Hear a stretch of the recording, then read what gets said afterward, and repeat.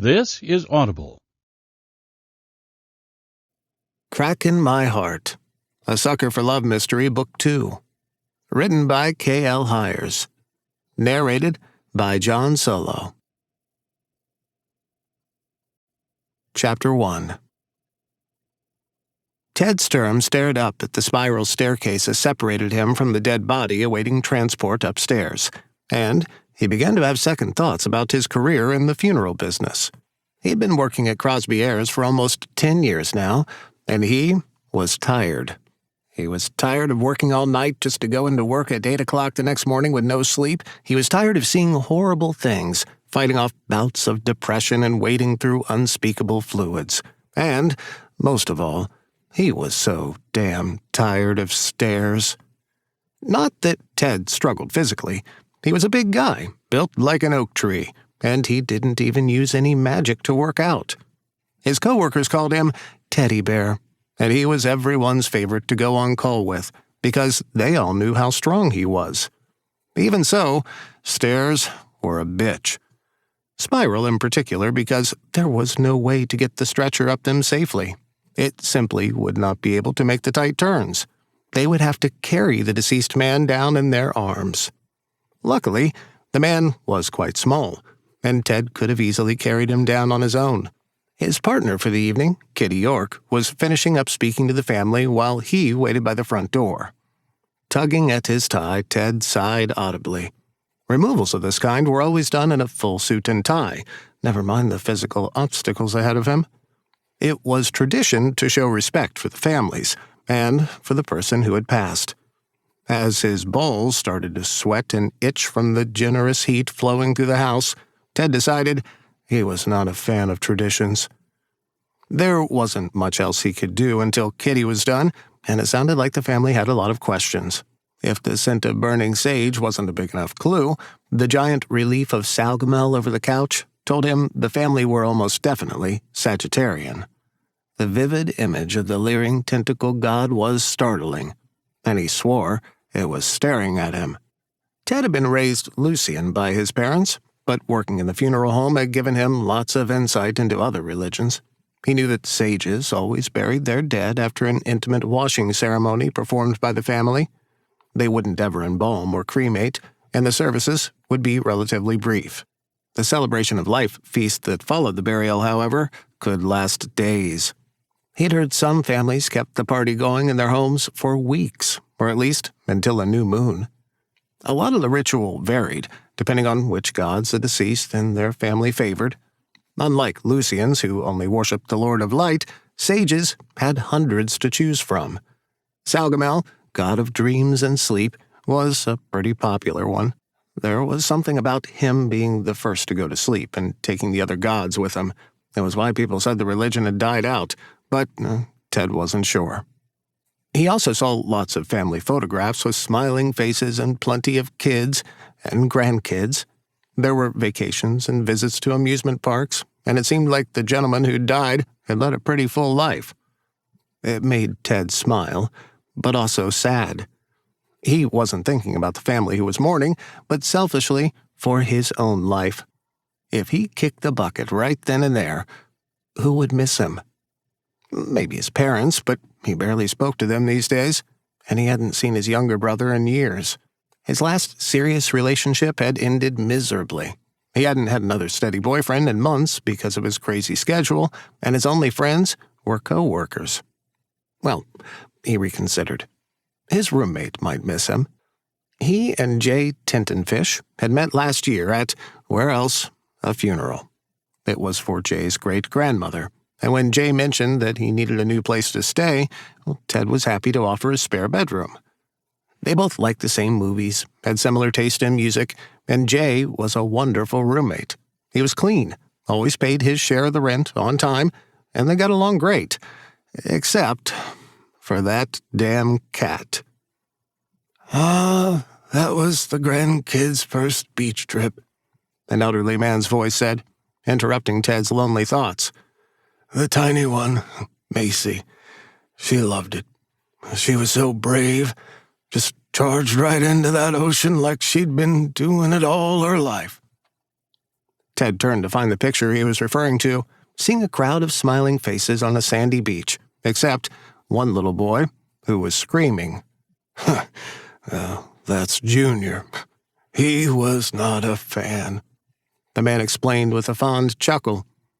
"We probably took 20 pictures, and he was hollering like hell in every single one of them." Ted nodded and smiled warmly. He didn't want to openly comment in case any of the family was close by. After all, the elderly man who was talking to him was dead upstairs. "My wife," the elderly man said, reaching out to touch an old portrait. His hand went right through the frame, and he recoiled. I think I'll miss her the most." The longing in his voice made Ted's heart ache. He could see the man's lips twisting back, as if he was about to cry. He wanted to say something, perhaps try to comfort him, anything. "Ready?" Kitty's hushed voice asked as she approached Ted with a few family members following her. "Yes," he grunted, offering the family a polite smile as he followed Kitty upstairs. Each twist of the staircase made his stomach drop, listening to the elderly man following him. "We met at a movie theater," he was saying. "It was so crowded, and we ended up sitting next to each other. As soon as I saw her, I knew she was the one. Our anniversary was going to be next month. It would have been 54 years. Despite the obvious circumstances, Ted realized he was jealous of the dead man. It wasn't that Ted craved a giant house full of nice stuff for a pack of grandkids. He wanted someone, just one special someone to share his life with. Every day was the same. Work all night, work all day, try to catch up on errands and bills on his few days off before it was right back to the grind. It didn't help that his job was particularly depressing, and he only met new people on what was almost always the worst day of their lives. Not exactly a great way to find potential dates. Even when he did manage to get one, he ran into a new set of obstacles. Trying to make time for a boyfriend was a nightmare, and there were always certain expectations he was tired of fulfilling. Oh, and constantly hearing and seeing dead people, well, that didn't help either. He and Kitty wrapped the gentleman in a sheet and worked together to carefully maneuver him down the stairs. They'd left the stretcher at the bottom of the steps and laid him down gently when they got there, Ted quickly moving to adjust the pillow beneath his head. They secured the straps, covered him with the cot cover, and then Kitty went over to say goodbye to the family, while Ted waited again. He didn't want to talk to the family. Not that he couldn't, but he was awkward, and he never knew what to say. Kitty was unnatural with people, always sweet and empathetic to their pain.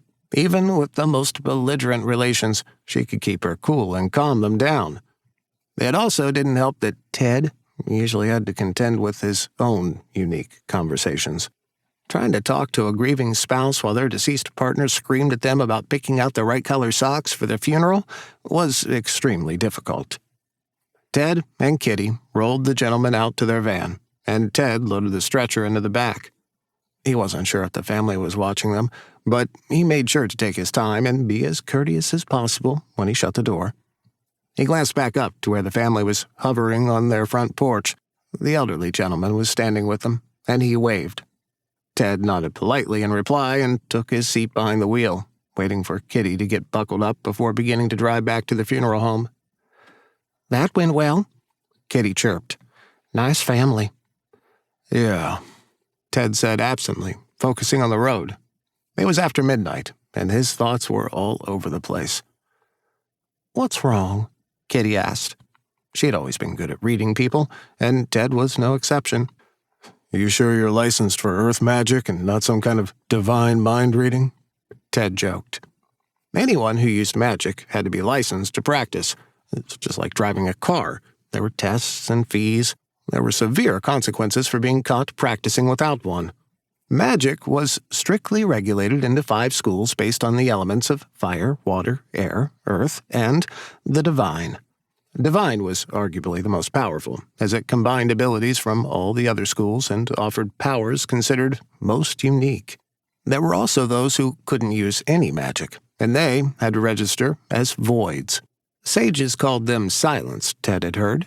He was a borderline void.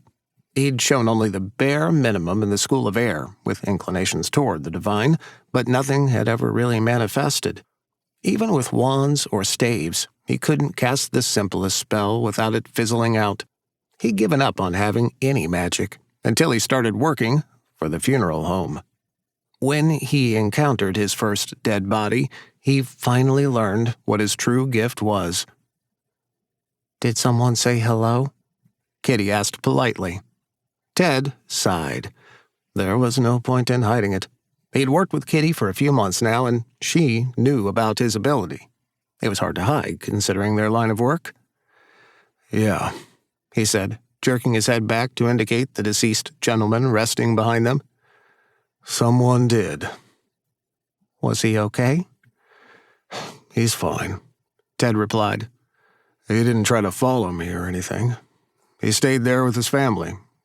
He seemed good, for a dead guy." "So you think he'll move on?" "Yeah." "I wish I could hear them," Kitty said wistfully. "No." Ted shook his head. "No, you really don't." Sometimes Ted regretted telling her. Like most people, she was envious, because such magic was rare. People thought he could reach out to long-lost relatives and deliver messages and seek out the wisdom of the other side. In reality, it was unpredictable, often terrifying, and Ted had absolutely no control over it.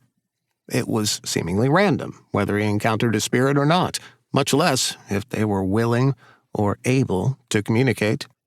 Some spirits were friendly, like the gentleman he had met earlier. Others didn't even seem to notice Ted at all. And then there were the angry ones.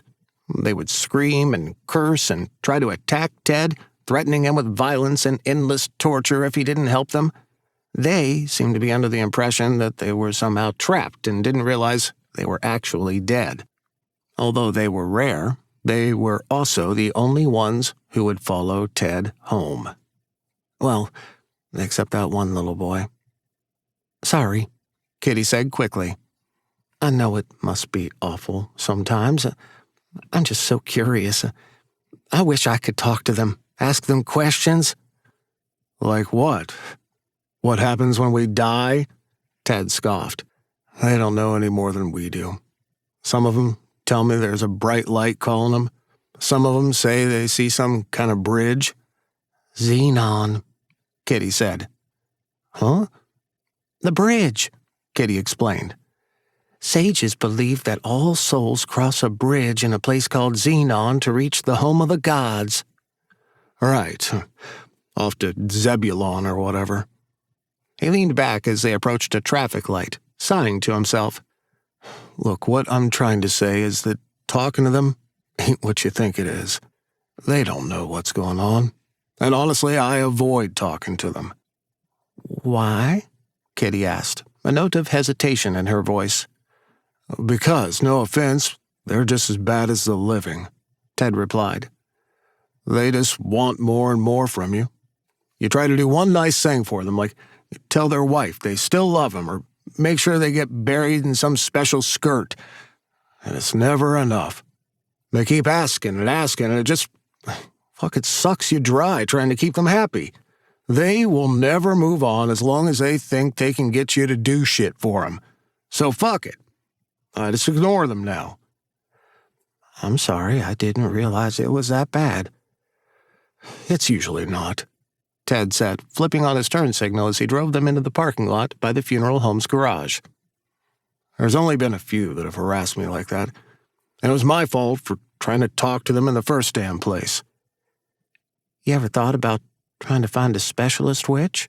Kitty offered. "Maybe someone who can help you tune them out?" "Nope." "Well, why not?" "Kitty girl, I don't want nobody knowing I got this," Ted said sternly. Talking with the dead is one step away from necromancy.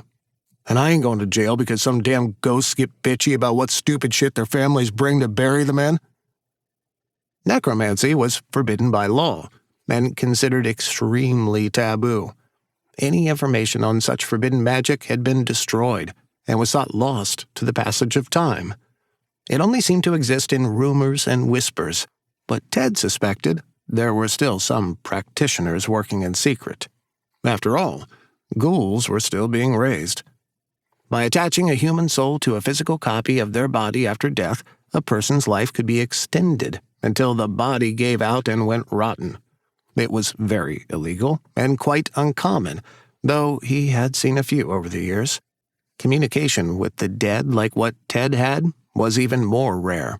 It wasn't illegal, but it was highly regulated. It had its own special licensure, and Ted had avoided revealing his unique skill.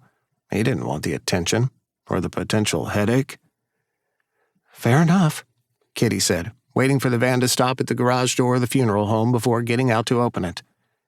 Ted backed up so they could unload, grateful that Kitty finally dropped the subject once they were back inside. They placed the gentleman in their walk-in cooler, finished their paperwork, and Ted was ready to go home. "You off tomorrow?" Kitty asked as they locked up. "You mean today?" Ted smirked after glancing at his watch. "Yeah, I'm off. And all I'm doing is sleeping." "Doris is gonna be heartbroken," Kitty teased. "She was planning on bringing in cupcakes, and I know she made some strawberry ones just for you." "Send Doris my regrets, but I ain't coming back, even for her baking. Just gotta make it through the next few hours without a damn call, and I'm free for 2 days." "Well, try to get some good sleep." Kitty laughed, waving farewell as they parted ways in the parking lot. "Night, teddy bear." "Good night, kitty girl." Ted waved, getting settled in his car and making ready to leave. He didn't even glance up when he heard a soft giggle in the back seat. "Hey, little buddy." There was a quiet shuffling, and then silence. Cranking the car up, Ted asked casually, "Want to go down the crazy road today?" There was an urgent tap on his shoulder. That was a yes. Ted smiled. "Let's go." There were 2 ways to get back to the apartment he shared with Jay. One was direct and took him through downtown. The other circled around the city, added about 20 minutes, but it went down a long and curvy stretch of road. That was the crazy road, and it was the route the little boy liked the most. Ted made sure to take the turns hard and hit every bump and pothole he could, grinning when he heard lots of delighted laughing behind him. "Hang on, little buddy. Big one coming up." The boy had been with him for months, though Ted didn't know where he had come from. While he'd sadly encountered his fair share of deceased children in his line of work, he'd never met this boy through his work at the funeral home.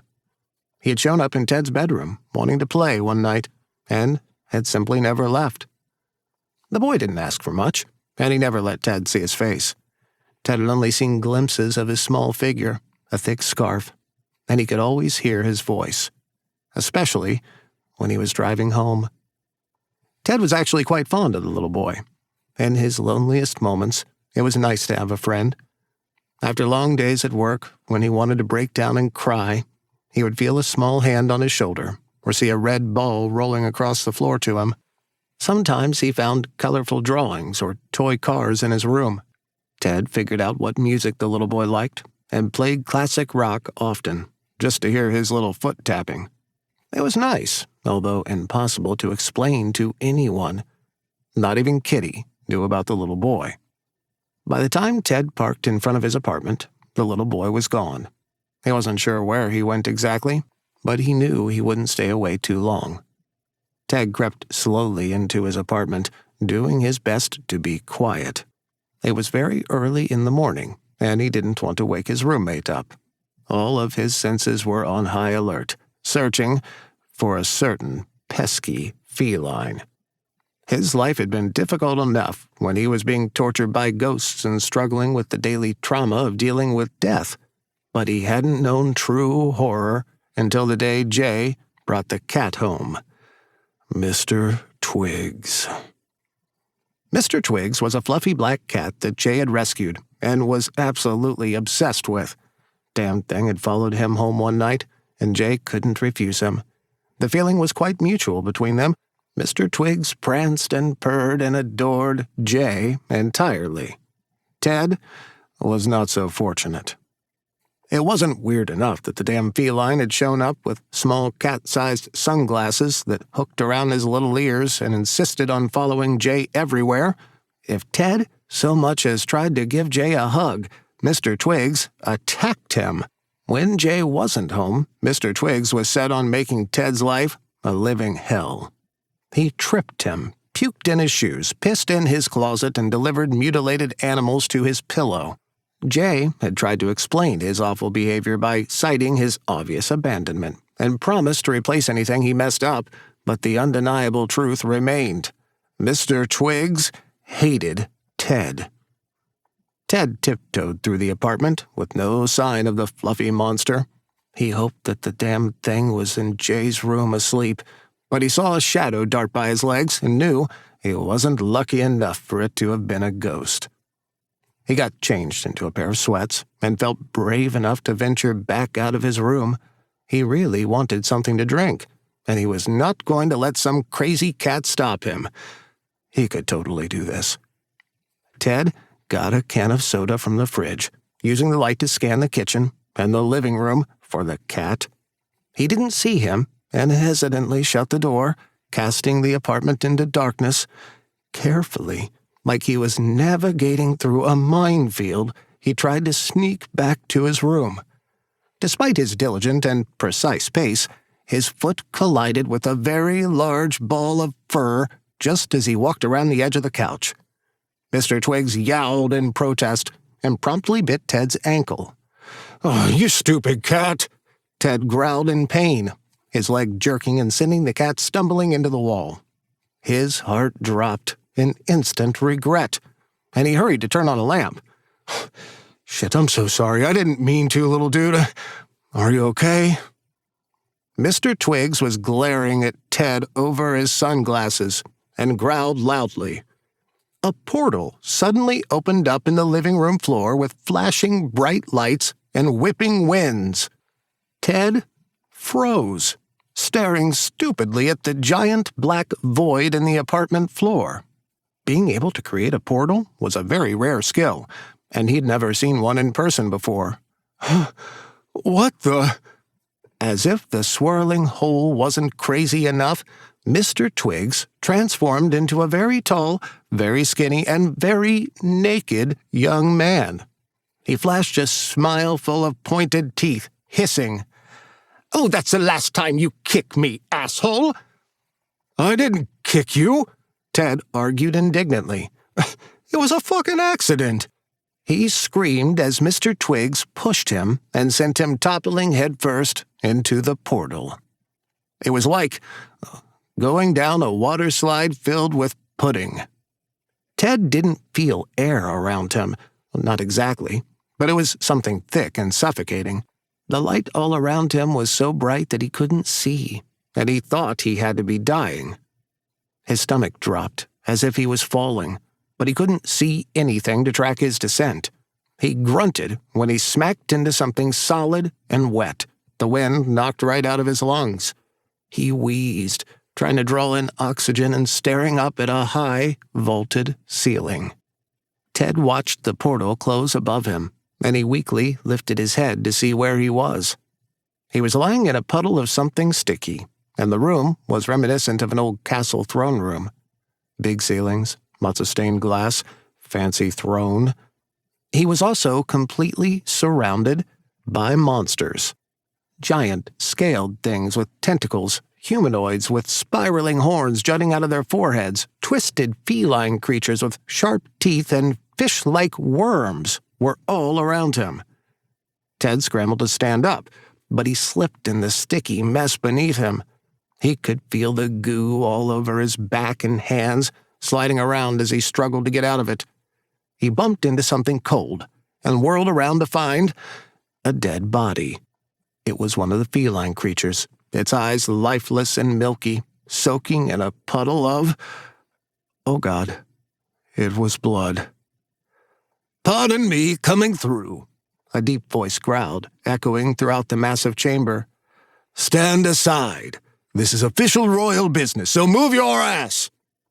Ted was nauseated, staring up at a human figure pushing his way through the crowd of monsters.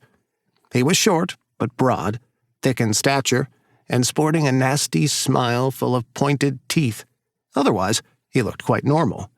His hair was jet black, cut close to his scalp with a well-groomed beard streaked with silver, and his eyes were a spectacular shade of gold, looking over Ted like he was a tasty piece of meat. He wore a three-piece suit, but it was a much flashier ensemble than Ted would have worn for his job at the funeral home. The jacket and pants were black, but the tie was an obnoxiously bright purple, and he could see a glittering watch chain hanging from the man's matching purple brocade vest. "Well, aren't you just a pretty little thing?" the man greeted. "What's your name, darling?" I'm... Ted stammered, looking around frantically as the monsters backed away. Whoever this man was, he was definitely in charge. There was something about the way he was looking at Ted that made him blush, and his heart beat a little faster. "I'm Ted. My name is Ted," he managed to choke out. He wondered if he was dead, or if this was some sort of nightmare. His mind was having trouble processing that any of this was real. "Where am I? What is this?"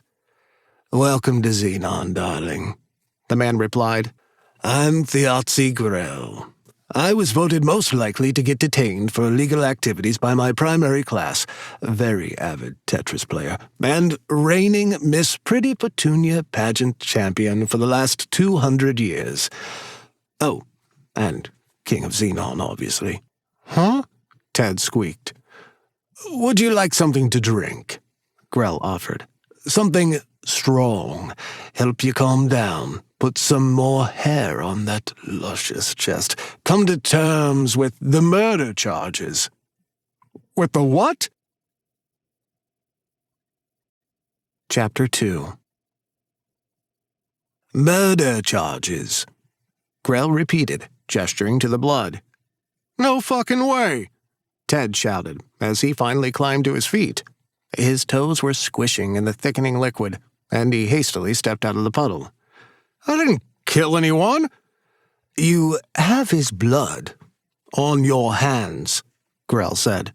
"The laws of the Ozra dictate that you must now be charged with murder until you can prove your innocence." There was a murmur of agreement from the monsters.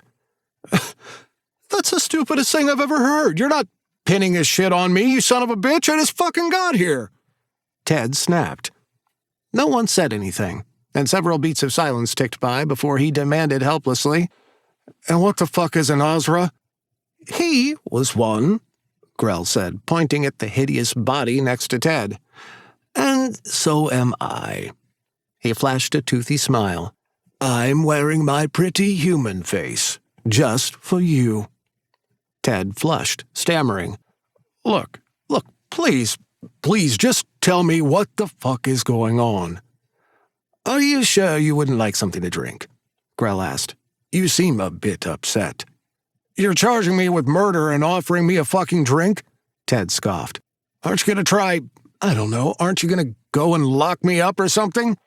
"It's not like you can run away," Grell said with another toothy leer. "You wouldn't get very far." "Fuck." Ted gulped. That felt like a threat. He threw up his hands. "Fine. A beer. No, fuck that. Something stronger. Way stronger." "I've just the thing." Grell snapped his fingers, and a glass tumbler full of a dark liquid appeared in Ted's hand. Without hesitation, Ted chugged it back. It burned, but it was warm and a bit sweet. It was actually really tasty. He blinked as the glass magically refilled, and only then did it occur to him that maybe he should be more careful when accepting mysterious drinks from strange men, especially strange men who could apparently cast spells using only their hands. With very few exceptions, people had to speak the words of a spell to use magic, and Ted immediately knew that Grell had to be quite powerful. to summon up a drink with the mere snap of his fingers. "Thanks. It's good." Ted fidgeted, glancing nervously at the strange creatures still lingering around them. His skin was cold where the blood was drying, and he was numb from terror. Or maybe the liquor was just that good. "Court is dismissed," Grell suddenly barked, turning his head and baring his teeth. "We'll start the trial tomorrow." "Does this mean you'll be representing the criminal, Your Highness?" one of the fishworms hissed. "Why not?" Grell shrugged. "Could be fun." "Very well," the fishworm replied. "We will see you at the trial, Your Highness." One by one, the monsters vanished, either through portals or through various physical archways, until no one was left but the two of them. Well, and the corpse. "Trial," Ted echoed. "What kind of trial?" "Murder trial, obviously." "Come on, this is bullshit." "Tisk, tisk now. How did an adorable human like you manage to come dropping into my humble little home?" Grell circled around Ted like a tiger about to pounce. "Read any cursed books lately? Piss off any kitty cats?" "The cat," Ted recalled out loud.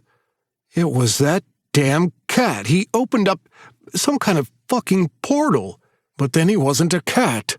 He turned into this skinny dude and pushed me in."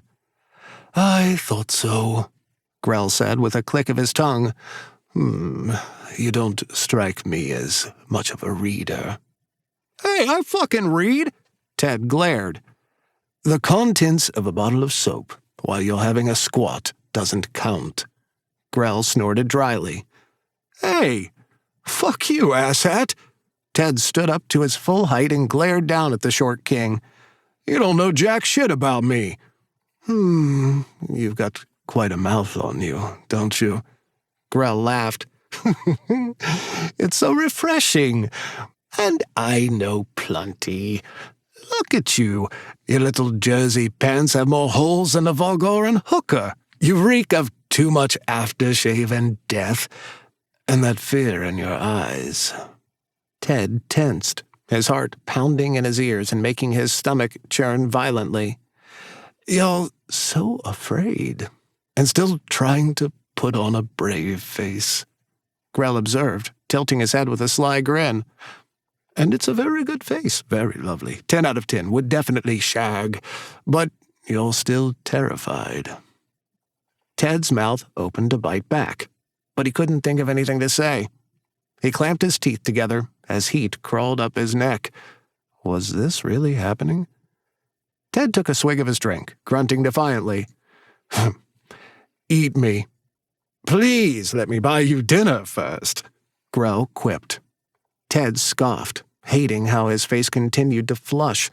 He could feel the heat all over, and he demanded, "Are you seriously flirting with me?" "Ah, so there is a brain rattling around in that gorgeous thick skull of yours," Grell teased. "You're such an asshole," Ted grumbled. "Duh. You don't stay king very long trying to be everyone's best pal and making little friendship bracelets." Ted gulped, tensing as Grell crept closer. There was something about him that made Ted feel so awkward when he managed to meet those golden eyes. "So, where am I again?" "Xenon," Grell said, a glass of his own appearing in his hand with another quick snap. "Shall I say it slower?" "No," Ted grunted. "I heard you, I just don't know what that is. I mean, sort of. It's a bridge, right?" "Really?" Grell's brows furrowed. "Have humans truly forgotten the old ways so quickly?" He pursed his lips. "I suppose it has been a few hundred years. I forgot your kind doesn't live very long." "Okay, that's cool and all." Ted slurped at his drink. "But that still doesn't answer my question." "Xenon is the bridge between Aeon and Zebulon," Grell said with a roll of his eyes. He gestured for Ted to follow him as he strolled out through a small side door. Ted hesitated, glancing around warily. Was that door even there a second ago? He didn't seem to have any other choice except to follow Grell wherever he was leading him. The doorway opened up to a large balcony, and Ted almost choked when he looked outside. Holy shit! It was night, and the sky was full of millions of brilliant stars and dazzling swirls of galaxies. Even though it was dark, there was a soft purple glow cast over everything as far as Ted could see. The trees were iridescent, shining white like bolts of lightning growing up from the ground. They were definitely in a castle, a monstrous compound of lavender masonry that sat high above the glowing forest below. Flowering tendrils were crawling all over the stonework, scenting the air with a spicy perfume that reminded Ted of cinnamon. Glancing back to the forest, he jerked when he saw a giant bridge looming over the trees. He didn't know how the hell he had missed it before, because it was even bigger than the castle. As he watched, the bridge grew dark and disappeared. A few moments later, it lit back up, and Ted could see streams of luminous orbs running across it. The bridge was so massive he couldn't tell where it started or where it ended, but the lights all seemed to be moving in the same direction. It was like looking at a dream he had had and then forgotten when he woke up. It was eerily familiar, and as fantastic as it all was, it was beautiful. So, Eon, is Earth? Ted asked hesitantly. Part of it. It's the mortal world. All your planets and stars and such. Grell pointed to the bridge. When you die, your soul passes through that bridge to reach Zebulon, the home of the gods. The gods? Great Azathoth, Babeth, Baub. Grell studied Ted's hopeless expression and sighed. You're Lucian, aren't you? Yeah, kinda, but I know those are all Sagittarian gods, Ted protested. You're telling me all that old witch shit is right? Grell motioned to the bridge again. Looks pretty right to me, darling. Fuck, Ted whispered. His eyes moved back to the bridge, following little blips of light moving along when he could see them. His head was swimming, and he didn't know what to think. Maybe he was dreaming. He had never been the most devout Lucian, but he had considered himself a believer. He had accepted the litany of light and been baptized as a child, but none of that seemed to matter now. What does this mean? Ted asked. There's no Lord of Light? Not that I've ever met, Grell replied with a shrug. He came, he saw, he preached, and he vanished. Can't tell you much more than that, darling. What happens to Lucians when we die?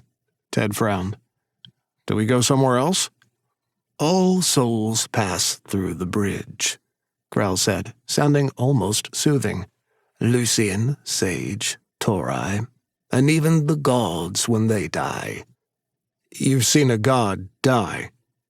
Cheeky little fellow with big eyebrows sent one to us not too long ago, Grell laughed. Looked like a giant rocket shooting down that damn thing. Ted set his drink down and gripped the balcony railing. This is a lot. Keep drinking, Grell advised. Ted looked back at the bridge. It's really beautiful. Yes, it is, Grell said softly, but he was staring at Ted. So, you're king of all this? Yes, Grell replied. I'm king of Xenon and the Azra. Before Ted could ask, he explained, We were the first race created by the gods to be their servants. That gig turned out to be a bit more like being their slaves, and we rebelled. You guys fought a bunch of gods. And won, Grell said proudly. To end the war, great Azathoth gave us sovereignty over Xenon so our people could be freed, and promised that no living god would ever trespass here. It's ours, and has been for thousands of years. That was pretty cool of him, I guess, Ted said, shifting his feet and grimacing when they stuck to the stone floor. Okay, small request for the prisoner? Within reason? Can you, snap your little fingers and clean this shit up?" Ted motioned to the blood all over him. "Why would I want to do that?" Grell looked mortified. "That's evidence for your trial tomorrow." Ted groaned miserably and accepted his sticky fate. "By the gods, you're so gullible." "Huh? Let's get you freshened up. I'm not that much of a bastard. Come along." Ted took a step forward to follow Grell, and everything suddenly flickered. It was like watching an old DVD skip scenes. In a second, they were no longer on the balcony and were now standing in front of a steaming hot pool. There were some sort of bioluminescent eels swimming in the water, giving it an eerie glow. "The fuck was that?" Ted demanded. "How did we—" "A portal," Grell explained. "Mortals have this magic, yes?" I mean, I've heard of it, but isn't there supposed to be a big swirly hole or something?" "Mine are a bit more tidy than my son's. So good you've experienced both, so you can really compare." "Son?" Ted stared. "The cat? That skinny brat? He's your son?" "My one and only," Grell said in a mockingly sweet tone. His clothes were slowly disappearing as he headed to the edge of the pool. Ted was frozen, unsure whether he was supposed to be following. He couldn't take his eyes off the king, gulping as he stared at his broad shoulders and the dark hair dusting his powerful chest, his thick stomach, and— Oh, shit. Ted jerked his eyes away, and he was certain his face was about to catch on fire. "See something you like," Grell teased, slipping down into the water with a smirk. Ted's face continued to roast, and he refused to acknowledge the question. He eyed the eels. "Those things dangerous?" "No more than me." Grell winked as he sipped at his drink. Ted grimaced.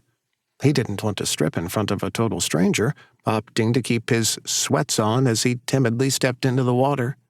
Once the warm water hit his toes, he groaned and plopped right in. It was fantastic. Ted found a ledge he could sit on, able to sink down and stay submerged up to his neck. He set his drink on the edge and leaned his head back on the lip of the pool. The eels swimming around paid him no mind, and Ted could feel all the tension easing from his body. The blood was fading away without any scrubbing, and Ted had never felt so clean or refreshed. There was probably magic in this water, he realized, but it felt really good. "So," Grell chirped, "Ted of Eon, how does a mortal come to reek of so much death, Are you a serial killer? Perhaps a vengeful vigilante? I am so enjoying the vision of you in spandex." "I work at a funeral home." "Ah, so you're an embalmer. You prepare the dead as the elders do." "No, I'm a removal technician." Ted had no idea what the hell an eldress was. "I pick people up when they die. Hospitals, nursing homes, maybe their house. I help dress them and casket them if they need it, but that's it." "Ah, not an embalmer then?" "No," Ted griped. "Look, I tried going to school for it. I was going to be a director and all that shit, but I couldn't handle the classes and still fucking work full-time. Happy?" "Excessively so," Grell said smugly. "Right," Ted scoffed. "Of course you are. You're king of your own little magical world. Got a real asshole son who pushes people into fucking portals. Bet your queen is just a fucking hoot." Grell's merry expression vanished. "What?" Ted had definitely just stepped in something. "How about we focus on your murder trial, Grell refilled his glass, only to empty it in one swift chug. "You're allowed to work on your defense for one full lunar cycle. That's 1 day here." "I have 1 day to prove I'm innocent, even though he was already very obviously dead when I got here?" Ted made a face. "Rules are rules," Grell said with a shrug. "You'll then present your case to the court, and then they'll decide whether you're innocent or not." "What the fuck happens if the court finds me guilty?" "Death." "What?" Ted suddenly forgot how to breathe, overcome with panic. Grell started laughing. Oh, you should see the look on your face. He clutched his chest. You really believed me. Woo!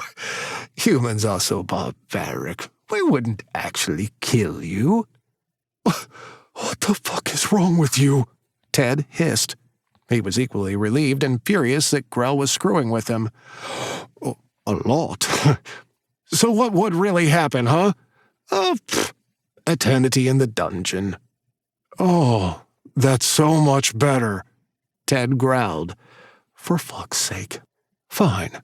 Since I have less than a fucking day to figure this out, tell me who that guy was. Like, did he have any beef with anybody, any enemies who would have wanted to see him dead?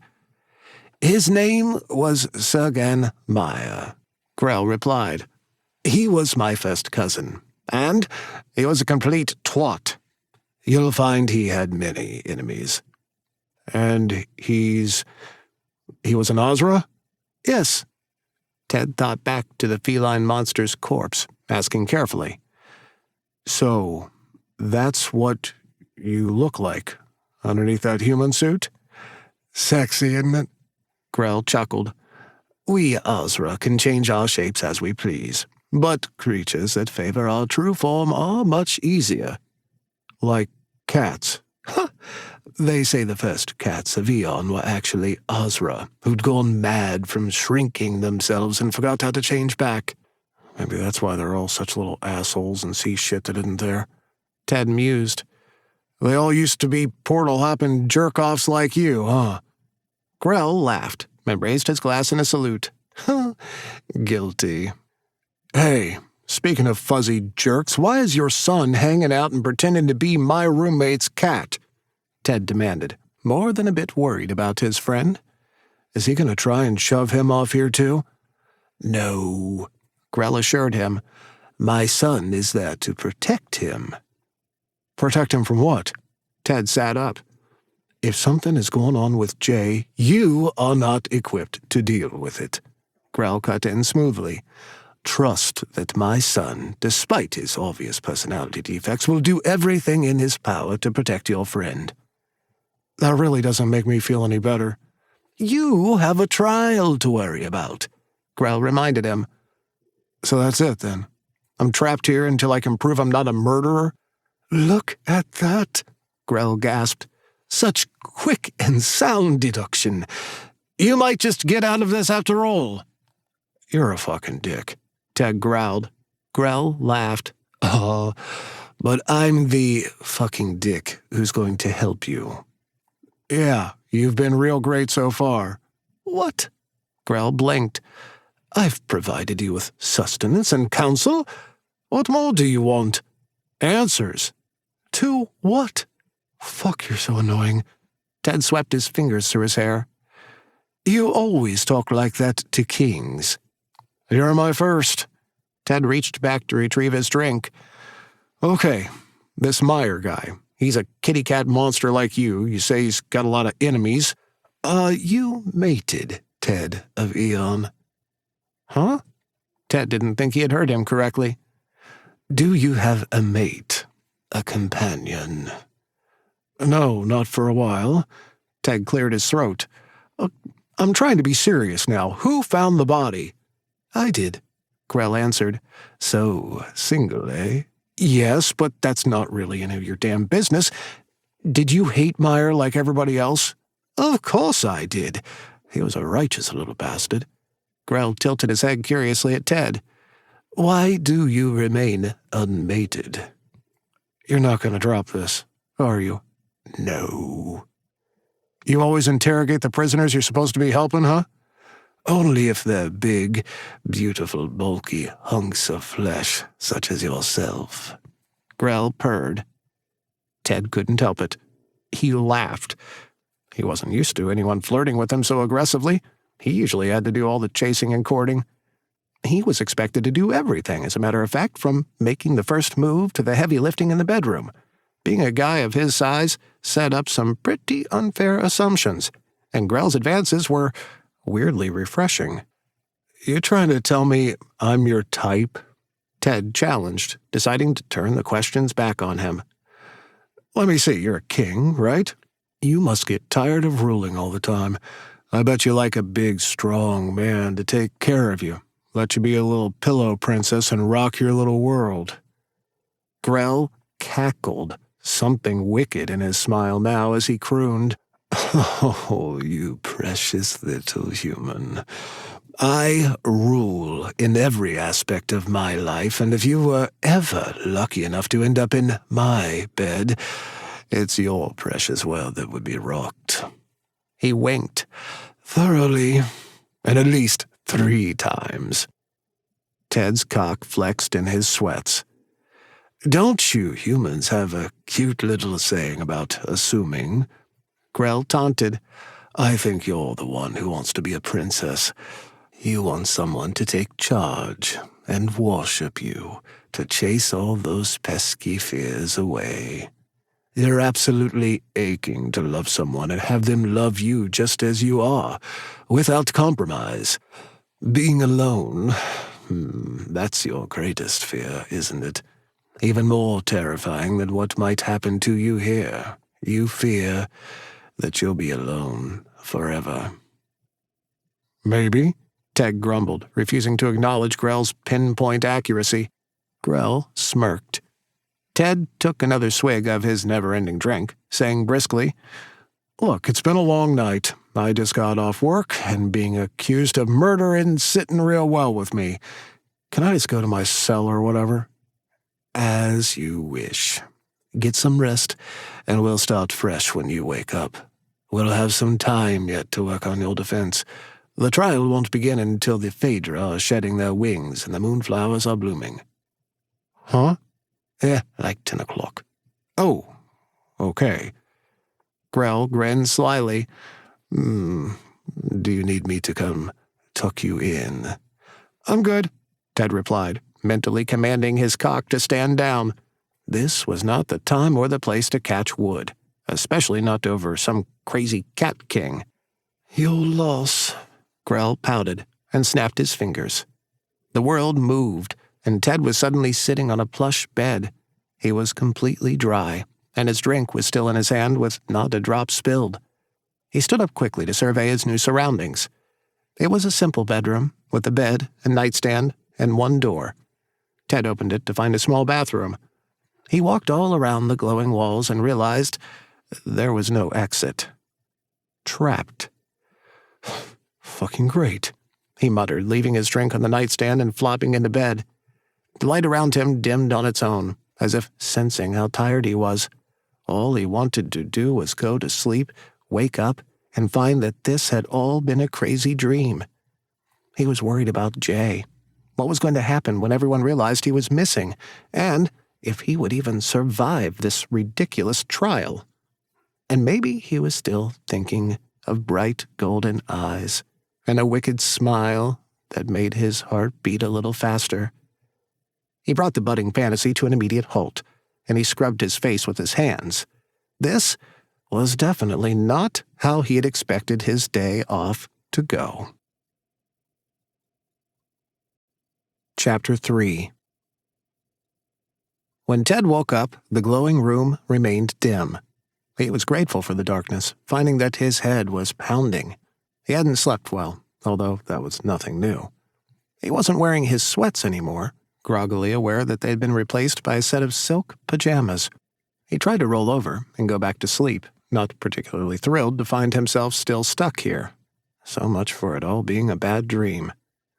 There was a tug on his foot, and he jerked, half expecting to see Grell standing there with a smug grin. Nothing. There was no one there. As he sat up and looked around, the glow brightened, and he could see clearly. His new pajamas were bright pink, with little hearts all over them, and he was definitely alone. There wasn't really anywhere in here for someone to hide. Unless... Ted wiggled to the edge of the bed, reaching his hand down to feel below. "Little buddy?" Small fingers wrapped around his and tugged. "Hey!" Ted couldn't believe it, and he gave the boy's hand a gentle squeeze. "What the heck are you doing here? You follow me here, little dude?" The boy didn't say anything, but he pulled Ted's hand urgently. I'm going to try to get us both home soon, I promise, Ted assured him. Kind of got myself into a really weird mess, but I'm going to get it figured out. We'll be back driving down the crazy road in no time, okay? The boy let go of him, and then there was movement by one of the walls. The boy's arm was sticking right out from the stones and beckoning him over. What are you doing? Ted swung his legs over and got out of bed with a yawn. He rubbed the crust from his eyes. Little buddy, I'm not a ghost. I can't walk through a wall. The boy poked his head through, just for a moment, insistently pointing at the floor. What is it? Ted frowned as he came closer. What are you trying to show me? The boy reached out and grabbed Ted's hand, pulling him forward. Ted grunted, expecting to smack into a solid wall, but he was able to step right through, and found himself standing in a long hallway. He turned around and touched the wall he had just come through, dragging his hand down the shimmering stone. It looked and felt solid, until his fingers disappeared. There was an opening, hidden right in plain sight. Trippy. Ted turned his head when he saw the boy running down the hall, hissing frantically. Hey, where are you going? The boy peered around the corner, waved, and disappeared. Grumbling to himself, Ted chased after the boy. He had no idea how the boy had followed him here, and he was even more clueless as to what he was trying to do. As he turned the corner, he found himself in another long hallway. He didn't see any doors, and he suspected that any openings were probably hidden like the one for the room he had slept in. He saw a little hand waving at him through a wall a few yards away. When Ted touched the wall there, his fingers went right through, as before. He took a deep breath and walked forward. Ted was now in a library, a vast space crammed with hundreds of tall shelves that were positively overflowing with scrolls and books. Every inch was packed to bursting, and Ted breathed in the soothing scent of old paper. There were 2 giant overstuffed chairs positioned in the center of the room. Behind them, there was one bit of wall that wasn't occupied by books, and a portrait hung there instead. Ted recognized the creature in the painting as an Ozra, and it had a large crown on its head. It had long beaded earrings and gold caps on its most prominent canines. The frame looked newer than the worn chairs and old shelves, and Ted could only assume it was a recent addition to the room. He looked around for the boy, wondering why he'd led him here. Before he could do any real exploring, he heard Grell's amused voice from behind him, teasing, My, aren't you just full of surprises? Ted shuffled around to face him, grinning wide as he said, You got no fucking idea. His smile vanished when he realized Grell was naked. What the hell? What? The king's thick chest and stomach were covered in dark hair all the way down to his... Oh fuck, not again. Ted forced himself to look away, finding the ceiling particularly fascinating as his face heated up. You're, not wearing anything? Oh, right. Silly me. Grell snapped his fingers, dressing himself in another gaudy suit. It was red and black, and he had foregone a traditional jacket in favor of a knee-length crimson fur coat. There, that's better. Ted tugged at the silken collar of his festive pajama top. I'm guessing these are from you? Do you like them? Grell preened. The magenta really brings out the green in your eyes. What happened to my sweatpants? They've been incinerated. Hey, Ted protested. What the fuck, man? I liked those pants. It was a mercy killing, really. They were a cotton abomination. Now, tell me. Grell's bright golden eyes narrowed as he looked Ted over. How did you get out of your room? We're gonna actually work on my case? Ted countered, trying not to stare too obviously at Grell's sharp teeth, or just how well that red waistcoat fit his broad chest. Or are you just gonna harass me and flirt some more? I don't see why we can't do all three, Grell replied smugly. How about I ask a question, and you give me a straight answer, and then you can ask me something. 1 for 1, Ted offered, starting with what the hell is for breakfast around here? A snap of Grell's fingers created a tray of food floating in the air between them. It was full of fluffy scrambled eggs, colorful sausages, and thick strips of what might have been some kind of bacon. It smelled delicious. "Thank you," Ted said, gratefully picking up the fork and digging right into the food as the tray remained magically floating in front of him. "My turn," Grell declared. "Tell me, how the hell did you get out of your room?" "Found the hole and walked through. And then you just walked in here." Ted warned, holding up his finger while he finished chewing. "That's more than one question." "Consider yourself very fortunate that I think you're cute." "You said you were the one that found Myers' body," Ted said, ignoring the obvious flirting that made him blush. "Can you tell me what happened?" "I walked in, found his body, the end. Now tell me in detail how you got in here." "You add details first if you want the same," Ted argued, smugly biting into a thick sausage. Glaring for a long moment, Grell finally replied. "It was late. I received a message that Maya wanted to meet with me, said it was important. I arrived at court, alone, and he was already dead on the floor. He'd been stabbed repeatedly, but there was no weapon that I could see. I called for the guards, and none of them remembered hearing a damn thing. I summoned the court, and they had just finished telling me how none of them knew anything either, and then you dropped in." "Huh. Now, in detail, tell me how the fuck you're navigating my castle," Grell demanded. "A spear showed me," Ted replied through a mouthful of food. Grell grimaced in disgust. "Sorry." Ted chewed quickly and swallowed before he elaborated. "I was never any good at magic, okay? Like, practically a dud. But then I started working at the funeral home, and I met my first dead guy. I could see him, standing by his own body. And after that, I saw him all the time. They talked to me, yell at me, whatever. Some of them are friendly, and, well, it always sounds crazy when I say it out loud." "You have star sight." Grell stepped closer, brushing the floating tray of food out of his way. "Hey, I was eating that," Ted griped. "How does a precious little mortal like you end up with a gift from gods you don't even believe in?" Grell mused, right in Ted's space now, and peering up at him curiously. Ted ran his tongue over his teeth, swallowing back his last bite of food. Just lucky, I guess. What's starsight exactly?" "A blessing from the gods, often from great Azathoth himself. They'd manifest in many different ways. Some can see the future, some can read god tongue, some see the dead, and some see all that's hidden." "Cool," Ted fidgeted. "Are you just gonna stay all up in my bubble or what? Because you're freaking me out a little bit right now." "May I touch you, Ted of Eon?" "Yes. Wait, no, why?" Ted steeled himself for anything, hating how his pulse fluttered. He couldn't quite decipher the way Grell was looking at him. It was hungry and full of danger, and he could feel himself being completely sucked in. "I promise I'll be gentle," Grell said, his hand hovering over Ted's chest. He reconsidered, adding, "Ish. Sure, I guess."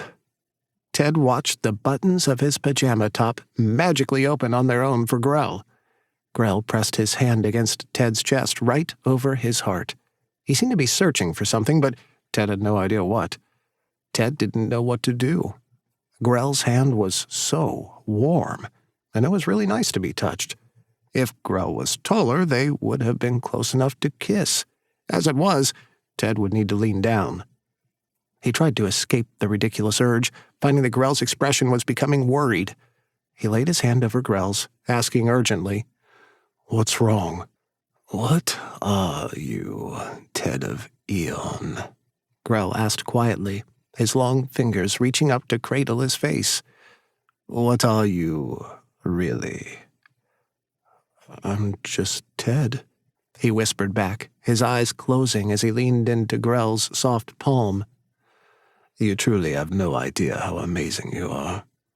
Grell tilted his head up as his thumb stroked Ted's cheek. "I've never met anyone like you. No one has the balls to speak to me, a king, the way that you do. That filthy mouth of yours. Your undeniable passion. Ted found himself being pulled right in, unable to resist whatever magical force of attraction was burning between them. All he had to do was lean down a little bit more, and they'd kiss. Gulping, he watched Grell's lips part expectantly. He was about to kiss a king who was really a kitty-cat monster, but who made him feel like he was the most beautiful man in the whole world. He felt small somehow, vulnerable, and the air had become electric. He couldn't explain the strength of the new energy, nor could he look away from Grell's bright eyes. Grell was very handsome, though he appeared quite a bit older than Ted. Not old enough to have been his father, but maybe a teacher or something. Ted really liked the silver sparkling around his temples and the streaks in his beard. The very shape of Grell's nose was quite attractive, small and round, like a cat's, a fitting centerpiece for his pleasantly round face. Even his sharp teeth were alluring in their own way, and Ted briefly wondered what they'd feel like on his. This audiobook is free for you to enjoy. If you'd like to support me, please take just 1 minute to listen to this relaxing music. Thank you so much. Sweet and flavor sway. Try again, just glue away.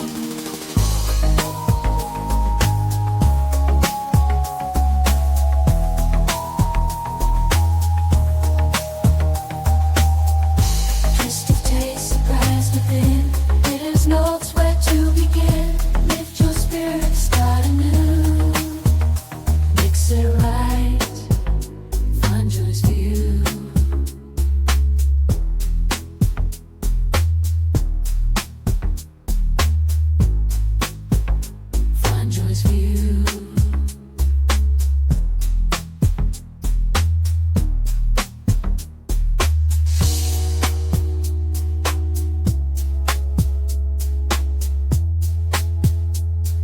His skin. Oh, but it was those eyes of his that really made Ted shiver. More so than his pointed teeth, Grell's eyes reminded Ted that this creature before him wasn't human. The depth of color was beyond any mortal's genetics, shimmering and metallic, a spectacular golden hue that Ted found absolutely hypnotic. "Grell?" Ted said, his voice thick and tense. "Are you—" "Yes, Theodore." Ted smiled at that and shook his head. Oh, my name isn't Theodore, it's— Your Highness! A giant Ozra appeared from the nearby wall, baring its teeth as it shouted, "Urgent news!" Ted jerked in surprise, staring up at the enormous cat creature. He had been too overwhelmed before, but now he had a moment to get a better look at this incredible monster. The Ozra were built like panthers, and all the ones he had seen so far were the size of Clydesdales. Their shoulders and front legs were particularly bulky, their backs were arched at an unnatural angle, and he could now see that their long tails split off into a bundle of thick tentacles. There were small tentacles mounted behind their huge pointed ears, and this Ozra had a large and intricately carved bead clamped around one of them.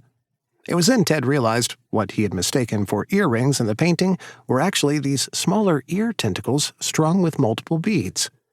Whatever significance they had, Ted didn't know, but it helped distract from the giant mouthful of pointed teeth.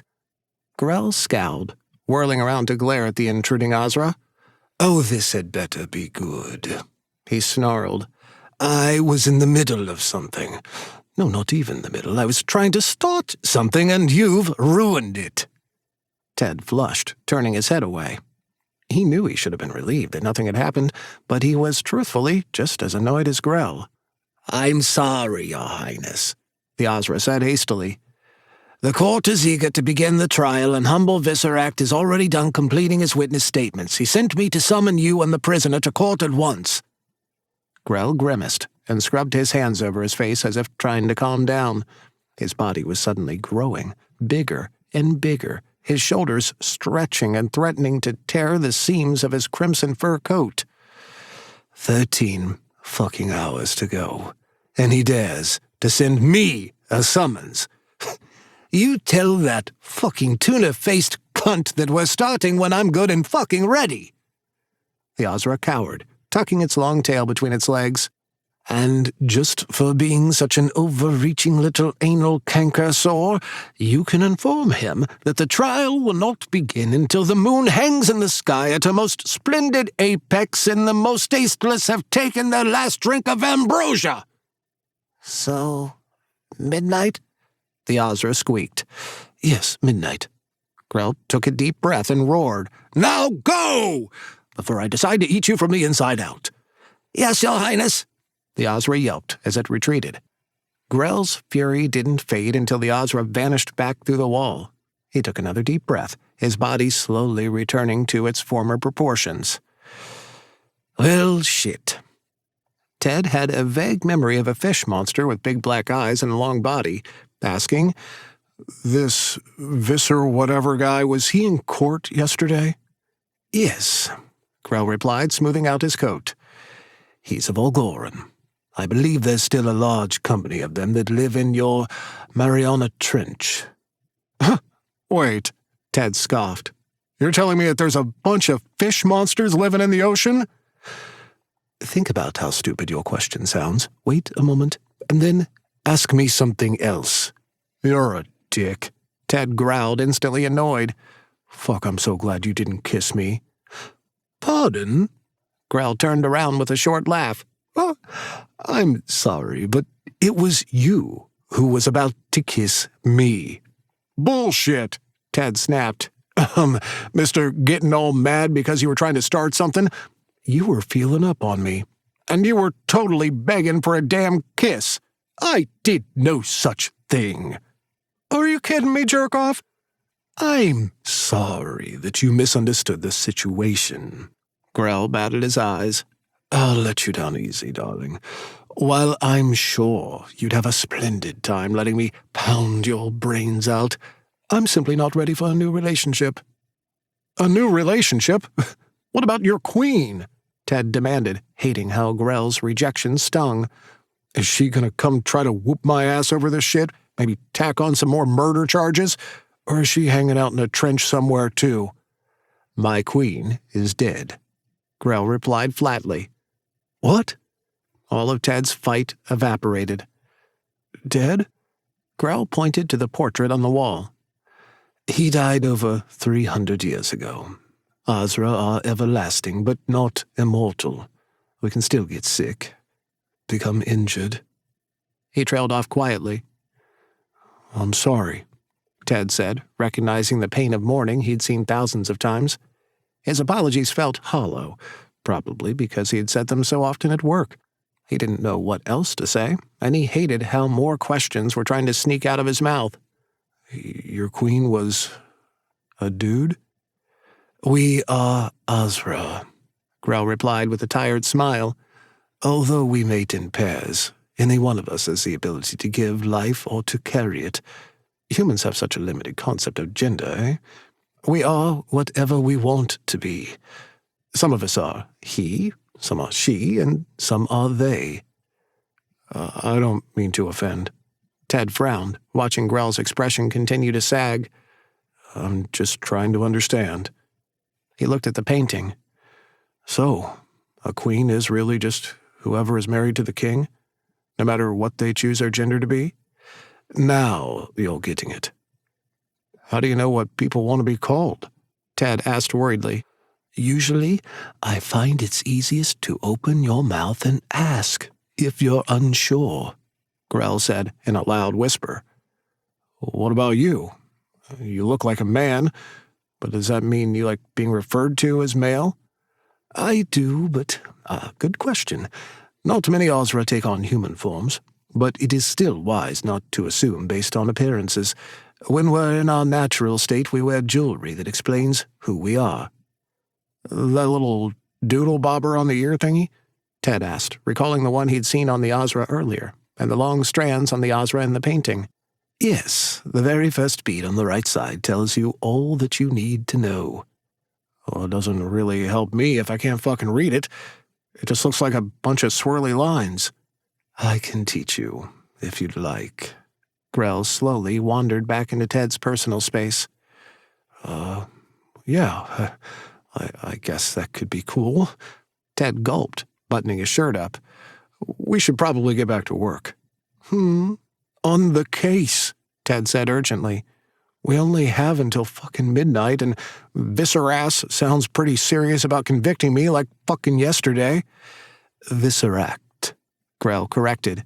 He's the heir to Volgoran's largest clan, and a righteous dickweasel. Don't worry about him.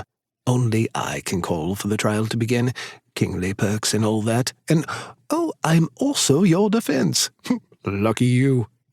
Why is he so eager to convict me? Ted pressed. Kinda suspicious, don't you think? A bit, Grell mused, looking thoughtful for a moment.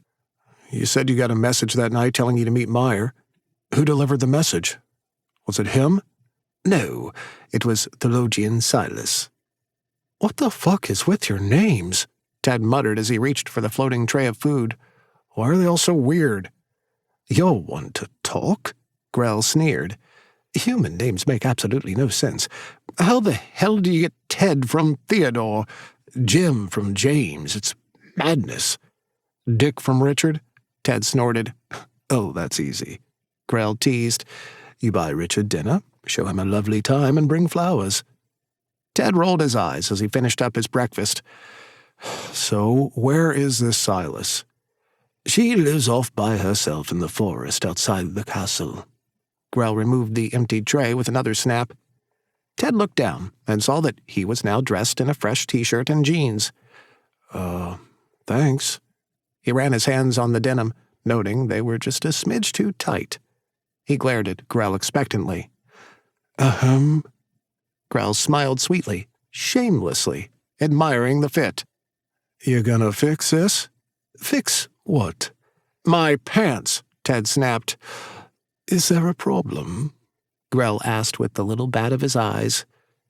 Yes, Ted groaned in frustration. With what?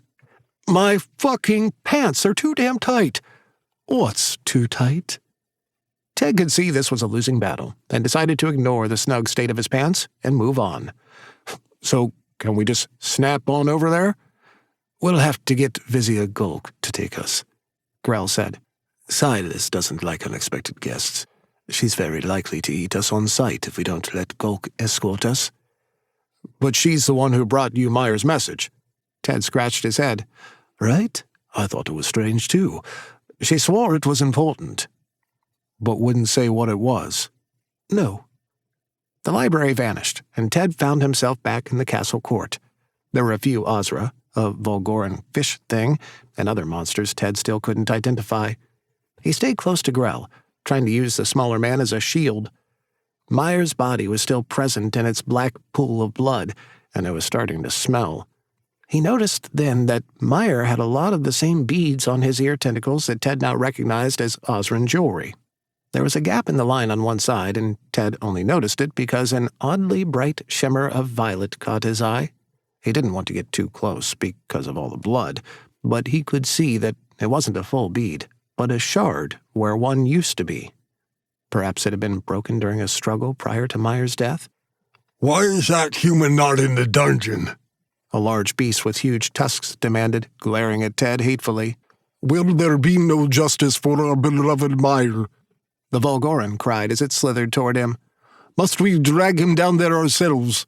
What is it doing over there now, gloating over its kill? The tusked monster shouted. King Grell, we demand justice. Other voices joined the tusked monster and the Volgoran, and the court was quickly becoming an angry mob. Ted had been in enough emotionally charged situations with upset families to see this had the potential to not end well for him. It was one thing to fend off a drunk uncle or a grief-stricken spouse, but up against a pack of monsters, he didn't like his chances. Ted quickly grabbed Grell's shoulders and steered him in between himself and the monsters starting to crowd around him. Hey now, he protested, hoping he sounded more confident than he felt. Innocent until proven guilty, right? It's more of a guilty until proven innocent sort of situation, Grell corrected. For fuck's sake, whatever. Attention, good citizens of Xenon, Grell shouted, addressing the court. He waited for the roar of voices to die down before continuing. If you have any thoughts or concerns about how I am handling the trial for our prisoner, please write them down and drop them off in the royal suggestion box. I will not read them, but you're welcome to do so." "Why is he not in chains, Your Highness?" the Volgoran sneered. "Not quite sure if he's into that, but I'll find out and let you know." Ted had to fight the urge to kick Grell. "Now!" Grell bellowed, his voice taking on a more serious tone. "We still have 15 hours to prepare our defense, and I will not tolerate interference of any kind.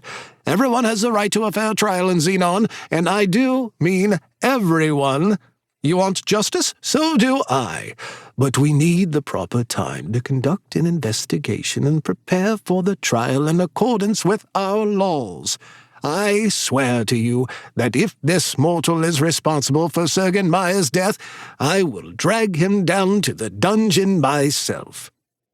The crowd murmured amongst themselves, assorted tentacles and claws still skittering, but Grell's promise appeared to have appeased them, for now. However unusual the king was, his court seemed to respect him. Despite the lingering tension, no one spoke out again. They all began to disperse, though several continued to stare Ted down and bare their awful teeth at him as they did. Ted felt a little better about his chances of survival. Not by a lot, but it was something. "All right, then." Grell clapped his hands together. "Now that we have all that settled, let's get back to it, eh?" He looked over the departing court, calling out, "Vizier Gulk, where are you?" "Here, Your Highness." A deep voice rumbled. A large and terrifying equine creature lumbered toward them. It was slimy and slick, as if all of its skin had fallen off, and its mane was a staggered row of sharp horns. The longest one jutted right out of its forehead, and its twisted jaws were full of teeth like needles. "What the fuck is that?" Ted hissed disgustedly. "A fucking zombie unicorn?" "It's fine. He's an Eldris," Grell griped, shooing Ted away. "Wait for me downstairs." "Huh? Wait for you where?" Ted groaned as the world moved again, now standing at a massive gate. Behind him was the castle, and through the gate he could see the forests made out of lightning trees. He was totally alone. "Great." Ted crossed his arms. "Well, I guess this is an improvement. Not by much, but I'll fucking take it." "Right, like you have it so bad," an annoyed voice complained. "Huh?" Ted looked all around, but he didn't see anyone there. That wasn't so unusual. He had encountered ghosts who couldn't take on a physical form before. "Hello?" "Can you—" The voice grew louder, asking excitedly, "Can you really hear me?" "Yeah," Ted replied. "Hi. Name's Ted. I talk to dead people. I'm a little busy at the moment." "You're that mortal who came from Eon," the voice exclaimed. "The one they're trying to pin that murder on." "How the hell do you know about that?" Ted demanded. "I escaped from the bridge. I've been wandering around this castle for months, and I listen—" "Who are you?" "My name is Professor Emil Kunst," the voice said. "You've got to listen to me. You cannot trust the king." "And I should trust you?" "You're caught up in something you can't possibly begin to understand," Kunst warned. "The silenced souls. They're all gone. They've all been missing for weeks, and the king sent his son off to find out why." "Whoa," Ted exclaimed. "He said he sent his son to protect my friend, my roommate." "Is your roommate silenced?" "Well, yeah." Ted hesitated. "What is that?" "You idiot!" Kunst seethed. "Slaves! They take the silenced souls as slaves. He's not protecting him. He's probably getting ready to—" Wait. Can you back up for a fucking second?" Ted snapped. "You need to slow down." He groaned loudly, certain he was about to have a terrible headache. "For fuck's sake, I can't get one damn minute of peace." "Is there a problem?" Grell's smooth voice purred as he appeared right beside Ted with a sly grin. Ted gulped. "Why, my dear Theodore," he purred, "you look like you've seen a ghost." Chapter 4. "Don't say anything," Kunst warned. "Not yet." "What's the matter?" Grell huffed, oblivious to Kunst's presence. He peered up at Ted, and his piercing eyes were stabbing right through him. Is there something you need to tell me? There's a lot of ghosts running around this place, Ted replied nervously. Don't suppose any of them would happen to be Maya, Grell said wistfully, and he can just tell us who murdered him? No. Ted's smile was strained. Not him. I'll come for you later, Kunst hissed, whispering as if he was afraid Grell could hear him. We'll talk when we're alone. Don't forget, you are not safe with him. That was reassuring. Grell watched Ted for a moment, and there was something suspicious in the scrunch of his face. Are you sure you're all right? Yeah, I'm good. Just a little shook up, Bunch of angry monsters. Scary stuff. Right. Grell didn't look convinced, but he didn't say anything else. He snapped his fingers and summoned the zombie unicorn before them. Are we ready? Of course, Your Highness, Gulk said, trotting to the gate and pushing it open with his snout. We should get going right away. Time is not the friend of justice. We have to walk there? Ted scoffed. Why can't we just do your magical portal thingy through the forest? Oh, come now, Theodore. Grell laughed. Certainly a big, bulging specimen of manhood like you isn't afraid of a little bit of exercise.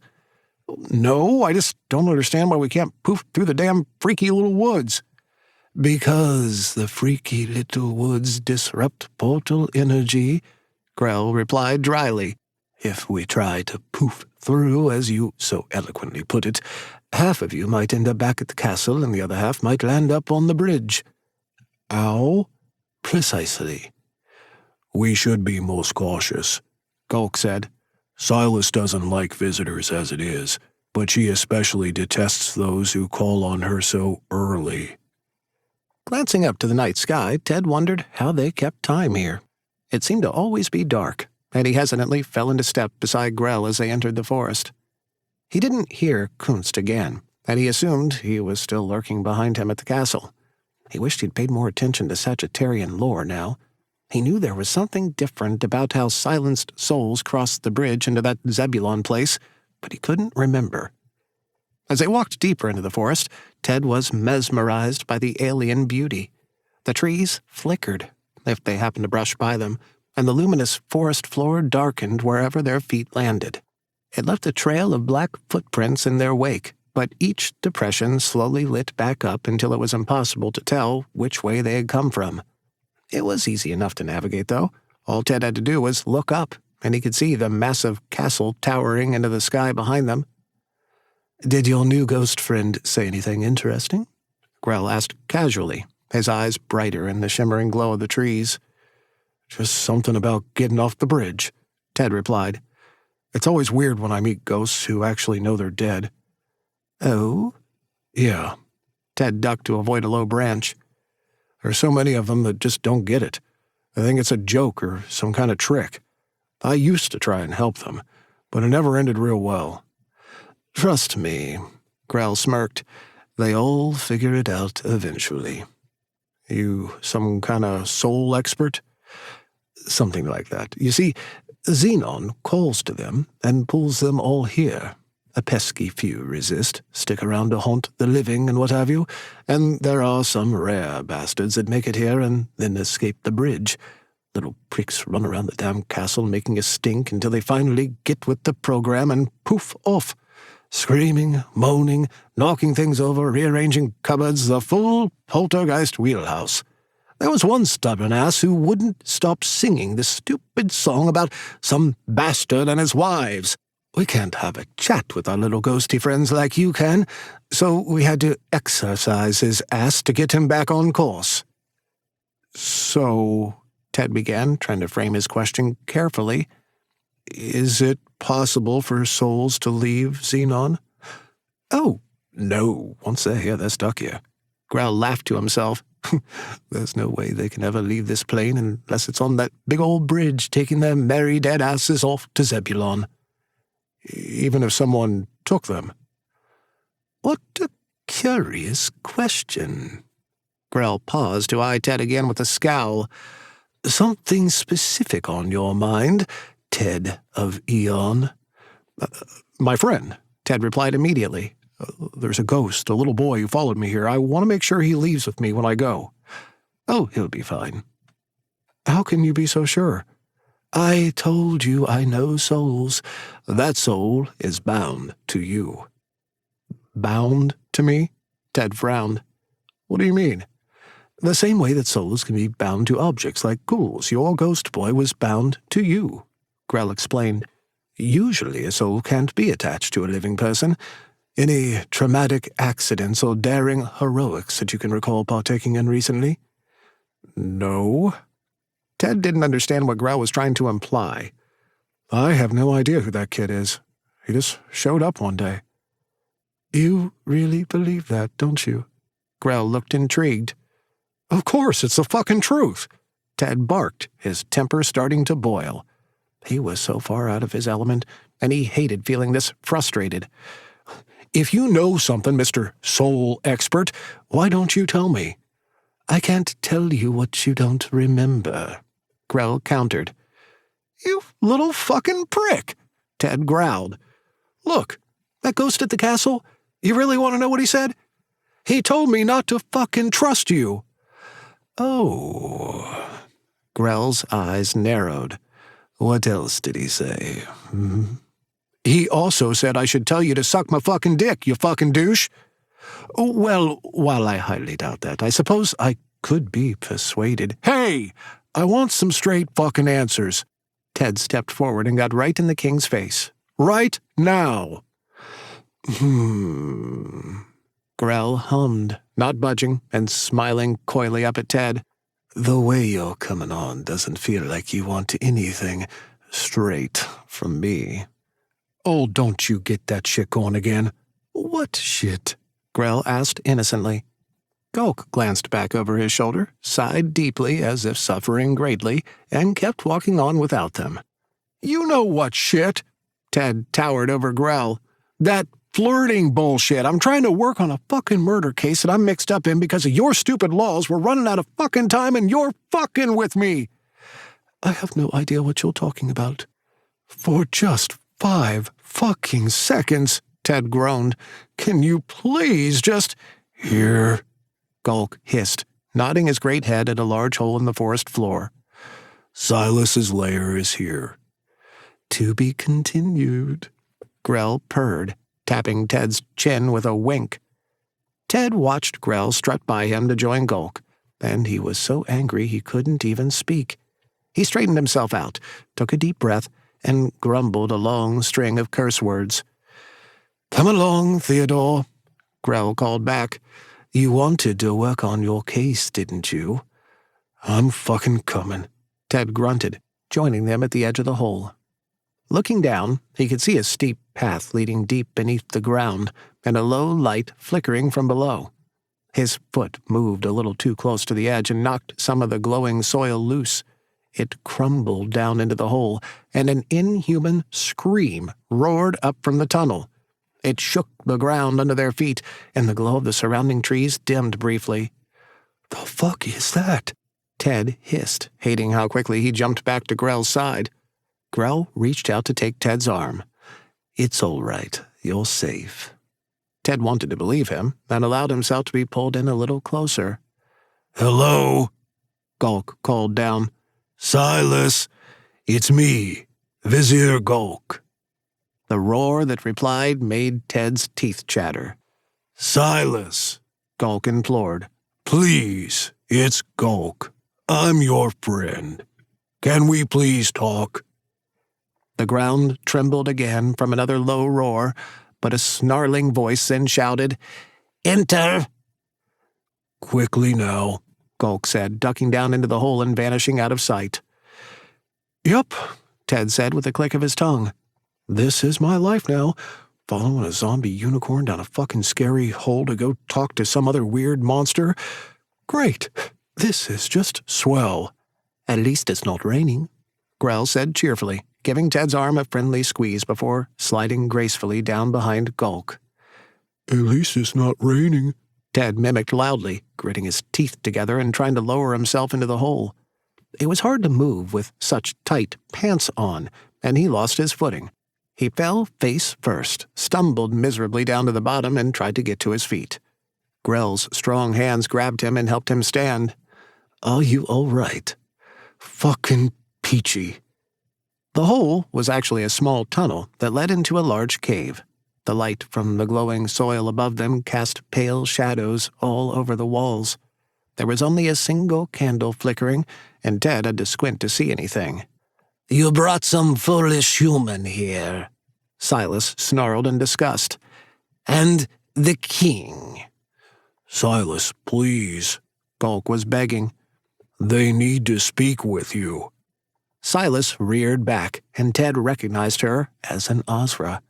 Her fur was streaked with matted gray stripes, and the tentacles hanging around her ears were full of colorful beads.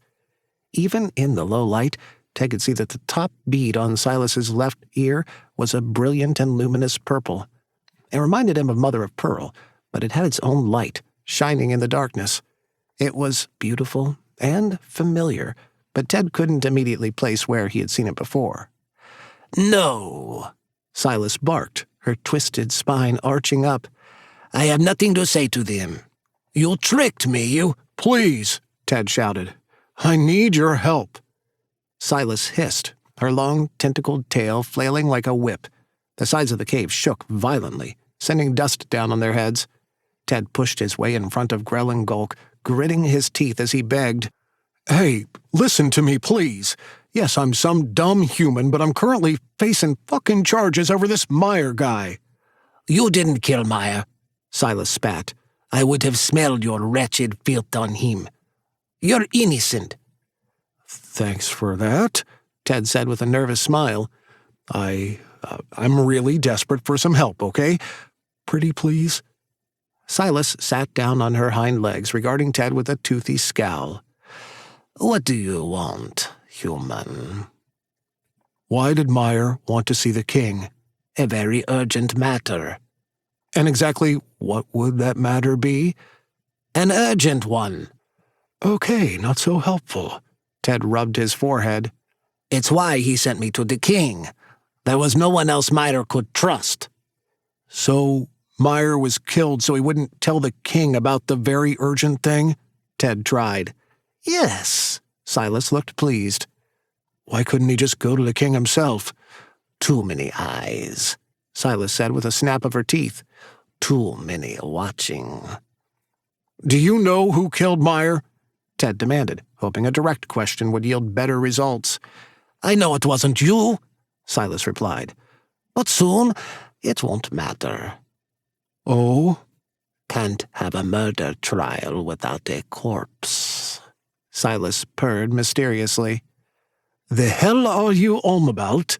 Grell growled. Eh? You gonna try to give some necromancy a go? I won't need to, Silas declared. Someone is going to help me.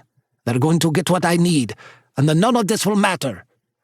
Get what for you? Ted urged. The item I need. Oh, for fuck's sake. Ted groaned. He turned to Grell and grumbled sourly. Look, this is a giant waste of fucking time. We should bounce. Maybe you're just really terrible at interrogation, Grell suggested. You think you can do better? Ted waved Grell on. Be my guest. Silas, Grell said, stepping forward to glare up at the giant beast. This wouldn't happen to have anything to do with those little rumors about the Kindress, eh? Silas bared her teeth and roared. Get out! I am done talking. It will be mine, all mine, and Maya shall return. They all will. Gulk cowered against the wall of the cave, saying quickly, Apologies, Silas, please. We'll take our leave now. Grell didn't look impressed by the outburst, but rolled his eyes as he conceded. Fine. We'll go. He wagged a stern finger at her. If I find out you've been keeping secrets about the Kindress, I promise that even the greatest magic won't be enough to bring you back from where I send you. Silas growled low, backing away farther into the cave. I have nothing else to say to you. Fine. Grell turned on his heel to climb back up the tunnel, with Ted scooting right behind him. He offered his hand down to Ted once he'd made it out, and effortlessly pulled him up beside him. There was a lingering moment when their eyes met, and Ted swore that Grell held onto his hand a bit longer than necessary. It was over all too quickly, and Ted bashfully cleared his throat. Gulk bounded out from the hole like a startled gazelle, bowing his head low. I'm sorry she wasn't more cooperative, Your Highness. I suppose it could have gone worse. Could have been a hell of a lot better, Ted griped. I'm even more fucking confused now. Was she serious about messing around with necromancy? The art of true necromancy has been lost for ages. Gulk began to trot back toward the castle, his milky eyes scanning over Ted with a snort. Silas has clearly gone mad. There is no way to raise the dead once their soul is passed on. Cool. Yeah, so... Ted followed after Gulk as Grell fell into step beside him. What the fuck is a Kindress? Mind explaining that bit? The Kindress is the true firstborn of great Azathoth. And that's like the big god in charge? Great Azathoth has always been, always was, and will always be. Grell recited. The Kindress was his first child, a being of pure starlight that died in his arms. There was a loud crack in the trees a few yards away. The glowing branches grew dark and a low snarling came from that direction. All the hairs on the back of Ted's neck stood up. The fuck? Huh. Grell peered into the forest. How strange. The noise stopped. Your Highness? Gulk sounded tense. Perhaps you'd be good enough to try portaling us back to the castle. We Eldris are quite resilient. The mortal probably won't survive, but... Just a moment, Grell said, taking a step toward the darkness. He seemed to be waiting for something. Look, I'm with Zombie Corn, Ted pleaded. Can we just get out of here? A dark shadow came crashing through the trees and tackled Grell. The fuck? Ted shouted, watching in horror as the shadow dragged Grell off and out of sight. Gulk neighed hysterically and galloped away. Hey! Ted screamed furiously. You big fucking chicken My Little Pony reject motherfucker, come back here! The snarling got louder, then there were more shadowy figures slithering toward him. He didn't see any sign of Grell, and he reached up to grab a glowing branch. He snapped it off, and the wood grew dark in his hands. Ted raised it above his head, taking a few practice swings as he barked, Hey, fuckers! He stood at the ready, determined not to go down without a fight. Come get some! There was a frantic chittering, and the shadows finally revealed themselves. They were the giant fish worms Ted had seen before in court, like that Visceract guy. Their lower bodies were undulating worms, and they had too many arms. Their faces were like some horrible, monstrous fish from deep in the sea, with gaping mouths lined with giant fangs. Why the fuck does everything here have fucked up teeth? Ted complained, bracing himself to swing as one of the worms came at him. He nailed it right in the side of the head, cheering as it went down. His victory was short-lived, however, as the worm quickly recovered. It was back up in seconds and sinking its teeth into Ted's calf. Ow, you motherfucker! Ted roared, blinded by pain as he frantically pounded the branch on the top of the worm's head. Fucking let go right now! Another worm was coming right at him, and Ted knew he would be overwhelmed in seconds. He thought of the little boy, and his heart ached when a small hand tugged at his hip. A mighty roar suddenly shook the very bedrock and cast the entire forest into darkness as the trees shuddered. The worm that had been chewing on Ted's leg let go and frantically tried to retreat, but it didn't make it very far. A gigantic Ozra, by far the biggest one Ted had seen yet, was bounding through the trees and snapping them like twigs in its wake. It snatched up the fleeing worm in its jaws and bit it right in half. Ted staggered and fell, still clutching his branch and trying to staunch his bleeding with his other hand. He couldn't look away, staring at the majestic beast tearing through the worms like they were all made of paper. Slowly, the tree's glow was returning, and Ted could see that the beast who had come to his rescue had shining, golden eyes. It was King Grell. His Ozra body was sleek and black with faint slivers of gray behind his ears and around his eyes. His tentacles were all gilded and capped in gold, shining with dozens of glimmering beads and baubles. Even the ones on his tail were decorated, and his giant body was practically glittering as he ripped the worms into pieces. Ted backed up against a nearby tree, panting hard. He was getting dizzy, cold, and he could see where he'd left a trail of blood behind on the ground. It was getting harder to hold on to his branch, and he could hear a small whisper in his ear. "The library." Groaning in pain, Ted dropped the branch and nearly fell over. He tried to clamp his hands over the bleeding wound in his leg, weakly wheezing. "The library? What about the library?" "It's in the library. Go." Ted closed his eyes, and the sound of battle was fading away. He could hear a seagull squealing and the rumbling purr of the ocean. He knew it couldn't be real, but that didn't stop him from feeling sand beneath him or the warmth of sunlight on his face. He couldn't even remember when he'd last been to the beach. How many years had it been? "The library," the little voice pleaded again. "It's there." What's there?" "Theodore." Grell's voice was snarling, terribly worried and urgent. "Oh, no. No. Come on, darling. Wake up. Wakey, let's go." "Huh?" A cold and damp nose bumped Ted's cheek. "What? He turned away from it. What is it? Just 5 more minutes." "Wake up, please. You can't go, darling. Not like this." "But I have to go get some sunscreen." Ted's eyes fluttered, vaguely aware of warm paws picking him up and the new feeling of soft fur all around him. Even though Grell was carrying him, Ted still felt like he was somewhere else. He was looking around in a bag at the beach, trying to find sunscreen. It was a warm and beautiful and absolutely perfect day. He thought he saw the little boy running into the waves, but that couldn't be right. "How weird," he thought, right as he passed out. Chapter 5. When Ted woke up, he was snuggling something warm and soft.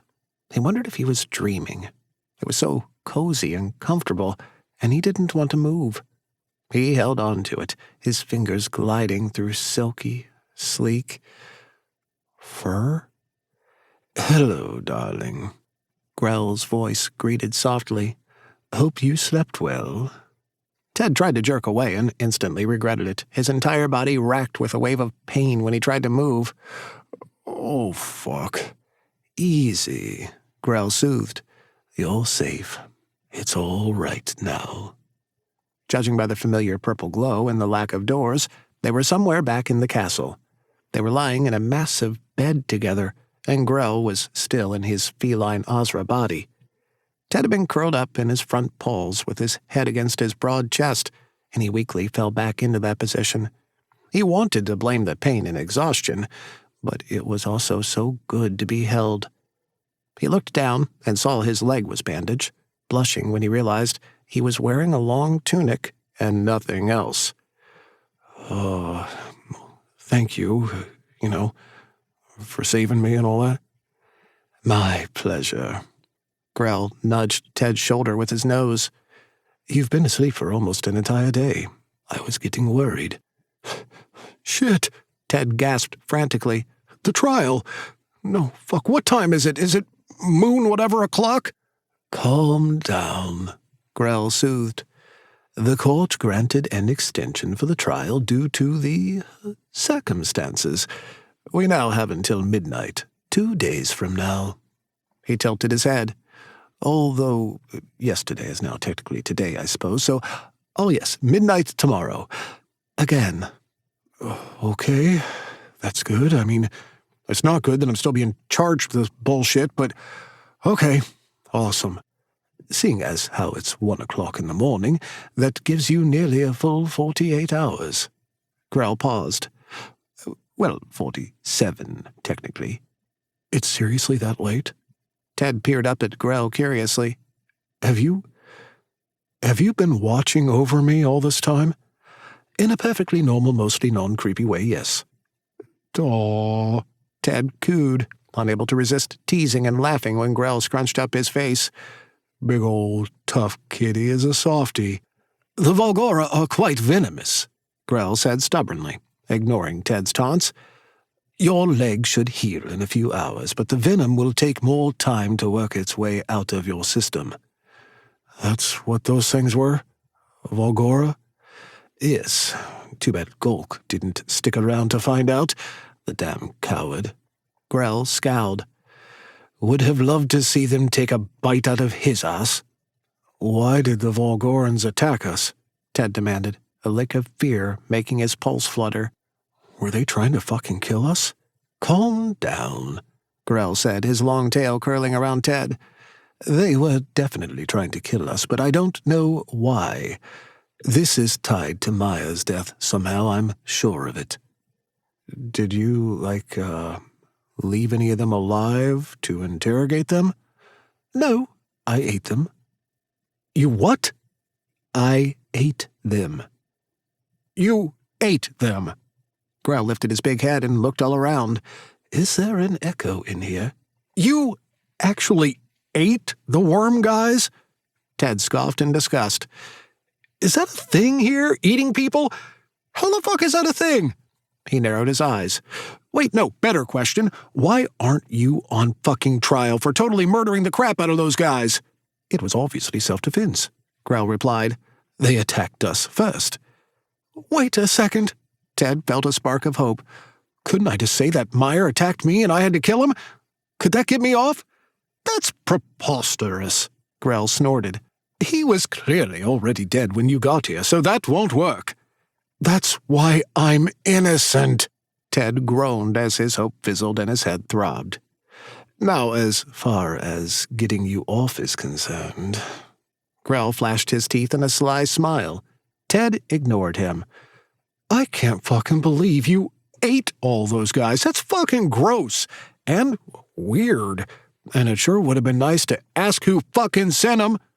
I was a bit distressed when you didn't wake up. Grell grumbled like a scolded child, bowing his head back down. I wasn't thinking clearly. Well, I hope you get fucking indigestion.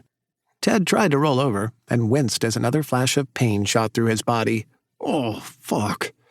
Be careful. Grell pressed a giant paw against Ted's chest to keep him from moving. I told you, it's going to take time. By great Azathoth's damn horns, you're going to hurt yourself, you stubborn little ass. Oh, didn't know you cared so much, you fucking jerk. Ted grinned crookedly up at him. He laid a hand over Grell's paw, and his heart skipped a few beats. He should have been terrified, cuddling with a giant cat monster, but all he could feel was a profound sense of happiness.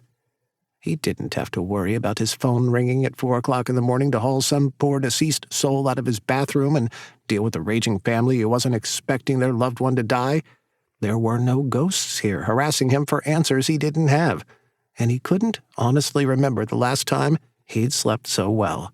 The depressing grind of his daily life had been replaced with a new sense of adventure and excitement, not to mention the surprisingly welcome advances of a very charming king who was equally alluring whether he was a cat or a man. Ted's current situation was beyond insane, but he couldn't shake the feeling that he was exactly where he was supposed to be. I'd be quite bothered if anything was to happen to you, Grell confessed, shuffling a little and looking away with a huff. It's not every day I have to defend someone in a murder case, you know. Right, and you've been doing such a bang-up job, Ted snorted. What? We have some exciting new leads. Ted's good feeling was quick to turn into annoyance. Which are what, exactly? Silas gave us more bullshit riddles. You ate everyone that attacked us, and I still don't know what the hell a Kendris is. Settle down, and I will tell you. I'm totally settled, Ted protested. I'm the very definition of fucking settled. Grell did not look convinced. Look, this is fucking scary, Ted said with a long sigh. 1 second I'm just hanging out, minding my own business, and now I'm here in fucking Xenon. I didn't even know any of this. Any of you guys were real. And now you're knee-deep in it. Grell tilted his head thoughtfully. I'm chillin' with a giant cat king and fish people tried to kill me. Pretty sure my new permanent mental status is very confused and endlessly frustrated." Ted started petting Grell's paw and closed his eyes. It beats the hell out of being on call and dealing with dead people, but this still kind of sucks. "Don't worry," Grell said, bowing his head to tap Ted's hair with his nose. "I do intend to see this through to the end and win your freedom." You know, you're pretty nice when you want to be. Ted kept petting Grell's paw, and he smiled when it tightened around him.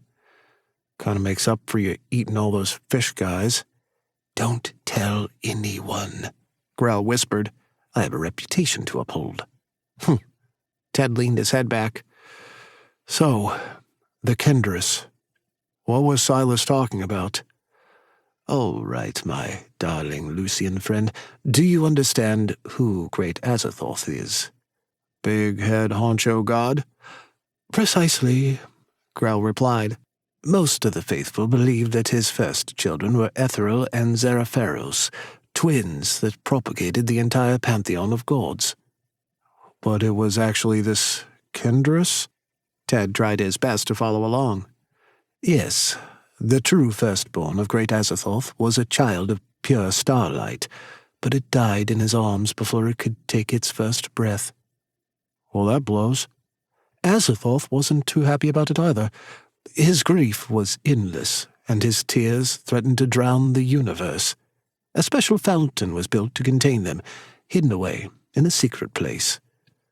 A fountain full of tears? Ted made a face. Sounds kind of salty and gross. "But very powerful," Grell pointed out. "These are the tears of Great Azathoth. Their magical potential is nearly endless. Quite dangerous, in fact, but they exist for a singular purpose." "Which is what?" "To kill the Kindress." "Wait, the star baby? I thought you said it already died." "It did, but Great Azathoth is nothing if not a very persistent deity, and he keeps trying to resurrect his child." "And then he has to kill it? With his own tears?" Ted was absolutely horrified. "What the fucking fuck?" "Some things are meant to be left alone," Grell said with a sad smile. "But grief is a terrible disease.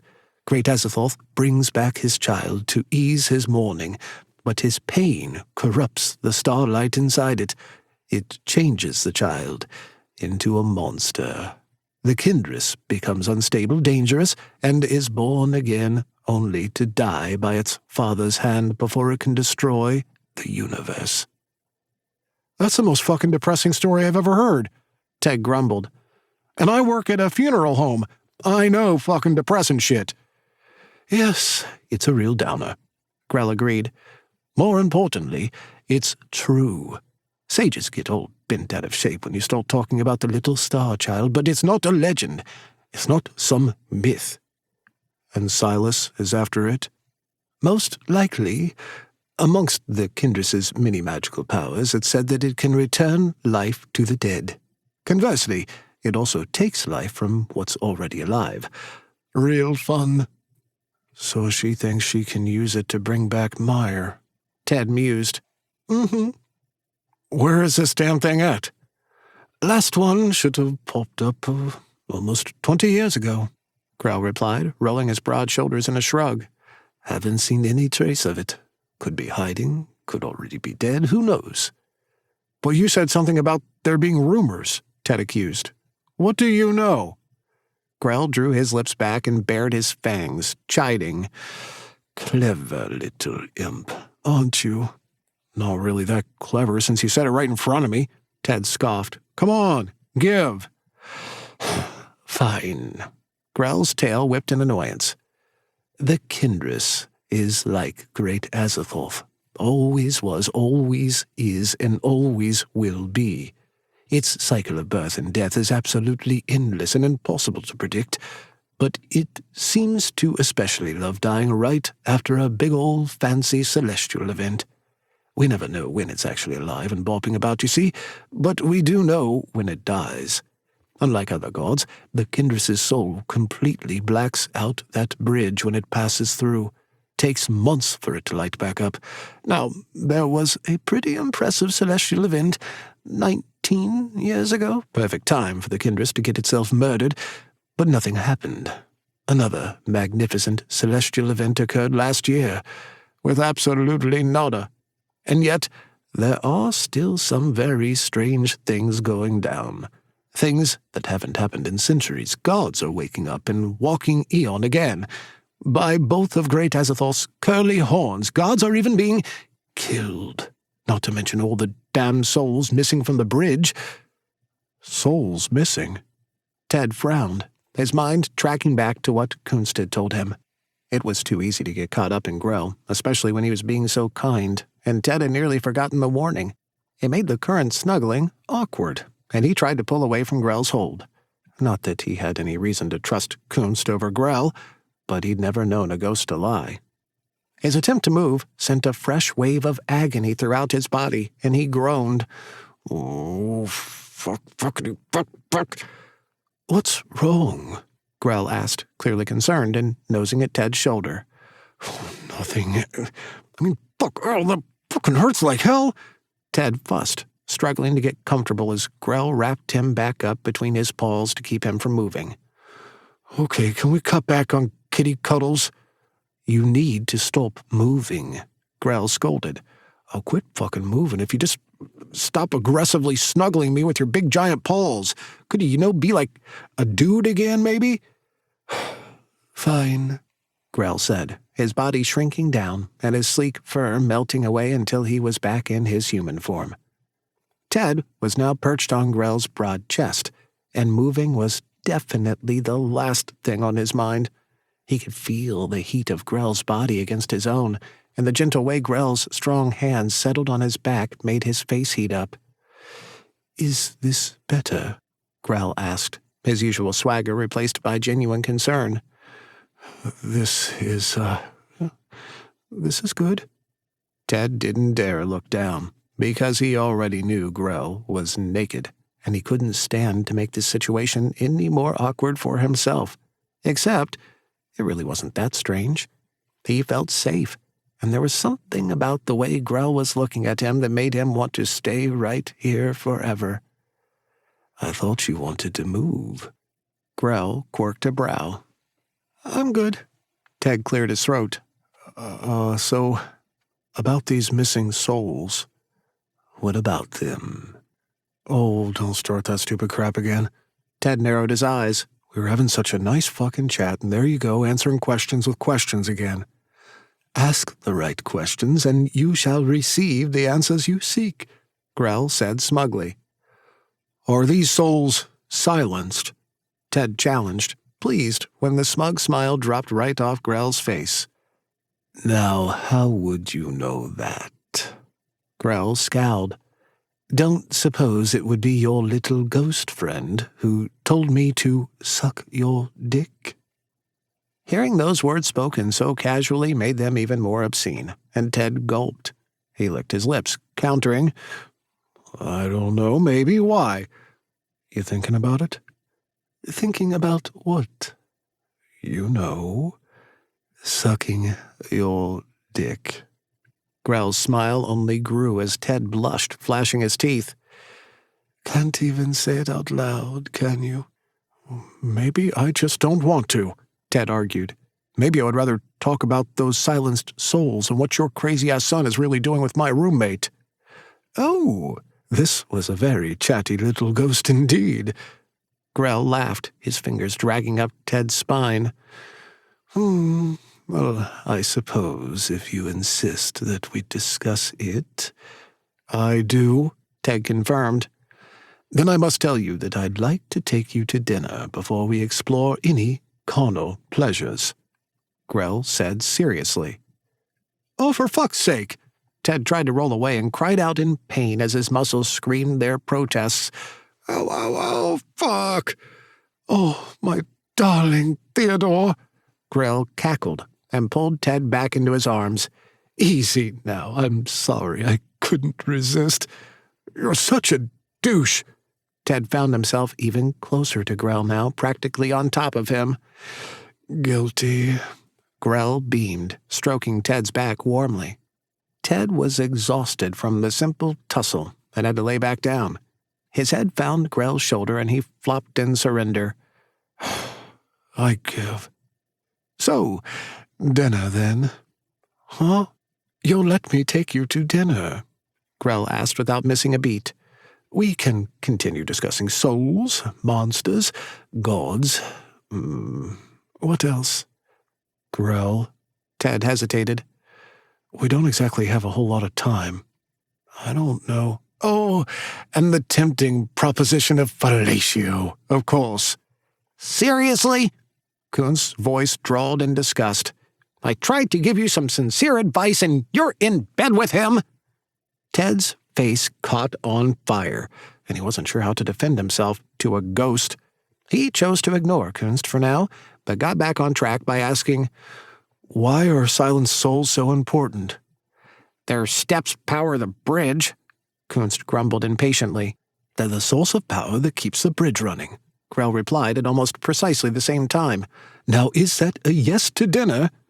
Only if you tell me why a bunch of those souls missing would be a big deal, Ted said firmly. I don't know if you've noticed, but it's looking a little dim out there lately. Grell arched a brow.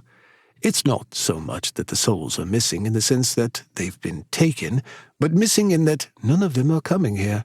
Something is happening in Eon, and silenced people have stopped dying. Once the ones here hit their 100-year mark, there's none to replace them. 100-year mark. All silenced souls, Kunst began. All silenced souls walk the bridge for 100 years, Grell said, his voice easily overtaking Kunst's. Kunst grunted in annoyance. Because they don't have magic of their own, they have to earn their passage, Grell went on to explain, not hearing Kunst's fussing. It takes at least a century for them to gain enough of a spark to poof on over to Zebulon. Now, dinner tonight. So they're not slaves? Ted asked pointedly. No, of course not. Grell's expression betrayed how hurt that question left him. Ah, he's a liar, Kunst exclaimed. Ask him what Visceract and Gronick have been doing. Ask him about the pits. So, Ted touched Grell's chest. I gotta be honest right now. The ghost I told you about? No, don't you dare tell him, Kunst hissed. We have a real chance here to help people. The one who told me not to trust you. Ted went on, having to raise his voice to hear himself over Kunst. Well, he's here right now, and he's insisting that you're lying, and wants me to ask you about Visceract and Gronick and some fucking pits. Gronick. Grell's eyes widened in shock and promptly narrowed. Who's that? God of healing and attrition, second eldest son of Sagamel and Eurolith. Oh, Ted said. Well, it doesn't sound so bad. It's bad, both Kunst and Grell said in unison. For fuck's sake, Ted griped, pointing in the general direction of Kunst's voice. You! Stop talking for a damn second. The nerve! Kunst gasped. Okay, Ted took a deep breath. Gronick is a bad god, and Visceract is that fish guy who really wants to convict me, right? Yes, Grell replied with a snarl. That's the one. The pits, Kunst snapped. Never mind all that nonsense. I know what I saw. Ask him about the pits. Shut up about the damn pits. Ted hated how crazy he looked talking to someone Grell couldn't see. Fuck, this is annoying. Hold on a moment. Grell snapped his fingers. A large glass orb appeared in his hand, and he held it up in the air. Come along, Ghosty. Take a little peek inside, and we can all have a nice chat. That's a trap, Kunst said with a growl. He says it's a trap, Ted echoed. Of course it's a trap, Grell drawled. It's a spirit box. It'll bind his ass in here, but he'll be able to talk. He looked around, perhaps trying to detect Kunst's presence. Would you like that, little ghosty? You have so much to say about me, how about you say it to my face? Oh, I'm going to regret this. Kunst growled in frustration, but the orb suddenly lit up, filled with a milky blue light. Now you listen to me, your royal highness. My name is Professor Emo Kunst, and I witnessed the most heinous fiends conspiring down in the pits. Congratulations, I don't know if you've noticed, but conspiring is one of the top 10 most popular activities in Xenon. There's even a club. They have T-shirts. What the fuck are the pits? Ted demanded. Underground interdimensional channels that run beneath Xenon. Grell replied quickly. Some of them are in Xenon proper, some of them are far beyond it, and a few are in between. Huh? Spaces between worlds, darling. Grell patted Ted's shoulder. So what would a god and fish dude be doing down there? They were making arrangements for silenced souls, Kunst said, the orb flickering with his fury. I heard them. Grunnock has found a way to create slaves using people who are silenced, and he wants Viscerac to give him more. Huh? Grell scoffed. There's no way to remove souls from Xenon once they've come here, and in case you didn't notice, we're running a bit short. You must have misunderstood them. I know what I heard, Kunst fumed. And I know those planes are restricted, except to members of the royal family. You must have let them in there, which also puts you in direct violation of your own treaty that no living god shall set foot in Xenon. Anything else defamatory and exciting you want to share? Grell asked dryly. You must know that whatever Grunnock is planning with those silenced souls, you can bet that he means to awaken Sagamel and destroy the world. His brother, Tolmathon, already tried once before, and I died stopping him. I will not allow it to happen again. Not while I can still fight. Tragic, really. Thanks for that. Very educational. We'll chat more soon. Bye-bye now. Grell snapped his fingers and the orb disappeared. Irritating little thing, wasn't he? Hey! Ted protested. Don't you think that might have been important? What? God's trying to end the world? Doesn't that sound kind of like a big deal to you? Meh. Grell waved his hand. One crisis at a time. We have a new suspect in Maya's murder to focus on. We do? Humble Visceract just jumped to the top of the list, Grell replied. Ghosty was right in that only members of the royal family can enter the pits. He held up a finger. Except I recently granted Maya a special key so he could investigate some of the ancient crypts there. So if you didn't let them in, and I'm assuming your crazy son didn't, since he's been busy annoying me as a cat, that only leaves two possibilities. Grell sighed, reaching up to massage his brow as if trying to fend off a headache. Either Maya was in league with them, or, more likely, he was a victim of their scheming. What's the matter? Ted frowned. Isn't this good? This means I'm totally freaking innocent. It also means I have to decide whether or not to declare war on Zebulon. War? Ted's stomach lurched. No living god is permitted to set foot in Xenon, Grell said with a wry smile. It's part of the treaty that great Azathoth signed that gave us this world as our own. There's nothing actually stopping the gods from coming here, but to do so is considered an act of war. War as in fighting a bunch of gods? Ted tried to sit up and grumbled as his muscles cramped. The pain took his breath away, but he kept struggling. No, come on. Fuck, you can't be serious. I'm very serious, Grell said, watching with a scowl as Ted squirmed. Will you stop that? It hurts to look at you when you do that. The pits, Ted said urgently, crying out as he managed to pull himself up, only to fall flat on his back. Oh, shit. I told you to stop, Grell growled, rolling over to pin Ted against the bed. Listen to me, Ted barked, completely helpless beneath Grell's firm hold. There has to be another way. That's my problem, not yours. The pits. You said some of them aren't actually in Xenon, Ted panted, right? Yes, Grell replied carefully, as if wary of a trick. So technically you don't know if that Gronic guy actually came to Xenon," Ted went on with an earnest smile. "So no need to start a war over that, right?" "Why, Theodore," Grell purred in delight. "You're a lovely little genius. I could kiss you." "Yeah?" Ted zeroed in on Grell's lips and swallowed thickly. At that moment, he didn't even care that Grell kept screwing up his name. The thought of correcting him was the very last thing on his mind. There was no way to escape that Grell was very much naked and very much on top of him, and Ted's body was responding accordingly. He felt vulnerable and weak, but Grell also made him feel so safe. He felt wanted. Ted hadn't known such desire in so long, and the air between them was instantly electrified.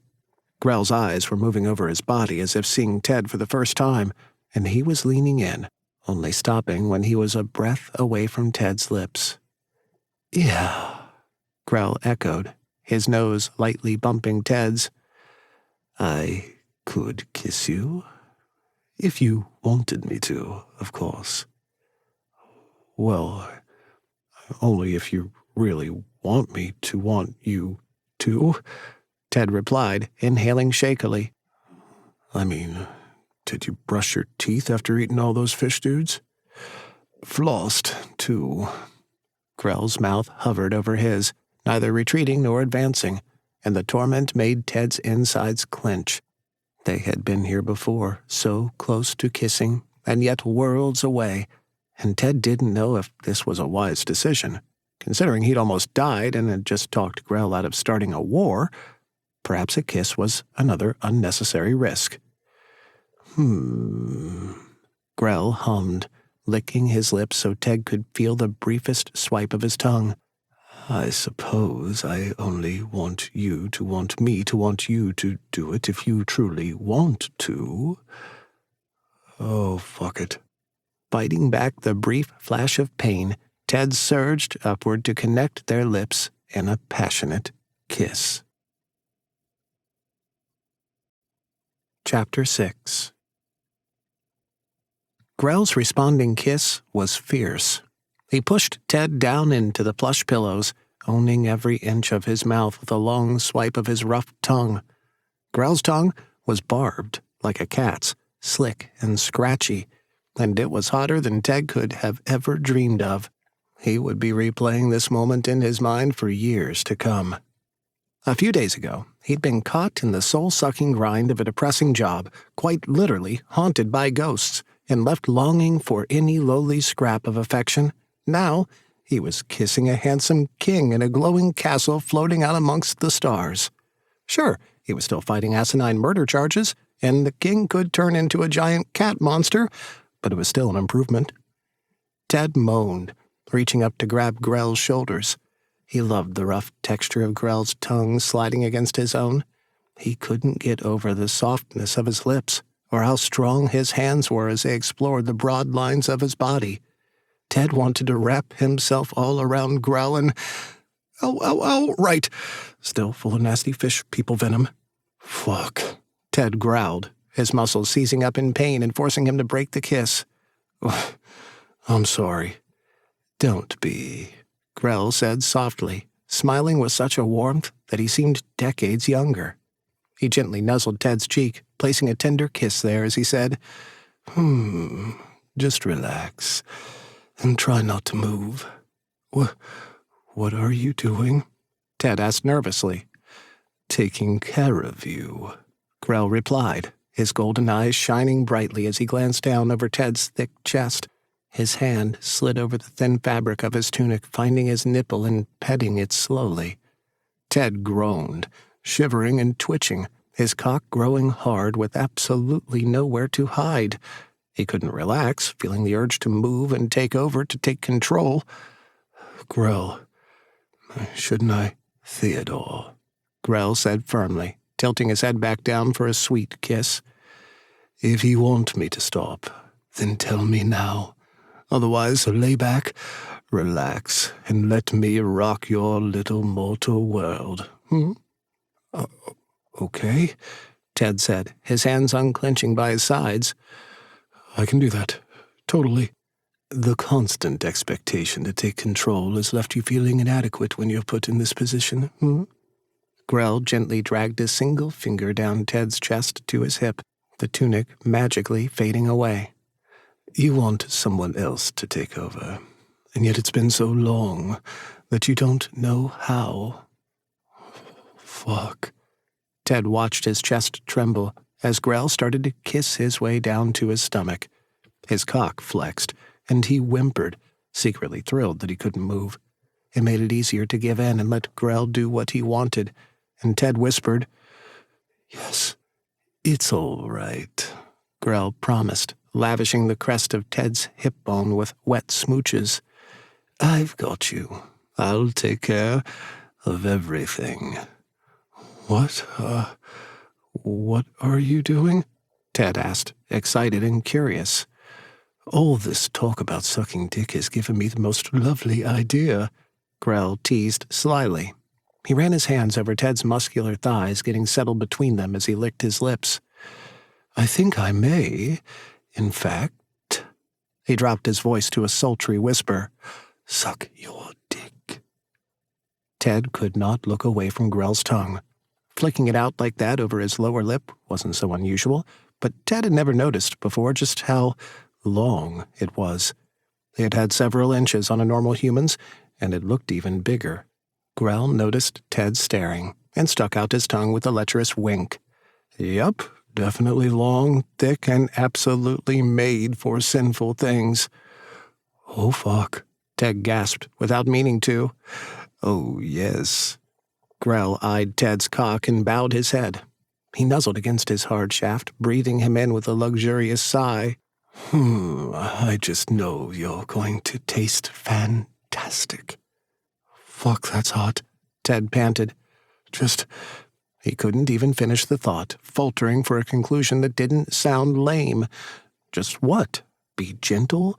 Be patient? Don't be surprised if it's over in seconds. Don't worry, darling. I'll still respect you in the morning. Grell opened his mouth wide and sank down on Ted's cock with a loud groan. The sudden wet heat made Ted moan, and he had to remind himself that he couldn't move much without it hurting. He watched in awe as Grell took every inch of him without hesitation, squeaking, Holy crap, that's so good. Grell sucked him slowly, stroking with his tongue from base to tip inside his mouth. The rough texture of the barbs was weird, but not at all uncomfortable. It was an incredible feeling, and Ted feared he wouldn't be able to last very long. He took a few deep breaths, focused on enjoying himself but trying not to bust too fast. Then Grell did something that Ted couldn't explain. His tongue began to wrap around his shaft, spiraling down and squeezing as he sucked. Fuck! Ted wheezed, his hands fisting into the sheets. Nothing had ever been this intense, and he was lost in the lovely warmth and pulsating pressure of Grell's wicked tongue wrapped so intimately around him. Grell somehow managed to look smug, glancing up at Ted as if to gauge his pleasure. He kept his tongue going, twisting and untwisting down Ted's cock as he bobbed his head, stuffing his own throat as far as he could go, which, apparently, was all the fucking way. Ted's hips jerked up despite his best efforts, and he moaned in a mixture of pleasure and pain. He gasped when Grell pushed him down to pin his body against the bed, and that made all of this even hotter. His balls were already tightening up, and he was doomed. Oh, he was so freaking doomed. Grell never slowed, apparently determined to make Ted absolutely lose his mind. He squeezed Ted's sides, his powerful hands sliding down his hips and thighs as he gave him the best blowjob of his entire life. Grell! Ted cried out in warning, shaking and twitching as the king's hot mouth dragged him over the edge. He couldn't stop, coming hard and groaning as his back arched right off the bed. The bliss blinded the discomfort, and he pulsed repeatedly down Grell's tight throat. Growling possessively, Grell grabbed Ted's ass and held him suspended off the bed, swallowing back all that he had to offer and sucking more passionately, as if he could milk out more if he just tried hard enough. Oh God. Ted sounded hysterical to his own ears, his toes curling up as Grell kept taking and taking. He was waiting for the agony of overstimulation to steal his joy, but it never came. He was totally enslaved by Grell's wicked tongue, and his climax seemed never-ending. He breathed in, "Still coming." He breathed out, "Still coming." Ted could feel tears in his eyes, and he clawed at the bed, not sure whether to cry or scream or both. He heard Grell growl, and the intense explosion of sensation finally faded. It was a steady drop, like a feather floating down on a light breeze, and left him totally exhausted. Grell returned his hips to the bed and finally pulled off with one last lick, giving Ted full view of his especially dexterous tongue. Holy fuck! Ted managed to wheeze, his bones sinking into the mattress as Grell climbed back up to claim a kiss. Ted's lips were tingling as they kissed, and he was buzzing from the fantastic orgasm. Consider your world rocked. Grell taunted with a gorgeously smug smile, pecking Ted's nose. You tasted even better than I thought you would, Theodore. Awesome, was all Ted could manage. Just wait until you have my cocks. Grell purred. Cocks? Ted echoed. Grell had certainly misspoken. There was no way. Grell grinned very proudly. Oh, fuck. Ted didn't know if he would survive, but fuck if it wouldn't be fun to try. Do you wanna... He gestured vaguely. Get yours?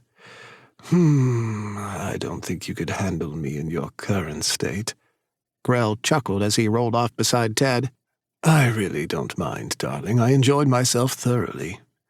Yeah? Ted grinned. Absolutely, Grell promised. He looked every bit the cat who had gotten the cream.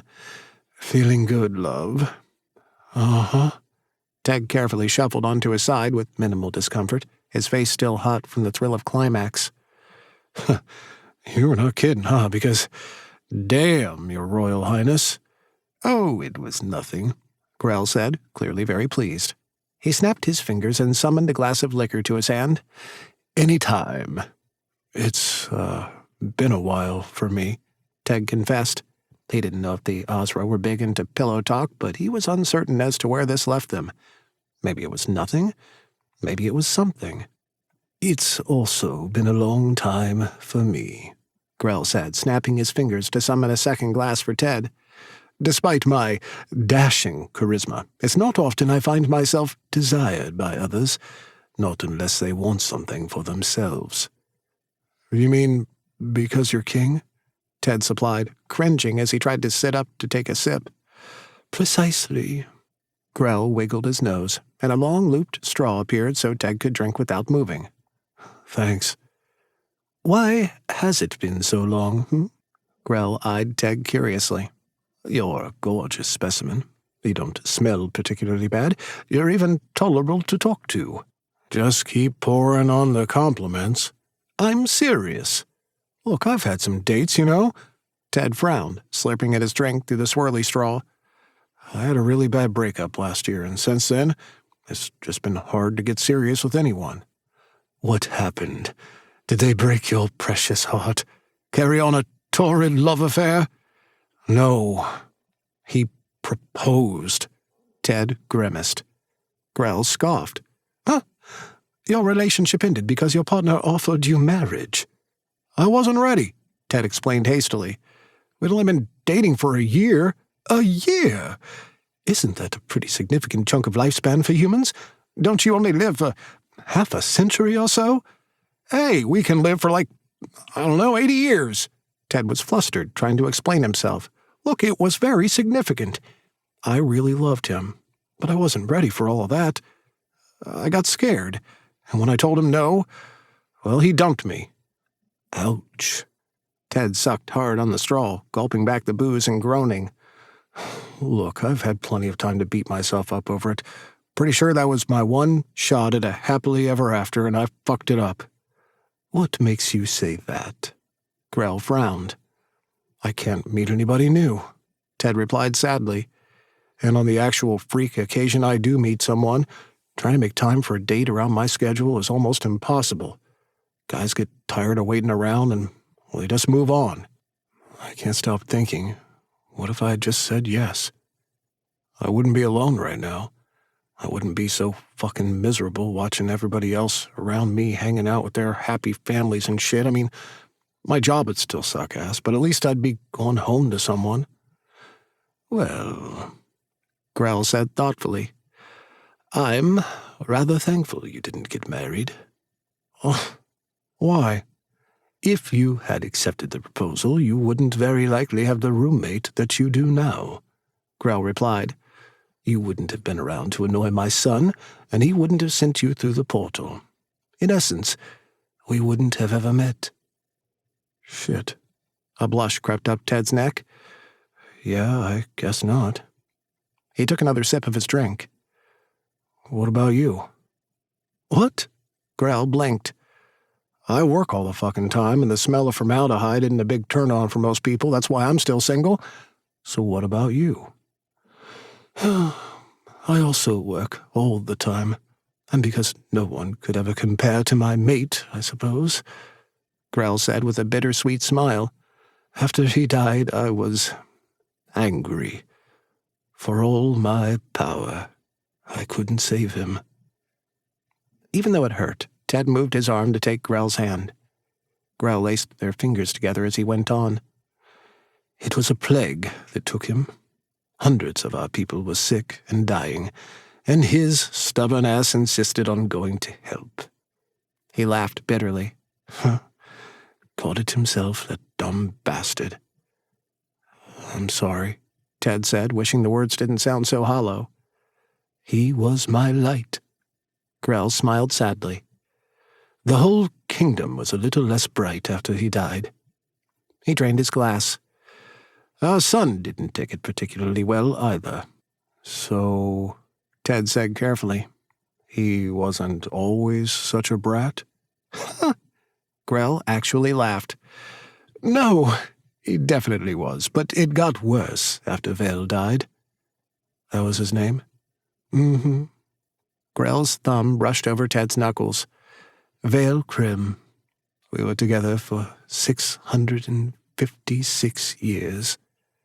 Holy fuck, Ted murmured, eyeing Grell curiously. 600?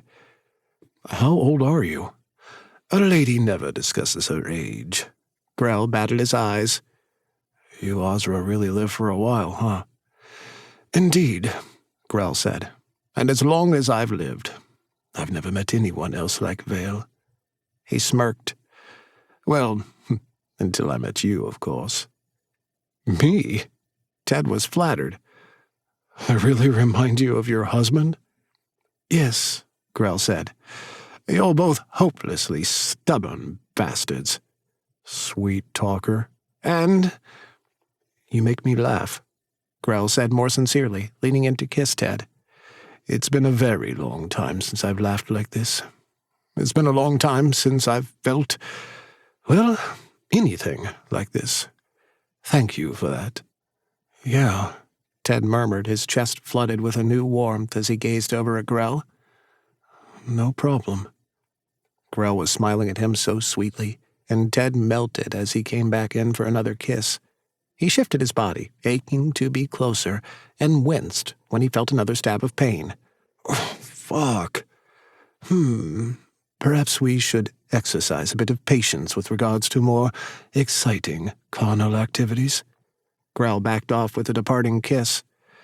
Yeah, probably, Ted mumbled. There was a tug at his leg, and he glanced up to see the familiar shadow of the little boy out of the corner of his eye. Hey, little guy. Your friend? Grell asked politely, sitting up and refilling his drink so he could take a healthy gulp. Yeah, Ted said, glancing around the room to figure out where the boy had gone. He's acting like he wants me to follow him. There was another hard tug. Yeah, definitely. To where, exactly? Back to the library. Maybe. Ted tried to concentrate. There's something... Fuck, I can't remember. He was trying to tell me something. If he's trying to get me to go again, there's got to be something there. Does he often show you where to find things? No, Ted replied, hissing in pain as he tried to move. Ow, fuck. No, he doesn't.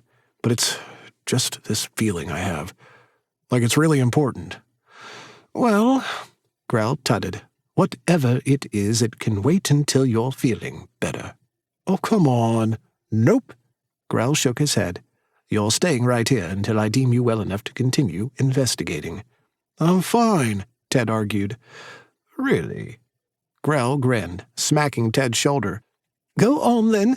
Go follow your little ghost friend. Let's see how far you get. Determined and agitated, Ted summoned all of his strength. He would show that damn king what he was made of. He ignored the aches and the pain in his leg, grunting with massive effort as he forced his body to function.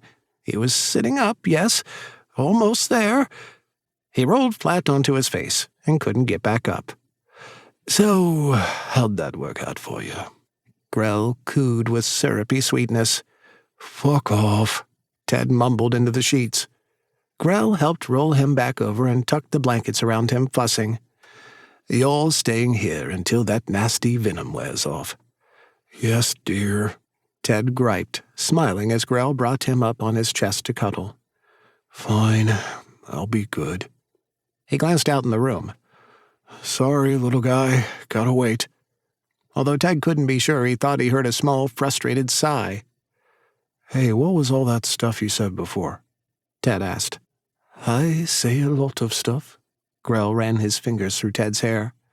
You'll have to be a bit more specific, darling. About me and the kid, Ted clarified. Oh, that. Yes, that. Ted made a face. Come on, Mr. Soul Expert. If a soul can't be bound to a living person, explain how it happened to me.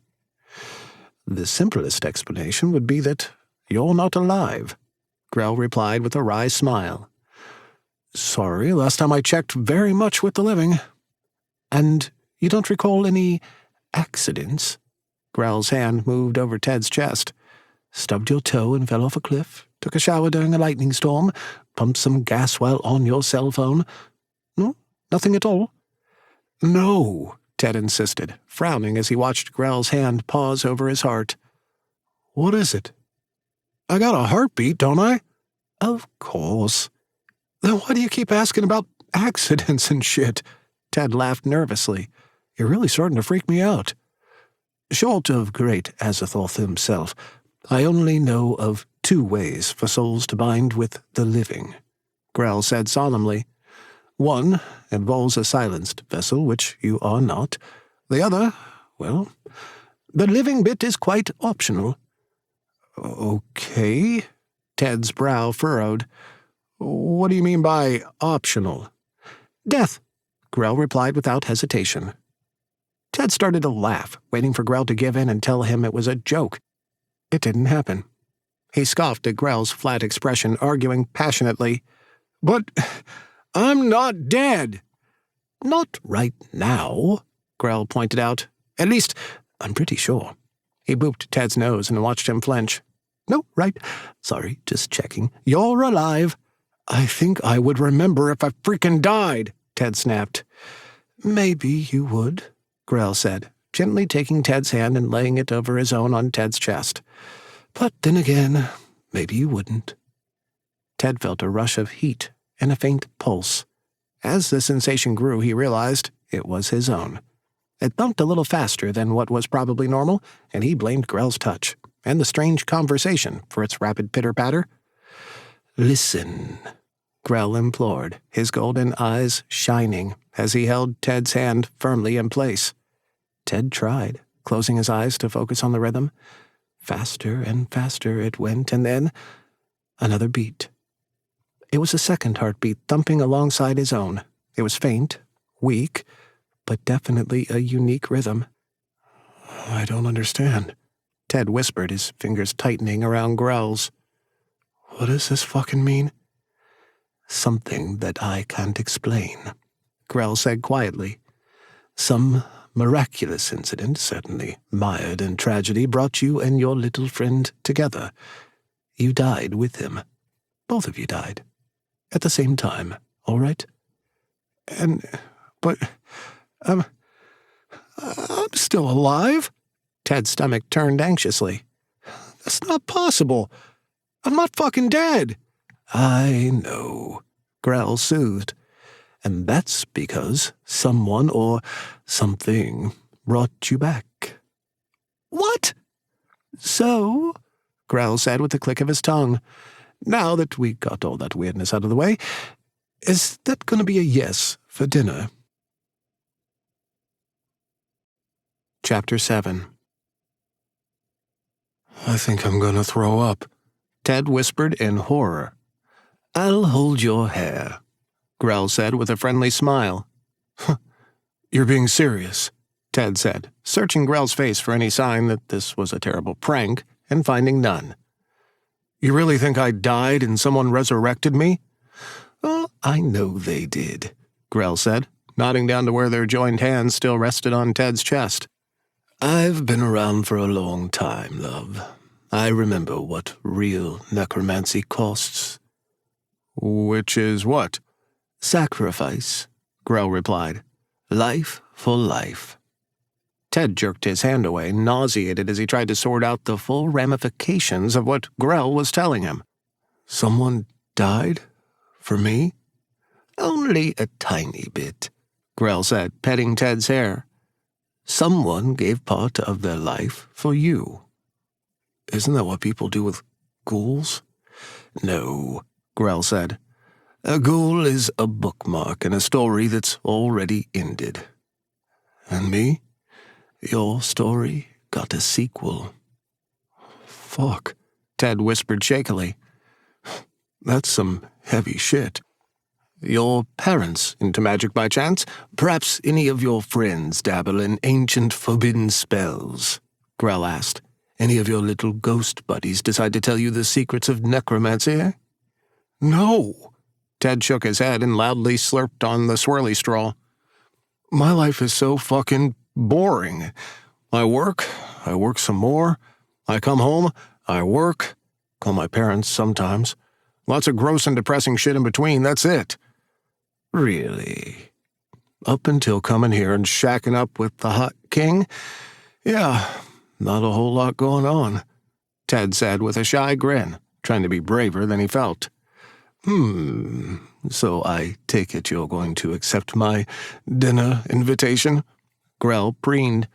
Seeing as how your social calendar is so open and all. Yeah, Ted replied, biting his lower lip. I mean, if you think you can spare the time while you're working so diligently on my murder case. 46 hours to go, right? Grell gasped dramatically. I will have you know that I've been working very hard. So hard that I've already sent out a warrant for Viserac's arrest. No shit? Ted frowned. Wait, when the hell did he do that? After the ghosty told us, before the spectacular fellatio. Grell smirked. I sent the equivalent of a mental text message. Lovely little talent I learned from an Absolo who needed help with a property dispute. We were having such a lovely time, and, well, I didn't want to ruin the mood, darling. How very considerate of you. I told Vizier Golk to get on it at once, but Viseract must know we're on to him. The guilty little fiend is apparently off hiding somewhere, Grell said. The rest of his clan conveniently doesn't know where he is either. Don't worry, we'll find him. So he killed Meyer for his key to the pits, or because Meyer was going to tell you what Viseract was up to with that god? All good questions to ask him, when we find him, Grell said. My son was having visions of the world ending, all very contingent on your roommate being taken. Is it common for Ozra to have visions like this? Ted asked. No more than a mortal being able to chat up dead people. It's all a form of starsight, you see, a blessing from the gods. It's rare amongst the everlasting races, even more so for mortals. Don't suppose your son's visions gave anything else other than world-ending bad save Jay? No, Grell admitted. The visions aren't always very clear, but somehow silenced people are going to be used to end the world. Specifically, Jay. Visceract is helping Gronach with this nasty little plan, and that makes him a traitor, and probably a murderer. He will pay for his crimes, but not before telling me what he's up to. Keeping Jay safe remains an immediate priority. Whatever they want to use him for, they will not have him. Thanks, Ted said. Kinda sucks not being able to help. He's a really good friend. Somehow this is all connected. Finding out the truth of Maya's death will hopefully shed some light into why Gronach once silenced souls so terribly. Kunst was saying they wanted them to make slaves, Ted reminded him. But you can't take souls out of Xenon, right? No. Well, not unless... Grell paused to think. It's not their souls they're after. Maybe it was something specific in the pits they were looking for.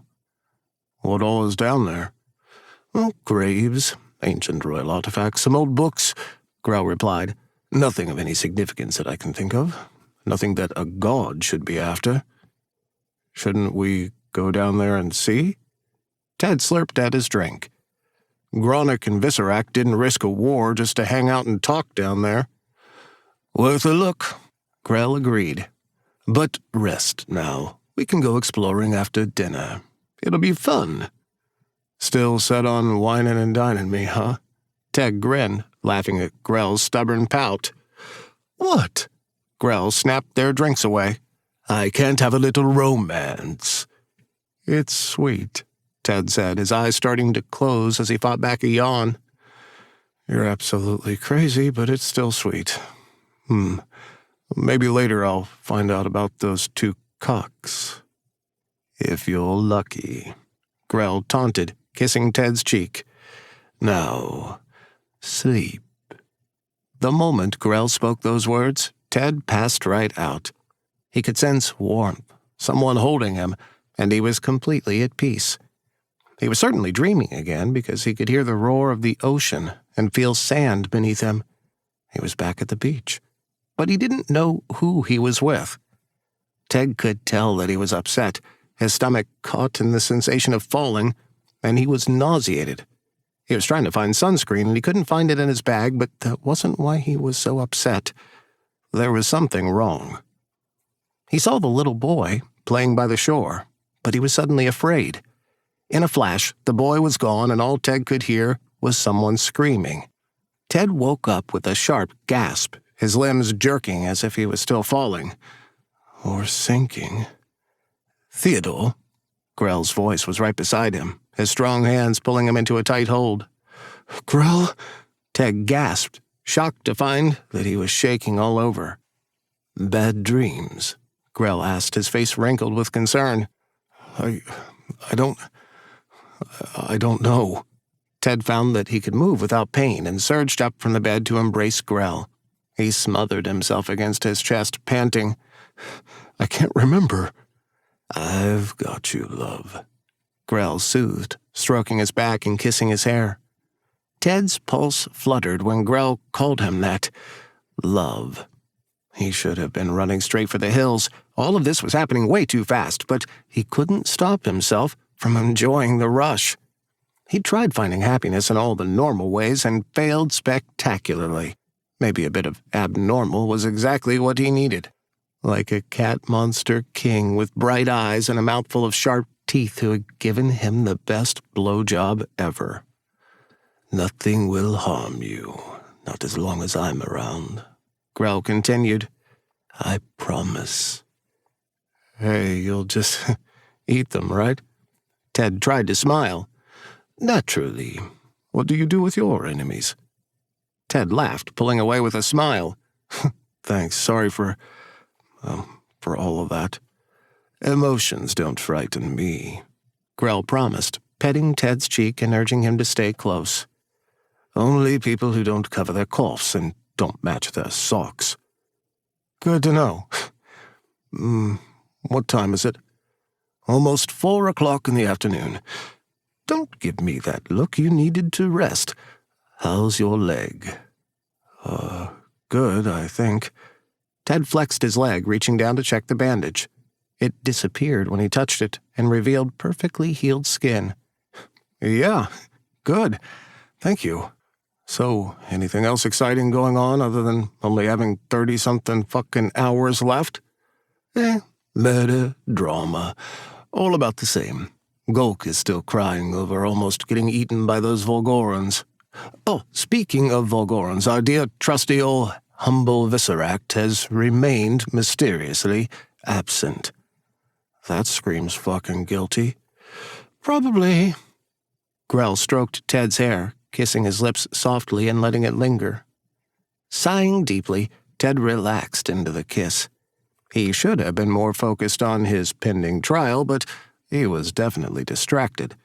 He was enjoying all the new affection, leaning into Grell's fingers and surprised at how hungry he was to be touched. He'd been alone for so long, and he found himself chasing Grell's hand when he pulled away. How are you doing? Grell asked, studying Ted's face carefully. Really? It was a simple question Ted didn't get asked often. Well, he did, but not with any real sincerity. He was honestly not sure how to answer. He was so used to saying that he was fine, that he was okay, and that was always so far from the truth. His job was depressing. He saw awful things, and he had been so very lonely. What he saw in his line of work haunted him in many ways, often physically, and there were traumas he couldn't shake. Most people went their whole lives only seeing a few loved ones who had died, and they were usually dressed and peacefully resting in a casket.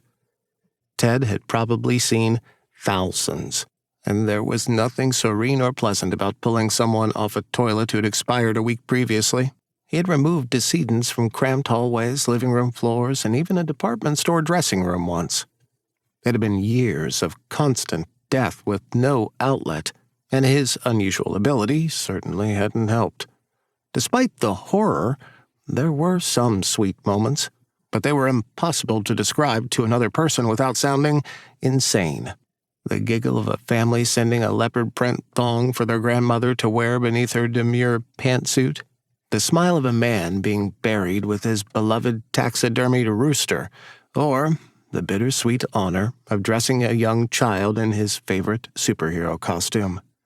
He got to hear that same grandma complain that she never wore any underwear a day in her life, and the man told him every state title and ribbon his rooster had won. Even so, it was hard to find levity in these memories because they were so easily swallowed up in an endless stream of tearful ones. Like how the child screamed and cried he didn't want to leave his parents behind, even if it meant he could be a superhero. Ted tried to shut those thoughts down, but the damage was already done. Everything was washing over him like a tidal wave, and he was trapped. He didn't know what to say, because his typical reply of fine or okay would be a blatant lie. His agony reached up to curl around his ribs until he couldn't breathe, and he said the first thing that bubbled up. I'm scared. What for? Grell's brow creased, and he took hold of Ted's hand. The whole being on trial for murder thing? Ted laughed nervously. Let's see, my entire religion being wrong. Still haven't even begun to unwrap that yet. Crazy fish monsters tried to kill us, and oh yeah, apparently I already fucking died at some point. I'm scared because nothing makes sense. And I have no fucking clue what's going on. I'm so fucking lost. I don't know what's gonna happen. And even on another damn world, I'm surrounded by death. I don't want this. I want... What do you want? Grell asked. I want to be happy, Ted replied helplessly. Being here with you, that's made me happy. And I'm kind of fucking scared of you, too. Of me? Grell looked startled. Why, love? Whatever this is, you and me, Ted said. I'm not good at this shit. We just fucking met, and I don't know if this was just an amazing blowjob or what. I don't know what we're doing. Theodore, Grell urged. Listen to me, love. We still have time, and I promise you that you will be cleared of murder charges if it's the last thing I do. You will be a free man, I swear. And though I can't begin to understand how difficult it is finding out your little light god isn't real, I can help you learn about the old gods.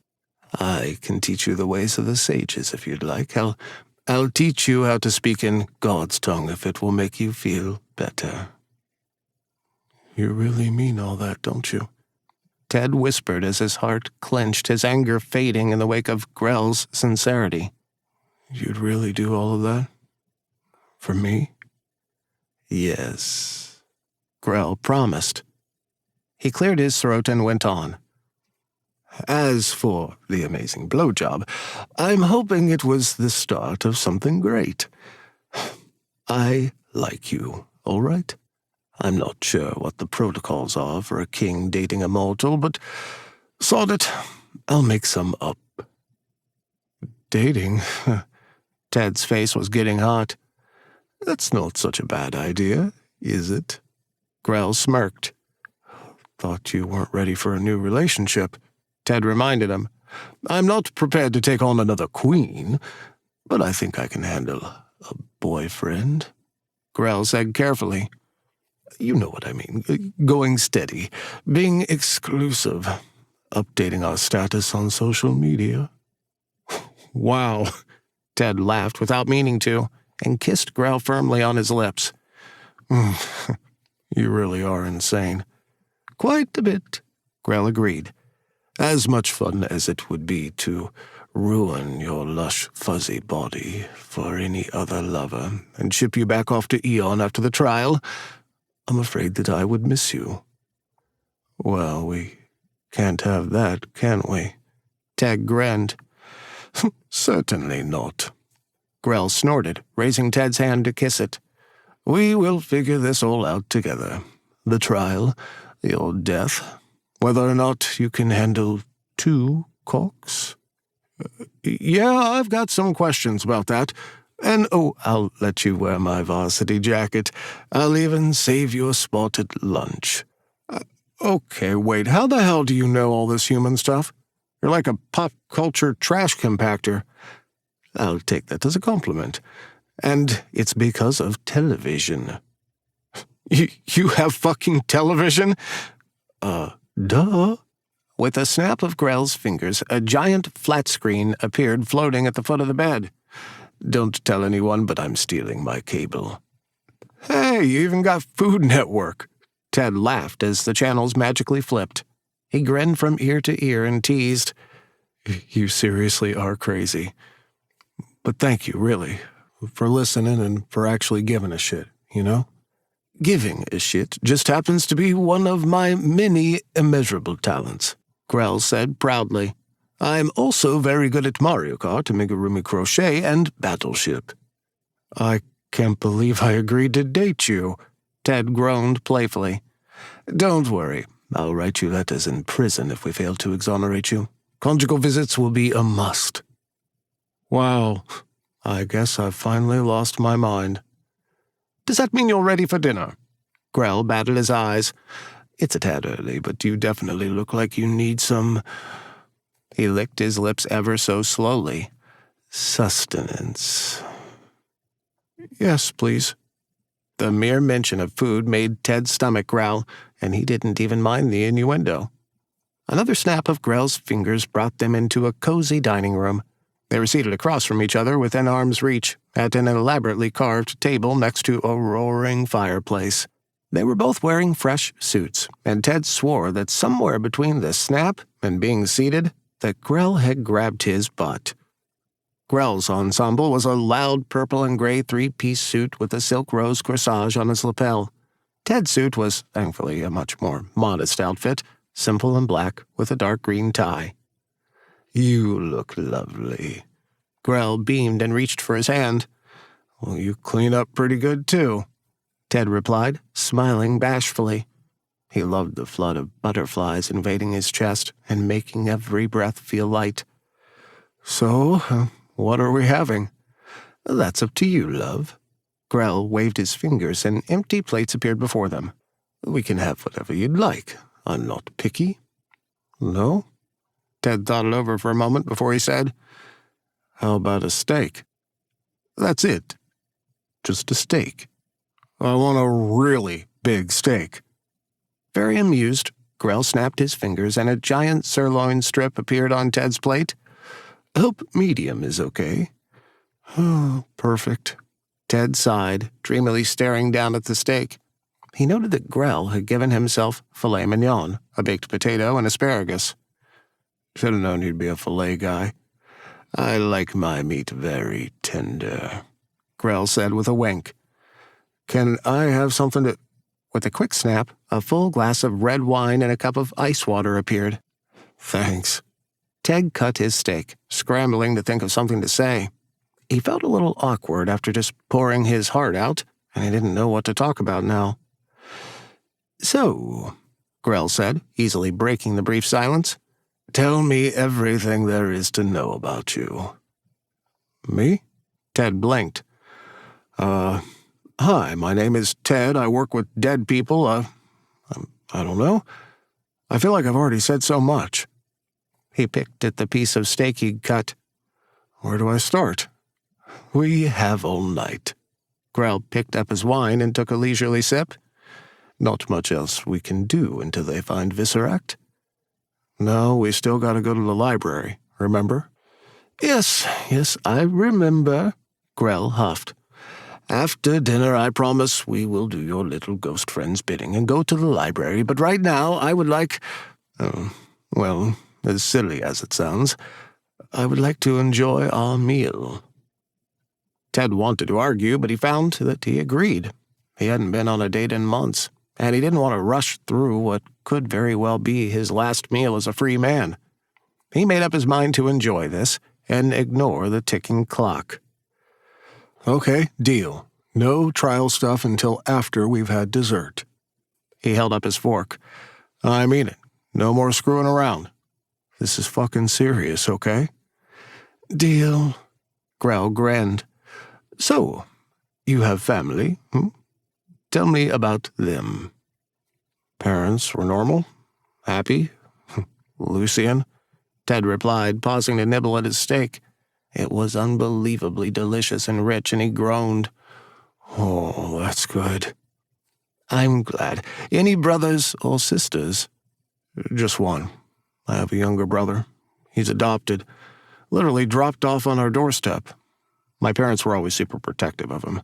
Thought he was a gift from God. The Lord of Light, you mean? Yeah. Ted frowned at that. And he's really not real? The litany, all that, it's just made up? All religions are made up, if you think about it, Grell replied thoughtfully.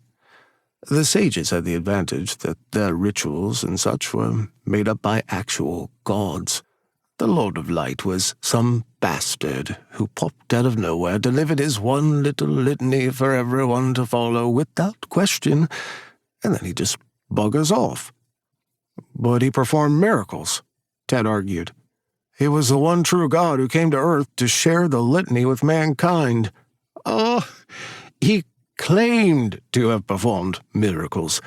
He also said he was going to come back and visit mortals to bring them another litany. Funny how no one has seen or heard from him in about, 1,500 years. Well, no one's seen the gods hanging around either. That's because your precious Lord of Light sucked up all the followers. Grell tutted. Great Azathoth got a bit depressed and decided to have himself a little nap. That's when the gods went into the dreaming. They might be sleeping, but they're still up there in Zebulon. Just because you aren't ready to accept it doesn't make it any less true. I'm trying, okay? Ted scowled.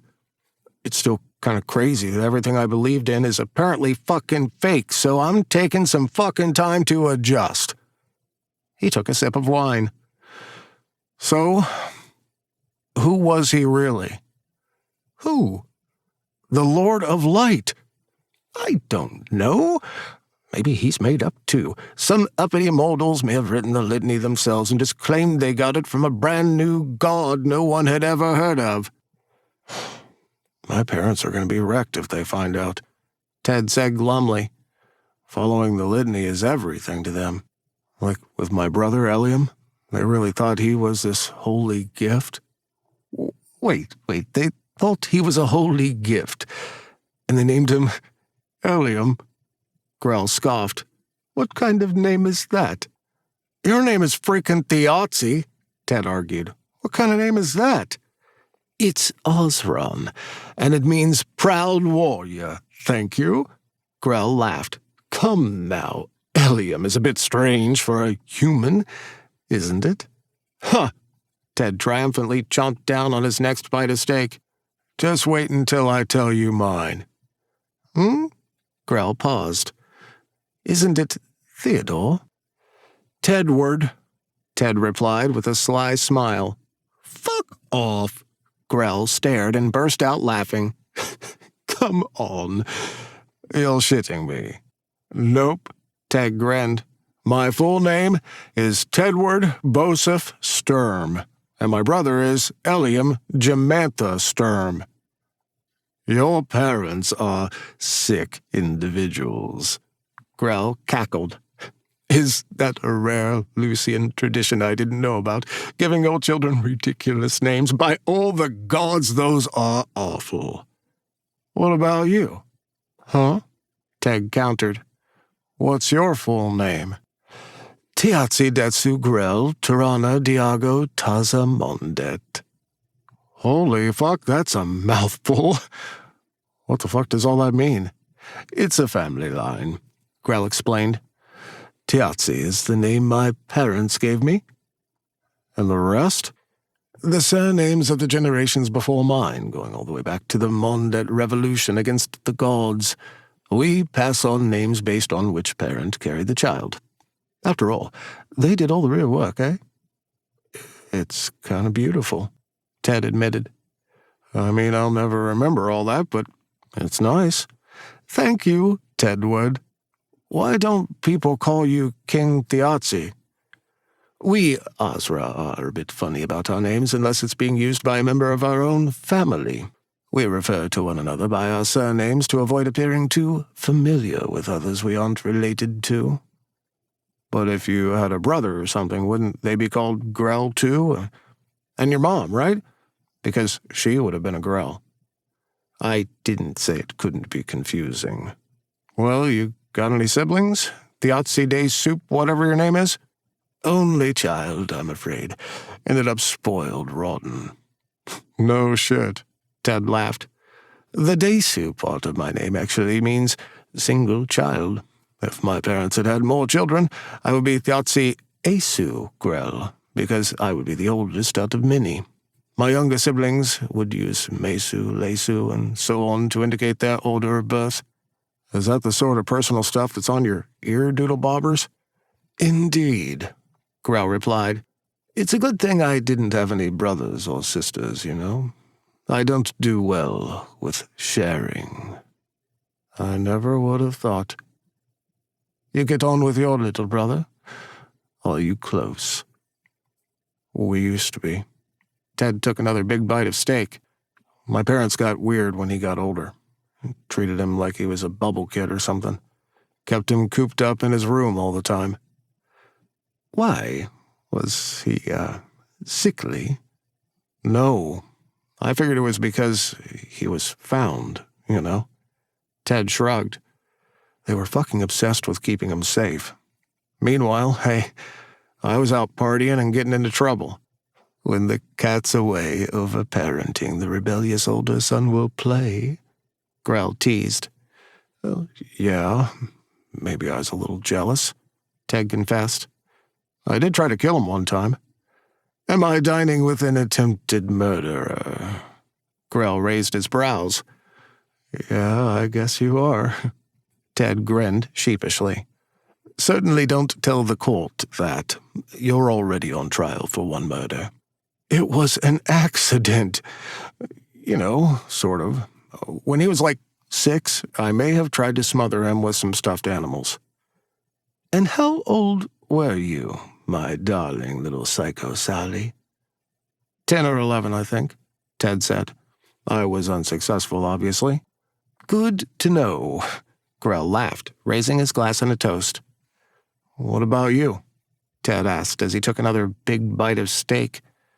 Any fun family drama? No, I'm afraid my family is quite boring and mostly dead. I'm sorry, Ted said earnestly. About Vale? It's all right. Grell smiled, but there was still a hint of sadness. We had a wonderful life together. My parents have been passed on for ages, and it's just me, my darling spawn, and a handful of cousins who like to keep too close at court. Do you actually like being king? Ted asked, drinking his wine and neglecting the water entirely. Of course, Grell cackled. I get to tell everyone what to do. Everyone always wants something. They're all whining about someone insulting somebody else's honor, or this person owes some other person something. Never a dull moment. You're being sarcastic. I love how perceptive you are. Asshole, Ted sniped affectionately. How is everything? Need another steak, my gorgeous carnivore? Shit, Ted wheezed. I'll be doing good to finish this one. Everything is fucking awesome. This is the most fun I've had on a date in forever. Good, Grell said, looking very pleased with himself. I do have some exciting plans for dessert, if you're interested. Oh? Ted knew immediately by the coy twinkle in Grell's eye that he meant something physical. His heart thudded as he innocently asked, What kind of plans exactly? Am I going to like them? Considering how you destroyed that steak, I'm willing to bet you're a fan of big meat. Grell teased lewdly. I do enjoy some protein now and again, Ted flirted back. I thought we were going to go check out the library after dinner. I'd rather check you out. Noted. We also still need to go to the pits, Boring. You're ridiculous. Would you like to go for a little stroll? Where? You haven't actually seen the city proper yet, Grell replied, reaching for Ted's hand. Yes, my castle is beautiful, but so is my city. You told me, and I quote, no trial stuff until after dessert. I want to take you to my absolute favorite spot for dessert, and after that, maybe the sort of dessert that doesn't require clothing. Sure, Ted said, squeezing his hand. That sounds... The world shifted, and they were now standing in a giant marketplace. Ugh, good. Sounds good. There were dozens of stalls selling various wares, and all the buildings around them were constructed with a mix of the glowing lavender masonry, like the castle, and dull black brick. The smell was a thick cloud of frying food and sweet perfumes, with an undercurrent of dry musk that reminded Ted of going to the county fair. Everywhere Ted looked, he saw fantastic and horrifying creatures. He saw lots of Ozra, but there were no other humans here, or anything pretending to be human anyway. He recognized one being as an eldress with 2 small foals at its side, and there was a group of Volgora haggling over some bolts of cloth. The rest? He had no idea. There were pale behemoths with tiny gossamer wings whose skin didn't seem to fit their bodies and hung off their bones in thick folds, and some slimy gremlins with giant heads spouting fat manes of tentacles. He saw gaunt trolls who had huge tusks jutting out of their mouths and long pointed tails. The closest thing he saw to a human was a large monster with black skin and a hunchback whose face was painted up like a twisted clown. Shall we? Grell offered his arm to Ted. Yeah, sure, but, just one tiny thing. Ted dropped his voice down to a frantic whisper as he hissed, What the fuck am I looking at? Right now, me. No, all of this. A market. A place where people can come together to exchange goods and services. Ted glared. Grell laughed, patting Ted's shoulder. Oh, the look on your face. He gestured to the crowd. You have met an Eldris before. They're the 4th race made by Great Azathoth. And the fishworm dudes are Volgora? Very good. Grell purred, walking into the market and keeping Ted close. They're the 2nd race Azathoth created. All the beautiful big cats are Ozra, of course. We were the first. Those pasty-looking giants with the little wings are Phaedra, number 5. Ted made a face when he noticed none of the Phaedra had eyes or noses, just big mouths with, what else, crooked, pointy teeth. The chaps with the tusks are the Absola, and the painted fellow is most tasteless. They're 6 and 7, respectively, the last races before Great Azathoth made humans. Oh, and those goblins running around with tentacles are the Deverak. They were the 3rd. Watch your pockets. They love to take things. So they're thieves? Not quite. They believe in communal property. Everything belongs to everyone, so they can't steal what is already theirs. As they moved through the market, all the creatures made way and bowed respectfully as they passed. Some of the smaller ones stared up at Ted in total amazement. One started to cry, quickly hiding behind its parent. Why is everybody looking at me all crazy? Ted mumbled, not sure if he liked all of the attention. Most of them have never seen a human before, Grell explained. Not many of my fine citizens ever venture over to Eon. Is that why nobody looks human? Not all of the everlasting can change their shape on their own, not without magic. Besides, there's no need for them to hide what they are. This is their home. Ted tried to wave at a few of them, and he mostly got growls and hisses in reply. He didn't know if that was good or bad. As they explored the market, Grell stopped often to chat with his people, checking in on those who had been sick or were in recovery following some injury. He congratulated a mother Eldris on the birth of her children, wished luck to a Phaedra who was going to learn a new trade, and cautioned a fellow Ozra about drinking too much. They stopped at one of the vendors, a Phaedra that was selling giant hunks of spun sugar wrapped around what looked like rock candy to Ted. The Phaedra refused any payment, but Grell definitely snapped his fingers and made some coins appear on the counter as they left. You know, you're actually a pretty decent king, Ted noted. Don't sound so surprised. Grell smirked smugly, the world shifting again beneath their feet. I'm an awesome king. Ted now found himself on top of one of the tallest buildings, looking down on the beautiful city below. Behind them was the castle and the bridge, and the eerie forest surrounded everything outside the walls as far as Ted could see, except for a single break where a large, spiky mountain range loomed. Wow. Ted took a bite of the spun sugar and he nearly gagged when he tasted sweet alcohol. He swallowed it down, clearing his throat as he said, This is a nice view. I come here sometimes to think, Grell said, eating his spun sugar all the way down to the crunchy rock candy center.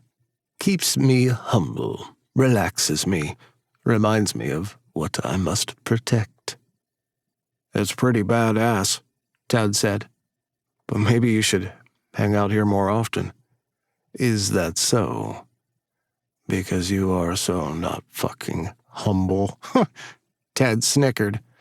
Nothing wrong with being confident, Grell teased. I can't help that I'm amazing, and no one else notices. Well, I noticed. Ted smiled, leaning over to nudge Grell's side. A few of your subjects down there might have too. Hard to avoid it with an ego as big as yours. You're rather amazing yourself, Tedward, Grell said with a little wink. Thanks. Ted kept staring at Grell's golden eyes, and there was a fluttering rush of excitement as their hands brushed together. My pleasure, Grell said, taking Ted's hand and laying a soft kiss upon it. Ted couldn't remember ever being so attracted to someone, and he already had some ideas in mind to explore this new desire. Grell had talked about a very special kind of dessert, and Ted was hungry for something other than sweets. He quickly finished his sugary treat, asking as casually as he could, "Now, about these two cocks." "Oh." Grell nibbled on a piece of crystal sugar. "Still curious about those." "Yeah. I want to know if you can take both. With lots of lube and plenty of willpower, anything is possible. Now." "Right now?" Grell pretended to be bashful. "We've barely finished our dessert, love. While I do admire the balls you have to order a king around." "Right now, Grell," Ted said firmly. "Oh." Grell daintily wiped off his mouth and flashed a toothy grin. "Why, yes, sir." Chapter 8. Ted had no idea what he was in for, but he wanted it. He wanted Grell in a way he couldn't describe, and his desire was bolstered by the extreme situation he had been thrown into. Murder charges, his own death, and that the world he once thought was ruled by the Lord of Light was wrong. He was out of his element, helpless, and he wanted to take back some kind of control. With Grell, he could have that. At least for a little while, he could grab the reins of his life, and what would happen would only be because he wanted it to, and Grell was stupidly hot. Not to mention funny, charming, and undeniably kind beneath his wicked snark.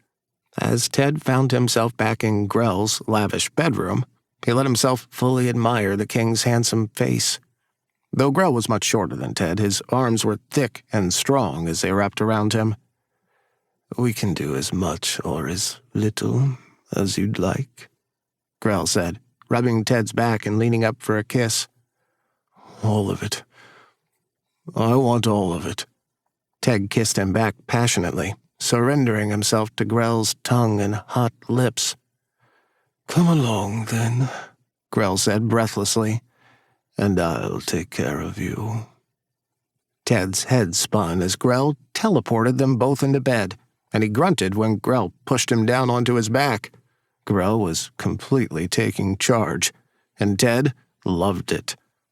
Their clothes magically melted away, and Ted moaned when Grell's hand slid down his stomach. He was already half hard, turned on by Grell's dominant poise and his searing kiss. "Fuck. All in good time, love," Grell teased, swiping his tongue across Ted's lower lip. "I'm sorry," Ted said suddenly, his nerves bubbling away when Grell's hand dipped between his legs. "If I'm not better, I told you before, it's been a while, and I don't usually do it like this." "Love," Grell soothed. "I've not done this in centuries. I'm sure you will be fantastic. If you prefer, I'll gladly switch." "No," Ted said, bashful in his eagerness. "I want you like this, please, but can I see, what you're working with?" "Of course," Grell replied, rolling over onto his side and bending his knee. His cock appeared human at first glance, thick and uncut, but Ted could see two slick heads peeking out from the edge of his foreskin. Can I?" Ted started to reach out, but he hesitated. "Go right ahead, love," Grell urged. "They don't bite." Ted burst out laughing. "Fuck, I'm sorry. With everything else around here and all these crazy monsters, I wouldn't be surprised." Grell chuckled. "It's quite all right."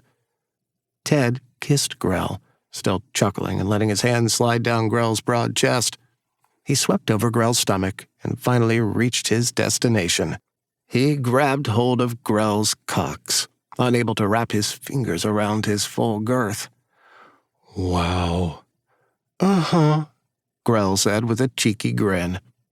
Ted wanted to keep kissing, but he had to see. He watched as Grell's foreskin drew back as he got harder, 2 thick shafts now leaking in his hand. He stroked one and then the other, marveling at their size and heat.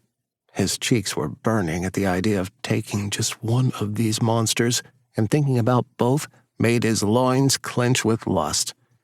He didn't know if he could, but hell, he really wanted to try. The cocks seemed to be about the same size, though one was seated a bit farther back beneath its twin. Ted kept touching and playing, watching them leak and glisten in the low light. Fuck, you're so wet. Normal for Ozra.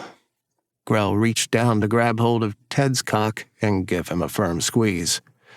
And so are you, love. Eager for me, are you? Yes. Ted rocked into Grell's hand and gave one of his cocks a responding stroke. I'm ready. I want to do this. I want you. Smiling warmly, Grell kissed Ted and promised him, Then prepare to have your mind blown, love. Ted watched Grell slide down his body and grunted in surprise as he spread his legs wide. He felt a surge of heat from the firm way Grell positioned him, and he tucked his arms up behind his head. Grell stroked Ted's muscular thighs, dragging his fingers down the underside of them and cupping Ted's butt. You have the most spectacular body, love. Grell bowed his head, running his long tongue from the tip of Ted's cock over his balls and right to his hole. And your ass is absolutely perfect. You're not so bad yourself, Ted teased. His grin dropped when Grell's tongue lapped at his hole, slick and hot, and he groaned. Oh, fuck. Grell licked all around the tight muscle, clearly enjoying himself and taking his time. His hands stroked Ted's thighs with such reverence, and the tip of his tongue started to push inside. Fuck. Ted groaned, his entire vocabulary reduced to that single word as Grell's tongue slid in. There was no pain, no burn, only a faint hint of pressure and a tugging sensation as his body opened up. It had been so long since someone had prepped him, and certainly no one had ever done it with a giant tongue. Grell had to be some sort of magic, because nothing had ever felt like this. Ted was worried he was already going to come, and he tried to breathe his way through the tension building between his legs. Grell seemed to somehow sense his looming orgasm, and took that as his cue to start fucking Ted with his tongue. He pushed it impossibly deeper, a never-ending thrust of slick muscle that felt better than any cock or toy ever had. Fuck, oh, fuck. Ted moaned, delirious from the new and exciting pleasure. He could actually feel Grell's tongue twirling around his prostate, pounding into him relentlessly and making his legs shake. Grell, fuck, I'm right there. He'd meant it as a warning, but Grell accepted it as encouragement. His tongue thickened, stabbing into Ted's prostate with merciless precision as it thrust into his wet hole. Fuck. Ted whimpered, his voice cracking as his climax crashed into him. He watched his cock spurt and then slowly ooze a thick load across his stomach, amazed that he was able to come just from Grell's fantastic tongue. It didn't want to end, his body still buzzing on the tipping point of insanity as he continued to spill, and Grell's tongue refused to stop. All Ted could do was tremble and take it, groaning a long string of nonsense. Oh, so good. It's so fuck. Oh my fuck, I can't. It's just, oh. Grell moaned, low and deep, finally releasing Ted from his orgasmic prison as he pulled his tongue free. He rose back up with a very satisfied smile, his tongue flopping out of his mouth to lap up Ted's cum. Absolutely. absolutely delicious, love. You too, Ted said, his mind completely fried. He was further amazed that he was still hard, and he gasped softly. Grell, you're fucking amazing. So are you, love, Grell said, smacking his lips once he'd finished cleaning Ted up. Definitely need more of that. You can totally have it whenever you want. Ted laughed. His laughter was cut short when Grell's fingers pushed inside his hole. He was so loose and wet now, and he easily got lost in Grell's exploring fingers. Fuck. What did you do to me? Got you ready for me, Grell said roughly, canting his head down for a deep kiss. You feel so perfect, love. Come on, Ted urged, bucking up into Grell's hand. He was overwhelmed with the lust surging through his body, greedy and desperate for something to fill him up. Just give them to me. Patience, Grell scolded affectionately, settling between Ted's legs and lifting them up. We're going to take this slow. Grell, Ted grunted, grabbing one of Grell's cocks and giving him a firm squeeze. No. You're so bossy, Grell snickered, absolutely delighted, and rewarded Ted with a harsh bite on his shoulder. He stayed latched there and rolled his hips forward. Fuck, Ted gasped from the flash of pain, loving the grip of Grell's teeth and groaning as one of his thick cocks started to push in. Even with Grell's amorious prep, Ted was expecting some discomfort. There was absolutely none, and he only felt fabulous pleasure as before. He could feel his body stretching, gloriously full as Grell buried himself completely within him. Releasing Ted's shoulder, Grell turned his head to nuzzle his neck. Oh, my love, he purred. You feel amazing. You're so hot and tight. I'm going to make you come all night long. Grell, Ted whispered, not even recognizing his own voice. He sounded exhausted and desperate, and he reached up to grip Grell's broad shoulders. This is what he wanted. Someone inside of him and making him fall apart. Finally receiving it just the way he wanted made him feel so vulnerable and fragile, and there must have been something about his expression that alerted Grell to this fresh wave of emotion. I've got you, Grell murmured, his golden eyes shining bright. I'm going to take care of you, love. All I want is to make you feel good. All you have to do is let me. All I want is you. Just like this. Tears welling up in his eyes, Ted tried to speak, but all that came out was a low moan as Grell started to move.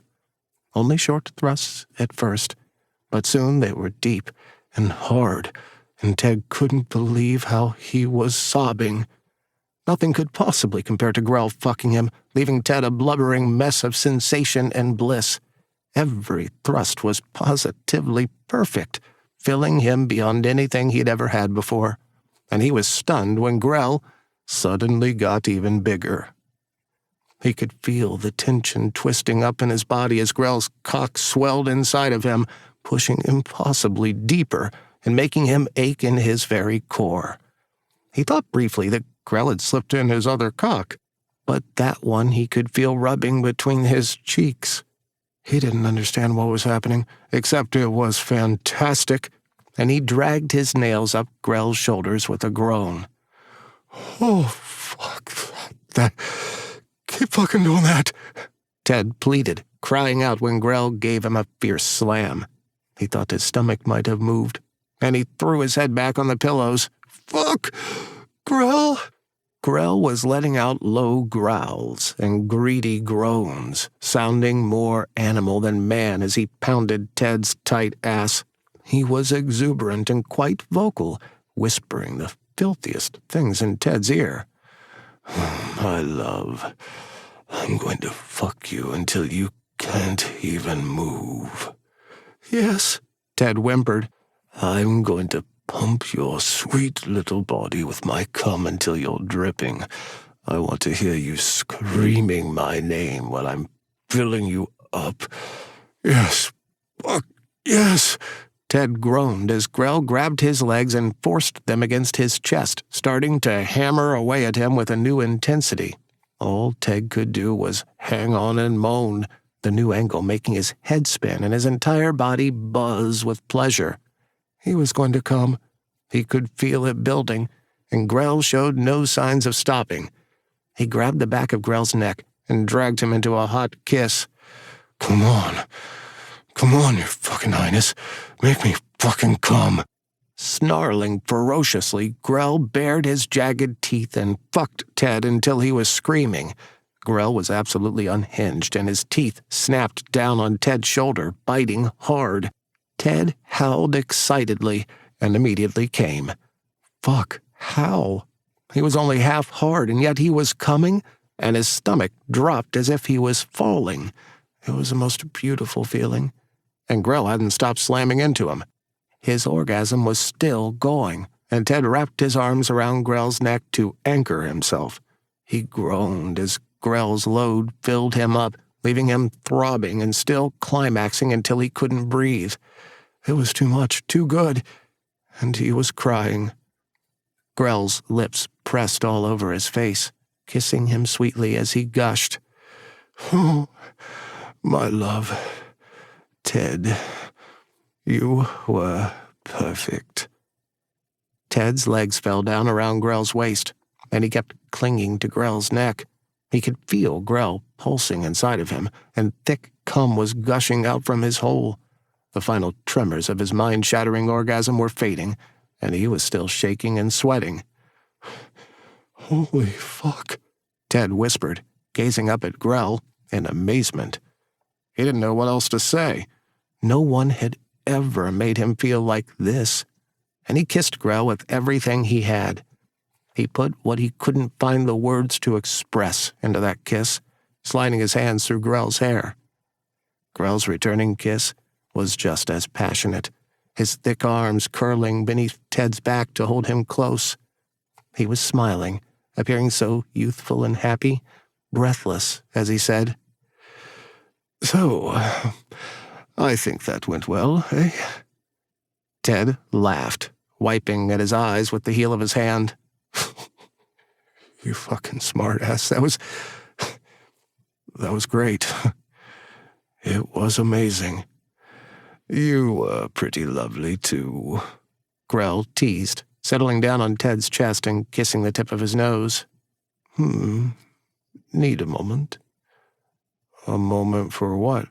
Ted asked dumbly. For the rest of me, Grell replied with an innocent smile. Ted realized he could still feel Grell's other cock rubbing against him hard and hot, and his stomach clenched. But it wasn't with trepidation. No, it was from excitement. We can stop, Grell soothed, clearly misreading Ted. Ozra make love for hours, you see, but I want it, Ted insisted. I want to go again. He was already scooting back to get up on his knees. He rolled over to present his ass to Grell, his face burning up as he urged, Like this. Come on. Oh, by great Azathoth's giant dangling gonads, Grell whispered, his hands greedily squeezing Ted's ass and spreading his cheeks. You look positively divine like this, my love. Ted smothered his face in his hands, arching himself up. He could feel Grell's cum oozing out of him. Fuck, it was so thick.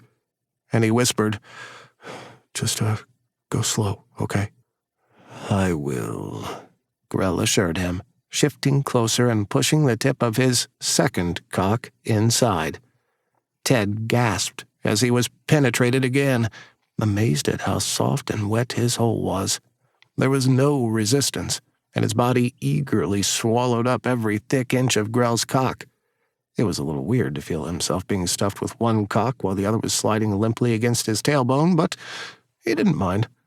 Already he was thinking about whether Grell could stuff both inside of him, and his own cock flexed with interest. Fuck, just the very thought was overwhelming, and he had to remember to breathe, or else he feared he might pass out. It didn't take long for that other cock to stiffen up again, but now Ted's attention was solely focused on the one inside of him. There was impossible pressure and a new depth in this position, and he groaned loudly as Grell began to leisurely thrust. "You're so beautiful," Grell praised, running his palms up Ted's hips and stroking the broad muscles of his back. "Do you like this? Do you feel good?" "Yes," Ted grunted, parting his legs and backing up on Grell with a happy moan. "Feels so fucking good. Just relax," Grell murmured. "I've got you." He rolled forward, slow and gentle, pulling out almost completely before plunging back into Ted's hole. Ted melted beneath every tender thrust, relaxing and dragging a pillow over to rest his head on. He loved this completely. He could give himself over, and Grell was more than glad to take care of him. It was so good, so very good, and he couldn't remember a time when anyone had ever worshipped his body like this. Although the brutal pace from before had been fun, this slower and more intimate rhythm was positively heavenly. Or would that be Zebulonly? He wondered with a blissful smile. Whatever he called it, he knew he'd never experienced such bliss.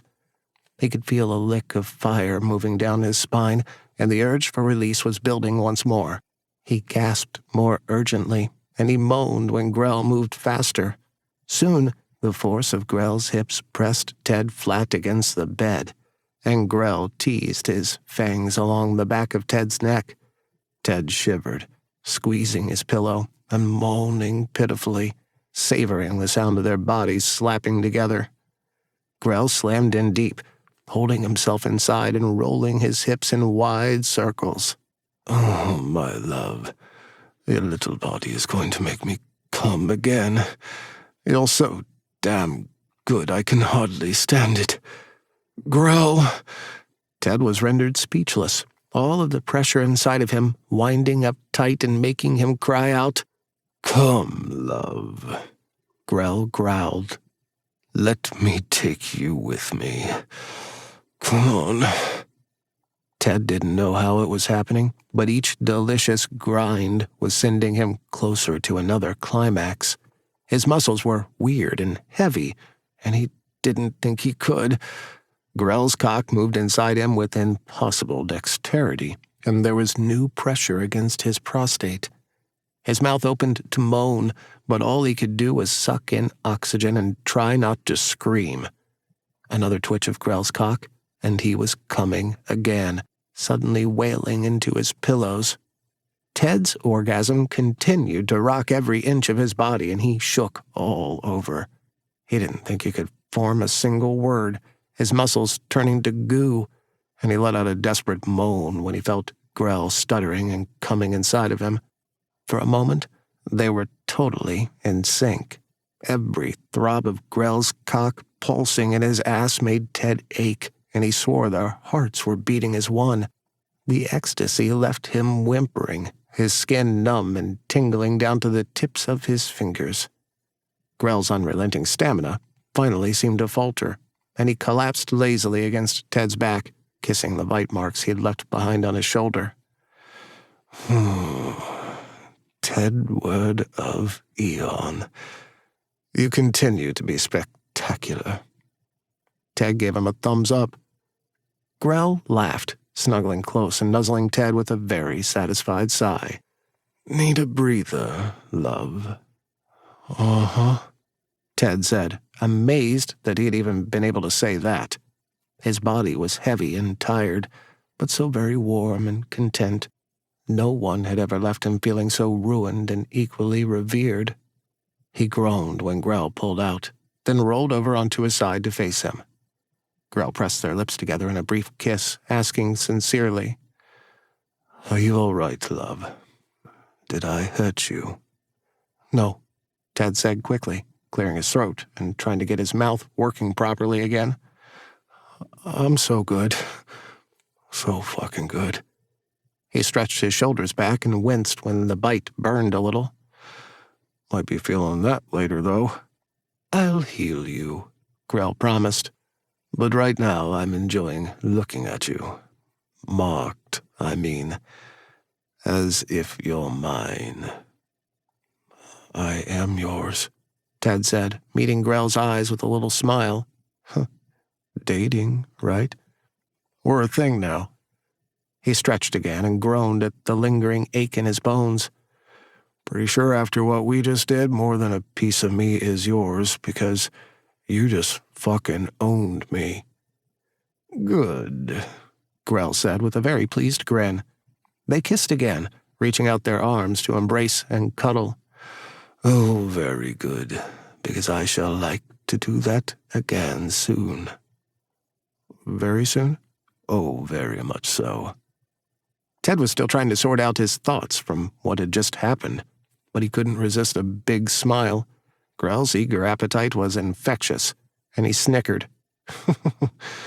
"Fuck, I've created a monster." "Guilty," Grell laughed gleefully.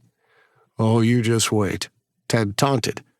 "Let me get my shit together over here, and we're going to talk about both of those cocks going in my—" "Your Highness!" And Ozra suddenly appeared right beside the bed.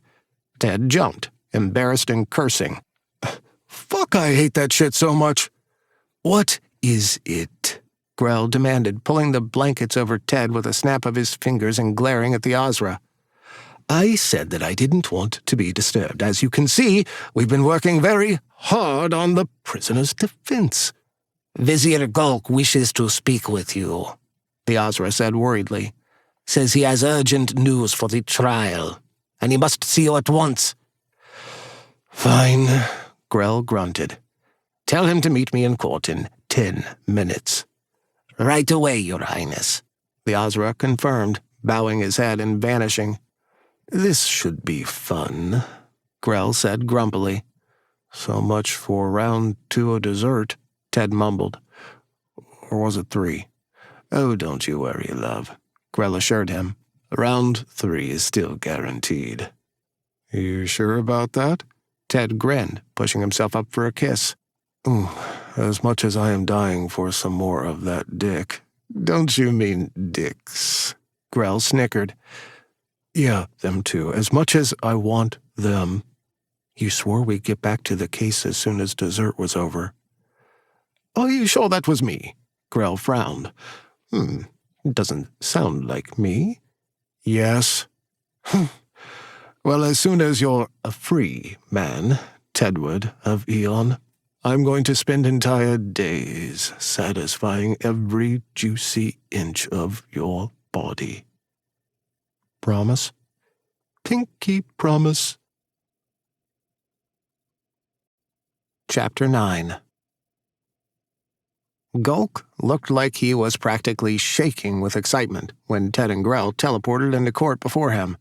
Ted wrinkled his nose when he saw that Myers' corpse was still here and starting to swell.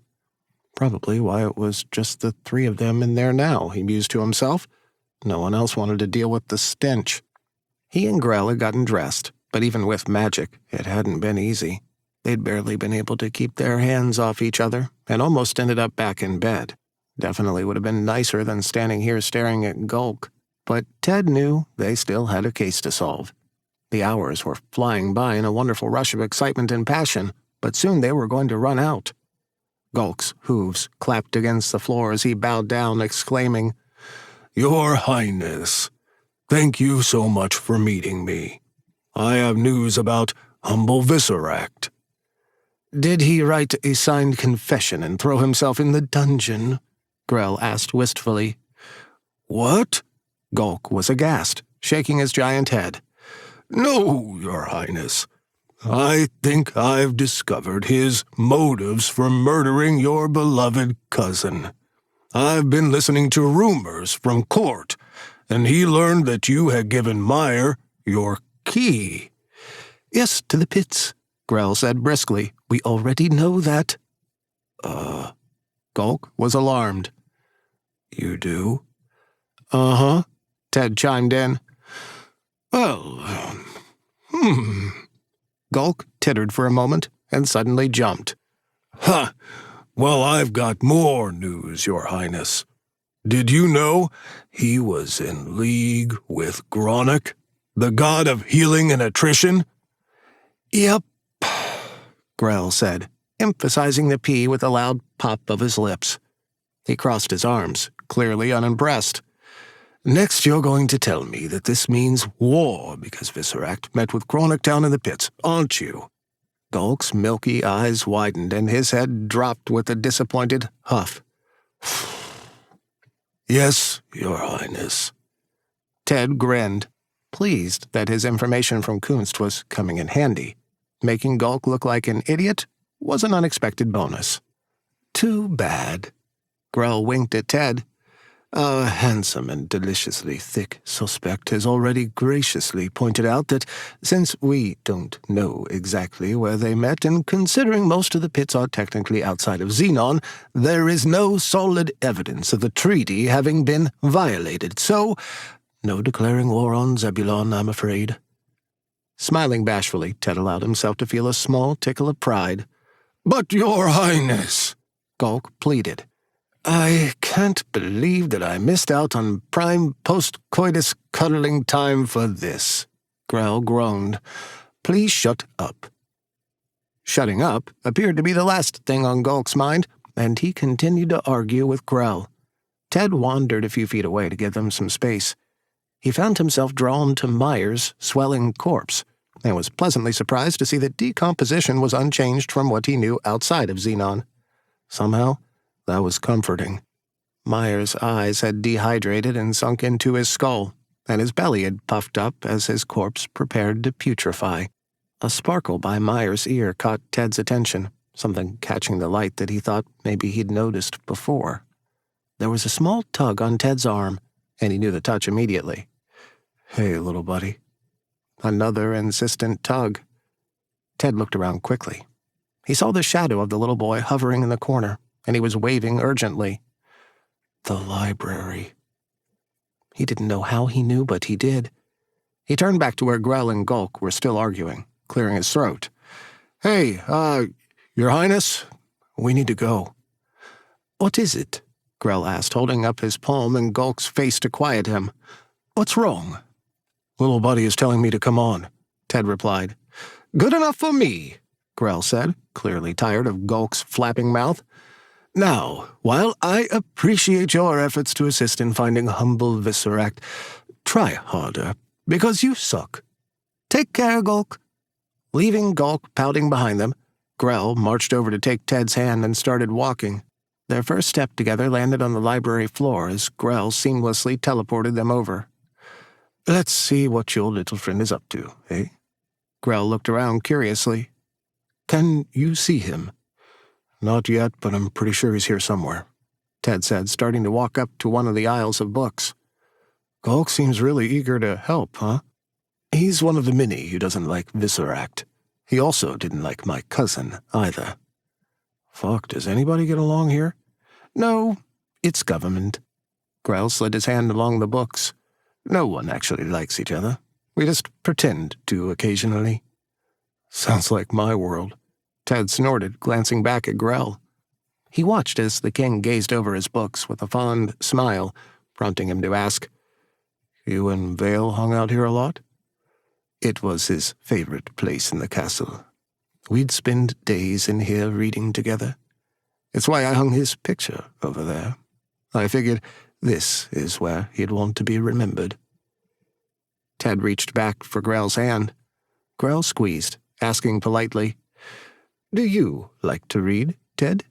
Oh, not really, Ted confessed. It's hard for me to sit down and read something. Can't focus.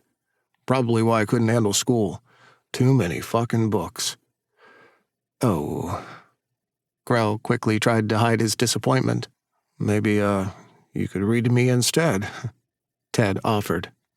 I love listening to you talk, and you could read all your favorites to me. Guarantee they're all going to be brand new. Thank you, Grell said with a warm smile. I would like that very much. Fuck, you're gorgeous when you smile like that, Ted said softly, unable to resist leaning in for a kiss.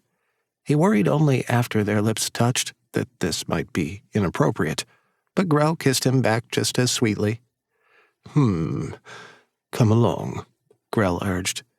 We have work to do. He reached down and smacked Ted's ass. Ow, fuck. Ted blushed and rubbed his butt, breaking away to keep exploring. There was a small tug at his elbow, and he turned back around, catching a glimpse of the little boy rushing around Grell. Ted followed, using the opportunity to pinch Grell's hip as he slipped by. He tried to keep up with the shadowy little figure, finding himself in a dark corner of the library. There were more scrolls and books here, and a long gilded one dropped at Ted's feet. What is it you're trying to show me, little buddy? Ted picked up the scroll and unrolled it, flinching when little shards of metal spilled out. Shit! They'd been carefully wrapped up in the scroll and now littered the floor.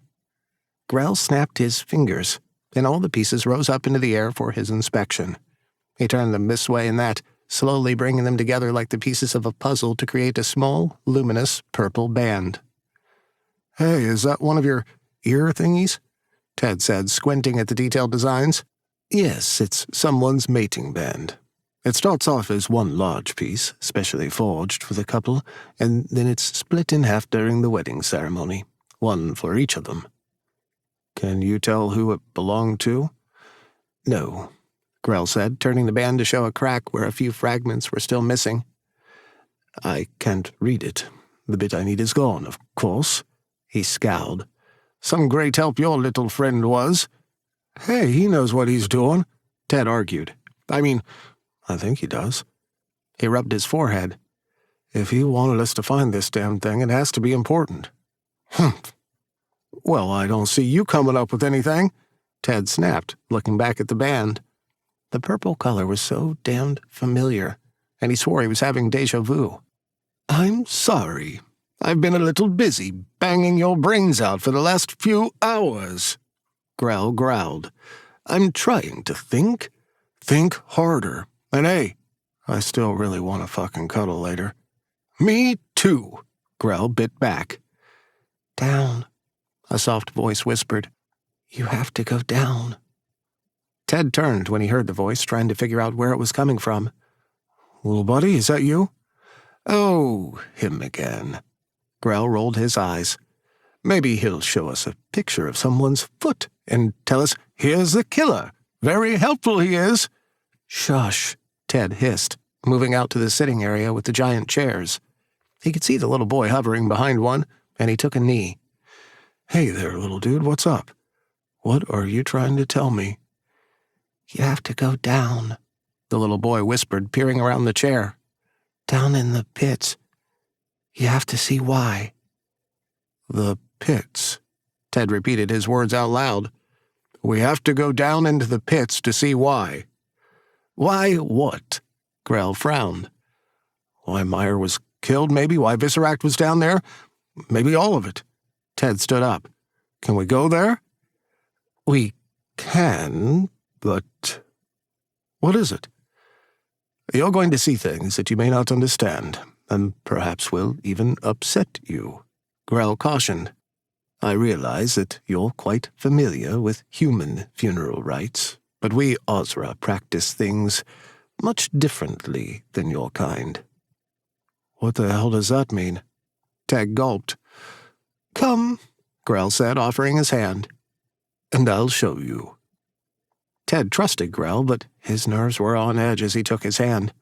Something pulled in his chest as the world moved around them, and the hand he was holding turned into a giant paw. Grell had resumed his monstrous cat body, and they were now standing in a massive cave. No, not a cave, Ted realized as he looked around in awe. It was a mausoleum. There were large slots in the walls, from the smooth floor all the way up to the high ceiling above them. Everything had been carved into the very rock, and the slots held bodies in varying stages of decomposition. The majority of them were skeletal and mummified, but some were juicy and actively putrefying. Ted didn't see any caskets or vaults. The bodies had been tucked into the slots and left there to rot. Although only a few seemed fresh, the smell of decay was quite overwhelming. "The pits are where we bring our dead, now," Grell explained somberly. "Just as a king must rule, he must also serve his people and protect their remains." "Protect them from what?" Ted asked, remembering to make himself grin to keep from throwing up. "Grave robbers," a familiar and snotty voice replied. "The graveyards of the Ozra were often ransacked by humans when they still lived on Eon. There are also records of other members of the everlasting races, such as the Phaedra or the Volgora, who would desecrate their burial sites." "And even other Ozra," Grell added bitterly, stalking over to where the voice was coming from. He swung his paw, batting over a small blue orb. "Ah, Professor Kunst, so good to see you again." The orb rolled up to Ted's feet and he picked it up. Hey, dude." "It's about time you two came down here," Kunst complained. "I've been waiting here for hours." "If I shake you, can you tell me my future?" Ted grinned, tempted to give the glowing orb a good jolt. "Or are you just going to say, 'Don't count on it'?"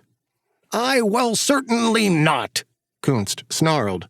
"I am not some cheap plastic prognosticator. I am a living soul bound to this infernal ball until the binding is severed, and don't you dare even think about—" There was a soft groan from one of the slots, and Ted saw one of the bodies move. "The fuck?"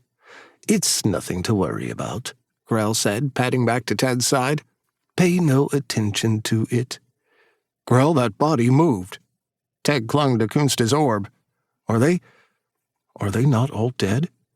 Do you entomb people while they're fucking alive?" "My dear Tedward," Grell soothed, "let me explain. Of all the everlasting races created by the gods, we Ozra live the longest. We were meant to serve gods, after all. We can live for thousands of years, and that lifespan is a burden for some. When an Ozra is ready to pass on, we hold a funeral for them, and their body is brought here, so that they may sleep as the gods do. Burial sites for Ozra have always been secret places, their locations only given to our kings, who are charged with guarding them." "But they're not dead," Ted said bluntly. "They're not sleeping like the gods or whatever, they're dying." "Once the funeral is conducted, they're dead," Grell insisted. "In the eyes of the Ozran people, they've passed on." "But they're not really dead." "Okay, by human standards, perhaps they're still a tiny bit alive until they pass on in their little dreaming," Grell conceded with an exasperated sigh. "But to us, they're very much dead." "Fuck," Ted whispered as he glanced over the slots. He wondered how many of the Ozra had been alive when they were brought down here, and he was struggling not to let his unease show. "Even a single millennium is a long time to live," Kunst offered. "The world changes, and yet they stay the same. Sometimes it's just too much." I can't imagine." "You don't have to understand it to respect it," Kunst said quietly. "This is what the Ozra do." "No, I know, you're right, I know that. It was just very surprising." Ted glanced up to Grell. "This is what you were afraid to show me?" "Yes." Grell mumbled and twitched his tail. "It's okay." Ted petted Grell's shoulder. "Look, I've seen a lot of weird and crazy stuff. Death is like that.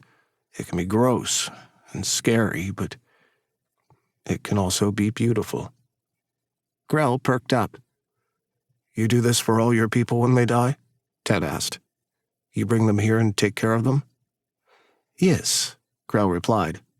"One day, when I'm too tired to carry them, my son will take my place."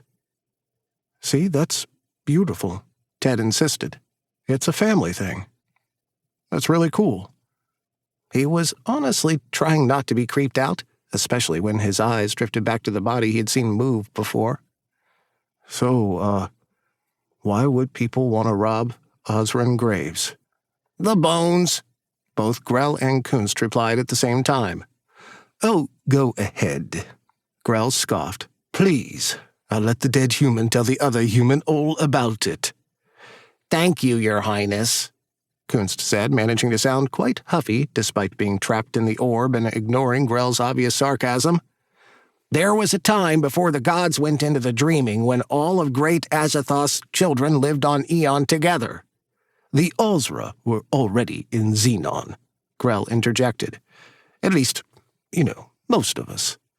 Yes, Kunst griped. The Ozra were up in Xenon, the Volgora lived in the oceans, the Phaedra in the forest, and so on. Often enough, they all lived quite peacefully with humans. That is, until the gods left. Without the great deities there to protect them, humans hunted all the everlasting races for their various parts. Parts, Ted echoed. They killed the Eldris for their horns, the Phaedra for their wings, the Ozra for their bones. All of the everlasting people who didn't flee to Xenon were being tracked down by humans. They were outnumbered, trapped, and slaughtered. There are some who are able to hide themselves, Grell added. Although they're functionally extinct from Eon, the everlasting people live on through their descendants. Descendants? Like what, their kids living among humans? Ted scratched his head. Think I would remember someone who looked like they were half fish monster. Some of the everlasting bred with humans and produced very human-looking offspring, Grell explained. Perhaps that Olympian runner all over the news is a truly fantastic human athlete, or perhaps somewhere in his tree there was a spot of monster shagging with an Eldris. An old lady who has an almost magical way with plants. Maybe she's a very gifted gardener, or maybe her great-grandpa got it on with a Phaedra. Fantastic lover? Obviously an Ozra. Blushing and rubbing his neck, Ted confessed, Maybe it's just me being an ignorant Lucian, but I've never heard of any of this stuff. The rise of the Lucian faith is what made everything worse, Kunst grunted in disgust. The litany claimed the everlasting races were demons and abominations that had to be destroyed because they offended the Lord of Light, and the hunts only intensified. While still desecrating our corpses for pieces, Grell snapped bitterly. Fuck, that's horrible, Ted murmured. Like people killing elephants because they think their ivory would give them big dicks or something. Except our anatomical bits actually do possess magical properties, Grell said with a weary smile. Ozra were easy targets because of how we bury our dead, and countless graves were ravaged. He trailed off, turning his head to look down toward the end of the mausoleum. There was a large archway, presumably leading into another cave. Grell? Ted frowned. What's wrong? Come on! Grell suddenly took off, bolting across the room and through the archway. The fuck? Ted tucked Kunst's orb under his arm and ran after Grell, struggling to keep up. They passed through more cavernous mausoleums, and Ted noticed that the bodies were getting older and more decayed as they went. By the time he caught up to Grell, the bones around him had apparently turned to dust. No, not dust. They were gone. Ted stared in horror at a whole room of empty slots. There were cracks in the walls where the graves had been violently emptied, and Grell had collapsed in front of a small cluster of them. Oh, no, Kunst whispered brokenly. Grell, Ted gasped. I'm so fucking sorry. He didn't dare approach, not yet, warily watching Grell tremble in rage. My queen, Grell spat angrily. They took him. They took my fucking queen, and my parents and my fucking grandparents. All the ancient ones. They're all fucking gone. He rose back up, his tail lashing. I'm going to find Visceract and eat him while he's still fucking alive. I will tear out his entrails and make them his fucking alt trails. So he's having a moment? Ted whispered to Kunst, backing away as Grell continued to rage. Can you tell me why anyone would want Osran bones? What do they do exactly? They can be used to change one's form, to shapeshift as they do, Kunst replied quickly. They can also help someone travel between worlds, create portals, and astral project. Astral what now? It's when your soul leaves your body, Kunst explained. Those who have mastered the ability can leave their body at any time and travel great distances. And why would Gronick and Visceract want to do any of that stuff? I don't know, Kunst said, huffing in frustration. I know what I heard, and this doesn't make any sense. I know they were talking about using silenced souls to make slaves, but I don't understand how they would do that or why they would need the bones. Gods can already move between worlds, and silenced people can't perform any kind of magic. Even with special kitty monster bones? Yes. Some may be able to use small trinkets and charms that are already charged with magic, but nothing like this. Well, fuck. Grell bowed his head against one of the empty slots, howling mournfully. His anger was fading away, and all that was left was his obvious pain. Hating to see him like this, Ted set down Kunst's orb and hurried over. He kneeled beside Grell and wrapped his arms around his neck, peppering his fur with kisses. Hey, I'm here. Grell tensed briefly, but then he relaxed, soon melting in Ted's embrace. I've failed my people. I've failed my own damn family. What are you talking about? Ted shook his head. You didn't do this. It's my job to protect these graves, Grell argued. I should have known something like this could happen. No, Ted countered stubbornly. This isn't your fault. You couldn't have known what Visceract was going to do. Listen to me. We're gonna find him, and you're gonna eat the crap out of him, okay? Grell managed to look surprised, asking, You really believe that, don't you? Yes. Ted hugged Grell close.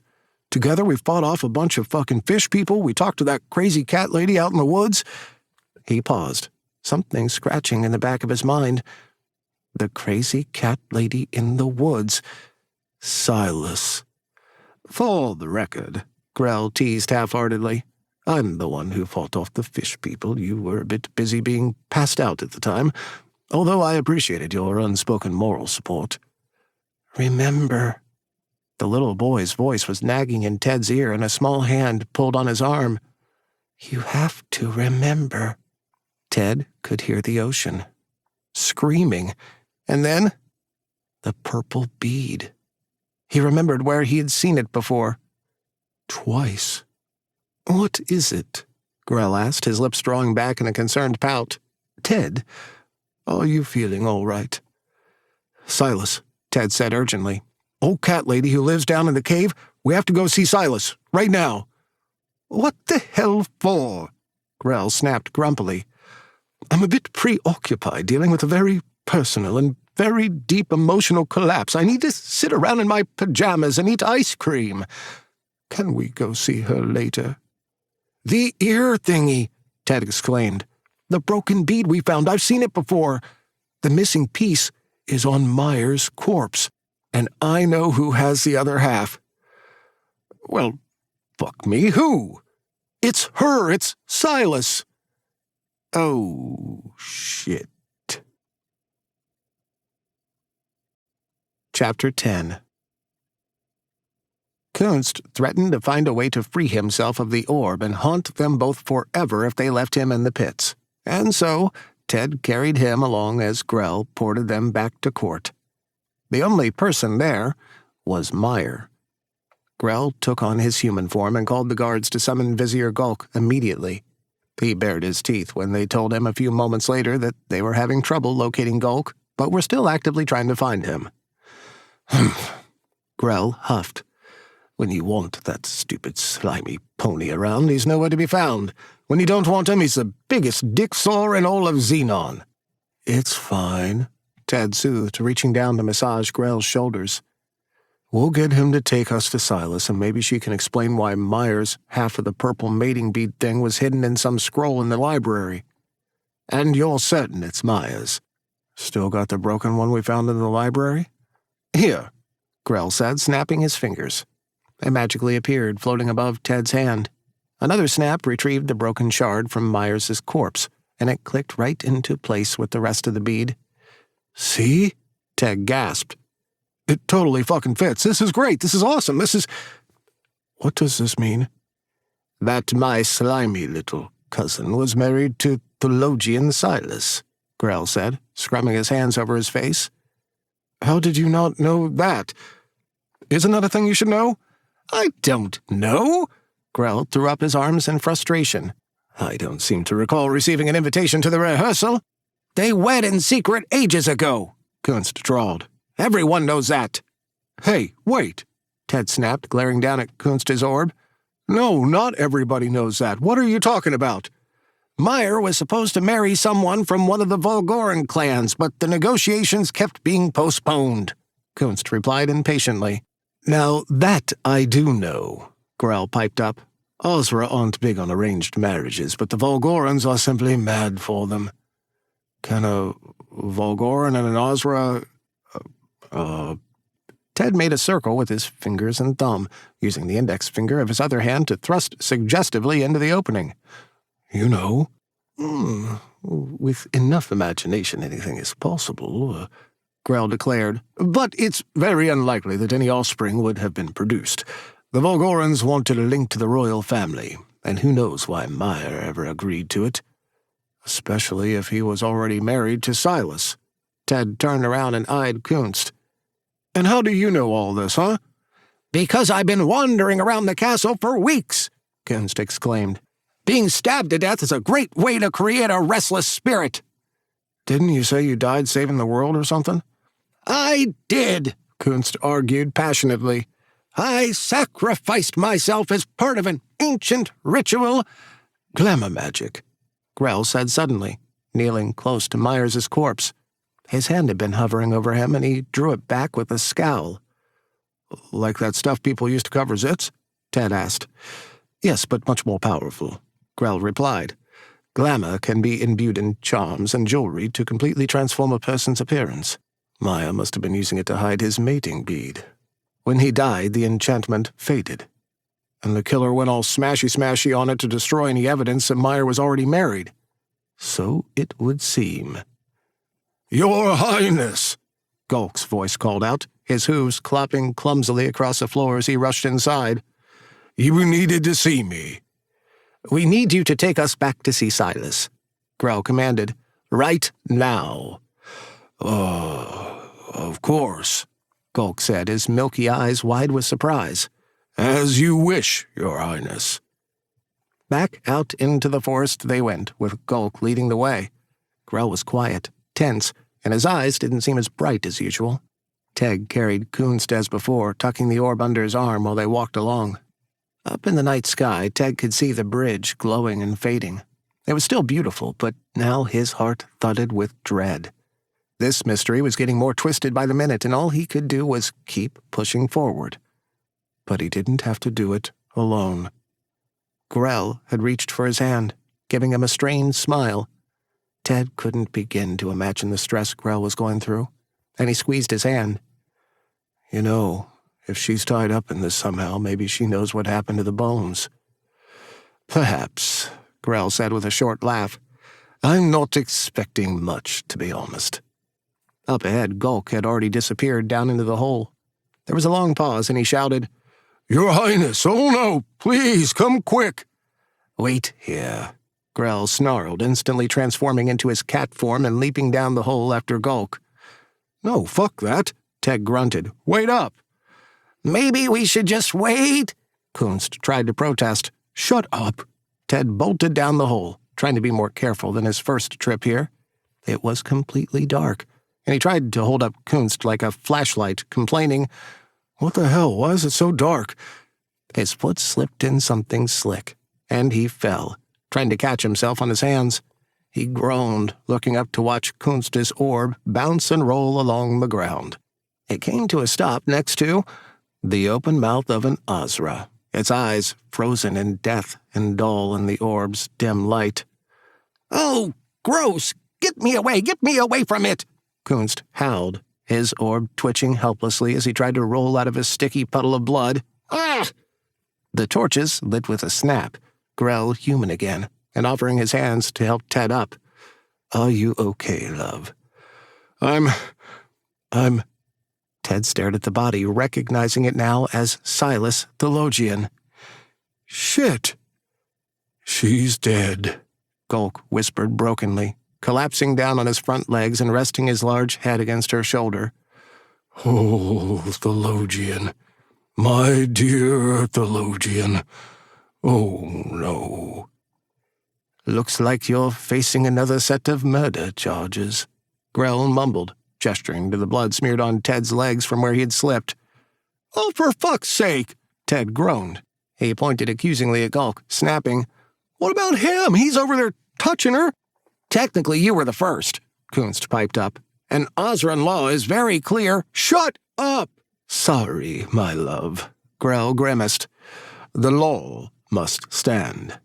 "Fuck me," Ted groaned. "Later, love." "Another murder charge? Come the fuck on!" Ted wanted to tear out his hair. He groaned in frustration and looked back to Silas's body. "Okay, it's fine. It's just another fucking murder.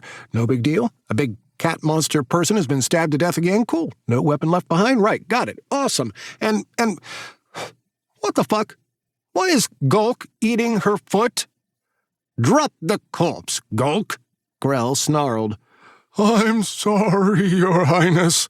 Gulk howled, quickly retreating from Silas's body. "She is an Ozra," Grell roared, his small human form about to burst as he struggled to control his transformation. "She will be fucking in-tuned with her people, not fucking served for dinner." "I loved her," Gulk snapped back. He stood up, baring his horrible teeth as he continued to rage. "I loved her more than anything in this world. Meyer treated her like a burden, ordering her to live down in this hole so no one would know he was already mated." "The fuck is going on?" Ted demanded, still horrified. "If you love her so damn much, why were you trying to fucking eat her?" "The Eldris used to eat their dead," Kunst called out helpfully. "They were consumed by their loved ones after they died and later began to use embalming to discourage the practice." Ted held his face in his hands. "You had a thing for Theologian, Silas?" Grell asked briskly, trying to keep the conversation on track. "And you knew about the marriage?" "Yes," Gulk sobbed. "We were friends. The best of friends. She was always so kind to me. Why do you think I was the only one who could come see her without being attacked?" "You realize you've just made yourself our new top suspect for murdering Meyer," Grell pointed out. "I don't care." Gulk bowed his head with a mournful howl. I wish I had killed him. I wish I could raise him up and kill him again for how he treated her. But I just know that wretched Visceract got to him first.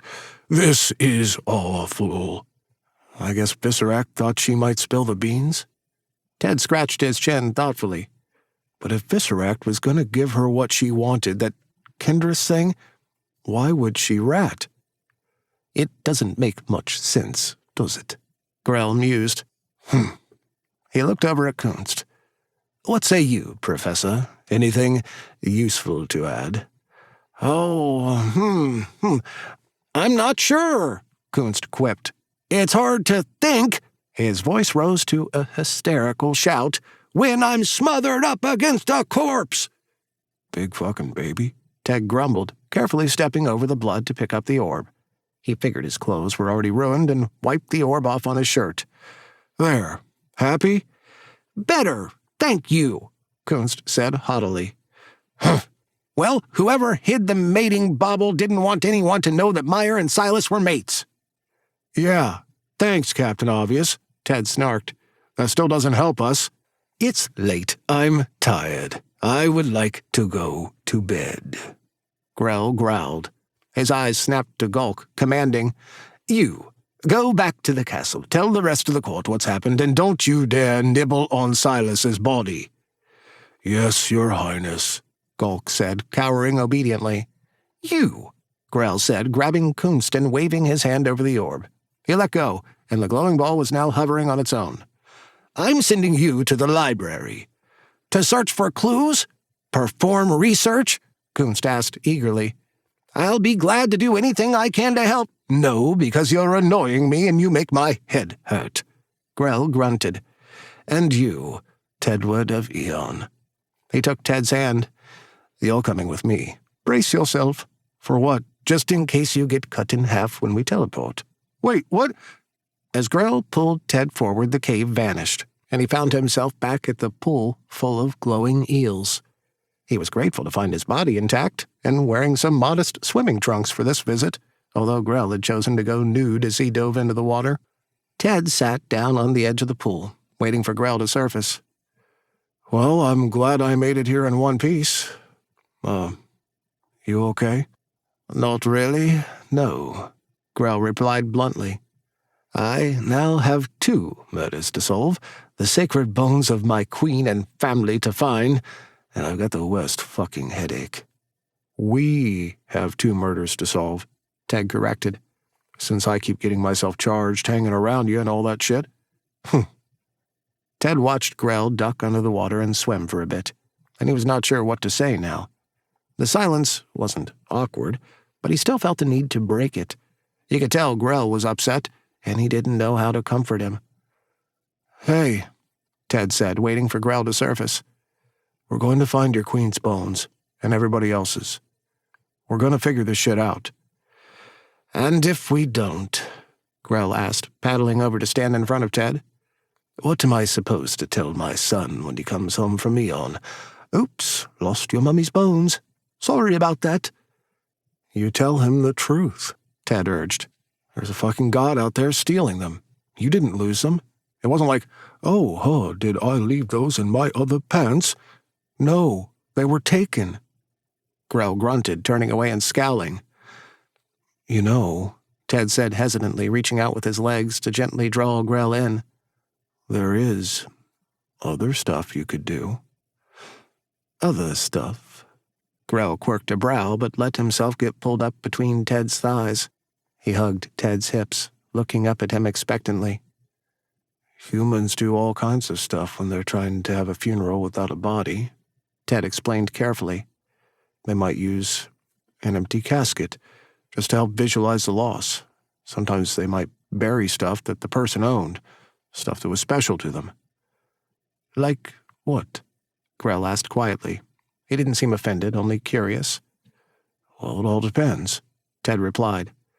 It could be photos, letters, personal things. Some families might bring an outfit and will place it in the casket like there was someone in there. One wife brought some dirty socks because it was the last thing she remembered him wearing. I don't think my queen's old crunchy socks are much of a suitable replacement for his body. Not a replacement, Ted said sincerely. This is a promise. It's a promise that you're going to keep trying to find his bones and I'm going to help you. He blinked, caught off guard by the way Grell was staring at him now. What? Are you sure you're human? Grell asked, his strong hand sliding up Ted's back. Pretty sure. Because you're really quite amazing, Grell said with a smile. You're thoughtful, considerate, and I'm afraid I must confess I'm becoming more than a little fond of you. I really like you too, Ted confessed, his face quickly warming up. I want to help you, like you're trying to help me. I'm just, He was lost in Grell's bright eyes and left speechless. Grell held him tight, easily lifting him off the edge of the pool and bringing him down into the water with him. He guided Ted's legs around his waist, holding him there and kissing him. It was sweet, unhurried, and Ted wanted to kiss Grell like this for hours. They were floating lazily through the pool, the glowing eels sliding by them as the massive bridge made the night sky twinkle and shine. Ted petted Grell's hair and his broad shoulders, groaning quietly from the inevitable passion starting to brew between them once more. Grell, he murmured, loving how hot and wet his lips were from kissing. when my hand is on your ass, feel free to call me Fieltzy, Grell said, giving Ted's bottom a firm squeeze. Okay, Fieltzy. Ted laughed, snagging another deep kiss. He suddenly had to turn his head away so he wouldn't yawn directly into Grell's mouth. Oh, fuck. Sorry. Don't be, Grell said with a grin. It's been a long day, love. I'll ravage your tight little body tomorrow. Is this before or after my trial? Why not both? We have until midnight tomorrow, right? Ted tried to smile with confidence. We could probably make that work, and hey, you still owe me some prime cuddling, right? That I do. A snap of Grell's fingers took them back to bed, warm and dry and dressed in matching rainbow unicorn onesies. Ted's hood was pulled up over his head, and he reached up to feel the floppy ears and horn. Oh my God, you're fucking ridiculous. What? Grell blinked. Isn't that something human couples do? Yeah, it's just... Ted started laughing again, grinning at the sight of the powerful Osran king wearing sparkly unicorn pajamas. He tugged at Grell's hood, pulling it up for him. There. Better? Much. Ted kept snickering to himself, curling up to Grell's chest and hugging him close. Grell's arm curled around his shoulders and held him there, and Ted couldn't believe how light he felt. Even though he had just acquired new murder charges not even an hour ago, he was happy. He had no idea how long this bliss would last, but he was going to hang on to it as hard as he could. I've settled on a schedule for us for tomorrow, Grell said with a smug little grin. Oh, do tell. First thing, primal hot sex, Grell replied seriously. At least 3 positions, and I plan to make you come each time. Then we'll have breakfast. We'll make sure Gulk didn't eat Silas's body, and we start questioning everyone. What about lunch? Ted smiled. Yes, we'll break for lunch, Grell agreed. We'll need our strength, because I guarantee my idiotic court will have no information at all to give us. It will not be an easy day, and dinner will probably be late. Oh, that's okay, Ted mumbled sleepily. Maybe we could try talking to the fish people first. Meyer was all tangled up with them, and we were attacked by them. There's got to be something going on there. If they won't talk, you can just eat them. Wonderful idea, my gorgeous little detective, Grell said with a chuckle. He kissed the top of Ted's head, playfully batting the horn as he said, Now, let's get some sleep. Good night, Fieltzy. Ted sighed, his eyes already closing. Good night, Ted. Ted was soon asleep, and his dreams were quiet for a while. He dreamed of nothing but darkness and the sound of the ocean. It was relaxing at first, but soon the noise became a roar that he couldn't escape, and he woke up with a start. His heart was pounding, and he looked all around bewilderedly.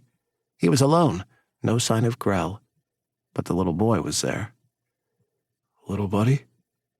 The little boy was standing next to an Ozra with silver stripes and a purple bead hanging by her ear. He was petting her, saying quietly, Silas has to talk to you before she goes.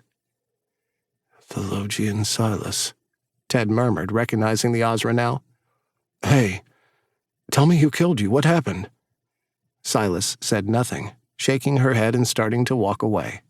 Follow her, the boy said urgently, grabbing for Ted's hand and dragging him out of bed. Come on. Ted hurried to keep up, chasing after the boy and the departing Ozra as they vanished through the wall. The harder he ran, the farther away Silas became, and there was no way to reach her. The hallway in front of him grew longer and longer, and there was nothing he could do. Fuck. Come on. As Ted continued to pound his feet against the floor, the stones began to give way. He fell, dropping down into a giant body of water. It was salty, warm. The ocean. He tried to swim to the surface, but something was pulling him down. He was getting so tired, so very weak, and he knew then he was drowning. He couldn't stop breathing in the salty water, and his lungs were on fire. There was something in his arms now, warm and small, and flashes of light danced in front of his face. He tried to focus on them when he realized he was seeing pictures. Meyer, with the fish people, going over potions and bottles. Silas and Meyer holding each other and crying. Meyer confronting Visceract, and a human man in the pits. No, not a human. Gronick. It was coming at him faster and faster, so quickly that he couldn't understand everything he was seeing. He tried to take one last breath, and he heard himself shout. No, he was screaming. A name. What was the name? Ted. No, that was his name. What was it? Ted. Grell snapped worriedly, shaking him awake. Ted, what's wrong, love? Oh, fuck. Ted bolted up, panting and wheezing, checking all over himself frantically. Wet. Why am I wet? You're sweating like a Volgoran during a purity test, Grell said, snapping his fingers and putting Ted in a fresh shirt and boxer shorts. There, is that better, love? Thanks, Ted muttered, running his trembling fingers through his hair, still damp with sweat. Fuck, I'm sorry. It's fine. I can get you another onesie. I was having a dream. A really, really supremely fucked up dream. Ted heard Grell's fingers snap and found a glass of whiskey in his hand. Fuck, thank you. Relax, love. Grell purred gently. You're safe. Nothing is going to harm you. In the dream, I was drowning, Ted said, taking a big gulp and hissing at the burn. I was trying to find Silas, and then I was in the fucking ocean. Oh, fuck. What's the matter?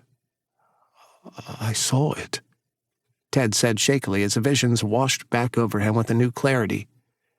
I saw what Silas was trying to show me. Meyer was trying to make a deal with the Volgorans for fertility magic. Well, they do have lots of holes. He wanted it for Silas, Ted went on, ignoring his comment. She couldn't have kids, carry them, make them whatever. No one else knew. That's why he kept their marriage a secret, so he could barter his position to the Volgorans. Not even her bestie Gulk knew. Meyer saw Visceract and Gronick hiding in the pits, heard them talking about making slaves with the bones. He ran, told Silas what he saw, wanted her to come tell you because he didn't trust anyone else, and then he was killed. Can't see who killed him. No, but Silas threatened to spill the beans if Visceract didn't give her what she wanted so she could bring Meyer back. Ted went on quickly as he tried to sort through the visions. They kept going somewhere together, somewhere with water. Shit, I'm missing something. I'm still fucking missing something. Calm down, Grell soothed. Was it about Graham? Who's Graham? Huh? You were screaming that name, Grell explained. It's what woke me up. I was starting to get a bit jealous, to be honest. Oh, fuck, Ted gasped, reaching up to cradle his head. Just like that, it all clicked into place. I remember. What, my love? I know where to find Visceract, and Ted tried to swallow down the lump in his throat. I remember how I died. Chapter 11. How? Grell asked, reaching for Ted and drawing him close. Talk to me, love. The beach. Ted took another big sip of whiskey, silently grateful it kept refilling. Me and my old boyfriend are going to the beach. That's when he proposed, and I turned him down. We got into a big fight, but there was this boy. His name was Graham. He kept wanting to play. He was there with his parents, and he just wanted to play with us. Oh, God. Ted's chest clenched in pain, and he looked up with tears in his eyes. Graham was standing at the foot of the bed, and for the first time, Ted could see his face. He had brown eyes and a fluffy mop of dark hair. He wasn't wearing a scarf, Ted now realized. He had a striped beach towel draped around his neck. He came to ask me to play, to take him out in the waves, Ted said, his voice dropping to a whisper. I was still mad at my boyfriend. I was upset. I was looking for sunscreen, couldn't find it, and when Graham asked me again, I snapped at him. He was so upset. I felt like a complete fucking tool, and by the time I calmed down, it was too late. Ted closed his eyes. Everyone was screaming for Graham. He went into the water on his own. God, where were his parents? I can't remember. It's okay, Grell murmured, stroking a strong hand across Ted's back. Just keep talking, love. Go on. The water, Ted said, sniffing noisily and trying to stay focused. I went into the water to get him. It was all my fucking fault. If I hadn't been such a jerk to him, maybe he wouldn't have tried to go on his own. I kept swimming, kept diving, and I found him. And I held on as tightly as I could, but the current, we were caught in something, and it just kept pulling us out deeper and deeper. Ted was crying, reaching out to take Graham's hands. But you never let go, Graham said with a sad smile. You kept holding on to me. I kept thinking that they'd find us, Ted cried quietly. They'd dive down, they'd see us, and save us both. They never did they? Grell asked somberly, stroking Ted's hair. I drowned. Ted couldn't believe he'd said it out loud. I drowned trying to save Graham, and he died too. He squeezed Graham's hands as hard as he could. I'm sorry, little buddy. I'm so sorry. It's okay, Graham said. I'm not mad at you, Ted. I'm okay. I know you were trying to save me. When I died, at least I wasn't alone. He smiled, bright and happy. You were with me. Fuck. Ted sniffled weakly, knocking back the whiskey and trying to calm himself. That's why you've been trying to help me? To show me stuff? You couldn't save me, but maybe I can help save you, Graham said cheerfully. His image faded a little, and Ted couldn't feel his hand any longer. I saw a fishman take the bead from the dead kitty while you were sleeping. I knew it was important. I just knew it. Fishman? Ted paused. You saw a fishman take the bead? Visceract? Grell asked quietly. That fishman? I don't know, Graham said, his image returning more vividly before fading away again. I couldn't see his face. I'm sorry. Hey, it's okay, little buddy, Ted soothed. You okay? Getting sleepy? Yeah. Graham vanished completely, but Ted could still feel his presence. Sorry. Is he all right? Grell asked, nearly interrupting Graham because he couldn't hear him. He's okay, Ted said earnestly. Sorry, I know it's weird having to listen to a one-sided conversation and all, but, yeah, he's good. Manifesting like this can take a lot out of a spirit. I've seen it happen before. I just kind of run out of juice. But he might perk back up in a bit. Does he know what wonderful little person hid the bead away? No, couldn't see his face. Why would Visceract or any fish dudes want to hide the bead? Maya was trying to barter himself for marriage when he was already hitched, Grell replied. The Volgorans might have been trying to save some face. It would be quite embarrassing for them if it got out that Maya was about to swindle them out of fertility magic for that wife everyone else seemed to know about except for them. Big ol' scandal of people eating proportions? Precisely, Grell confirmed. What I want to know is, why take the damn thing to the library? Why didn't our fishy little culprit just run off with it? More monsters came. Graham's voice sounded far away. The fishman had to run. Hid it there. Okay, Ted said, turning to Grell to relay the information. Graham says that other people were coming and Fish Dude had to scoot. I guess he got scared and stashed it there. He shrugged. Maybe he thought he could come back and get it later. This would explain why those Volgorans attacked us, Grell mused. If Visceract found out we were going to see Silas, he might have thought she would confess the truth of her marriage to Maya. Well, shit. Sounds like Visceract is our fucking dude. Ted let out a long sigh of relief, looking back toward where he had seen Graham last. There was one more thing he had to know. Hey, little dude, I really appreciate all of your help, and, I hate to ask because I know you're really tired, but... He took a deep breath. Do you know who brought me back? No, Graham replied softly. I don't remember. We were in the ocean, and then I was with you. We were driving back to your apartment, and you took the crazy road because you were upset. That's it. After the beach trip, Ted recalled. Yeah, I took the long way back because I didn't want to go home. Fucking hell. What did he say? Grell asked. He doesn't know who brought me back either. Damn. Grell frowned, taking Ted's hand in his and pressing a kiss to it. I wish there was some sort of card for this situation, love. Sorry you drowned, with a picture of a puppy or something. You're sweet. Ted managed to smile and gulped another mouthful of whiskey before setting the glass aside. I'll be okay. I mean, now I know, right? I know who Graham is, I know what happened, and your family never mentioned your demise, Grell asked politely. No, I remember them being upset about me and my guy breaking up, but pretty sure they don't fucking know I died. I guess it happened right there at the beach. What about the former boyfriend? Any ideas?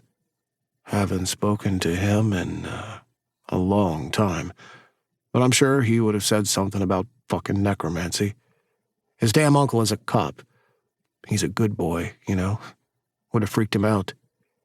Well, I'm quite grateful to your mysterious rescuer, whoever or whatever it was, Grell said quietly, cradling Ted's hand against his cheek. You're here.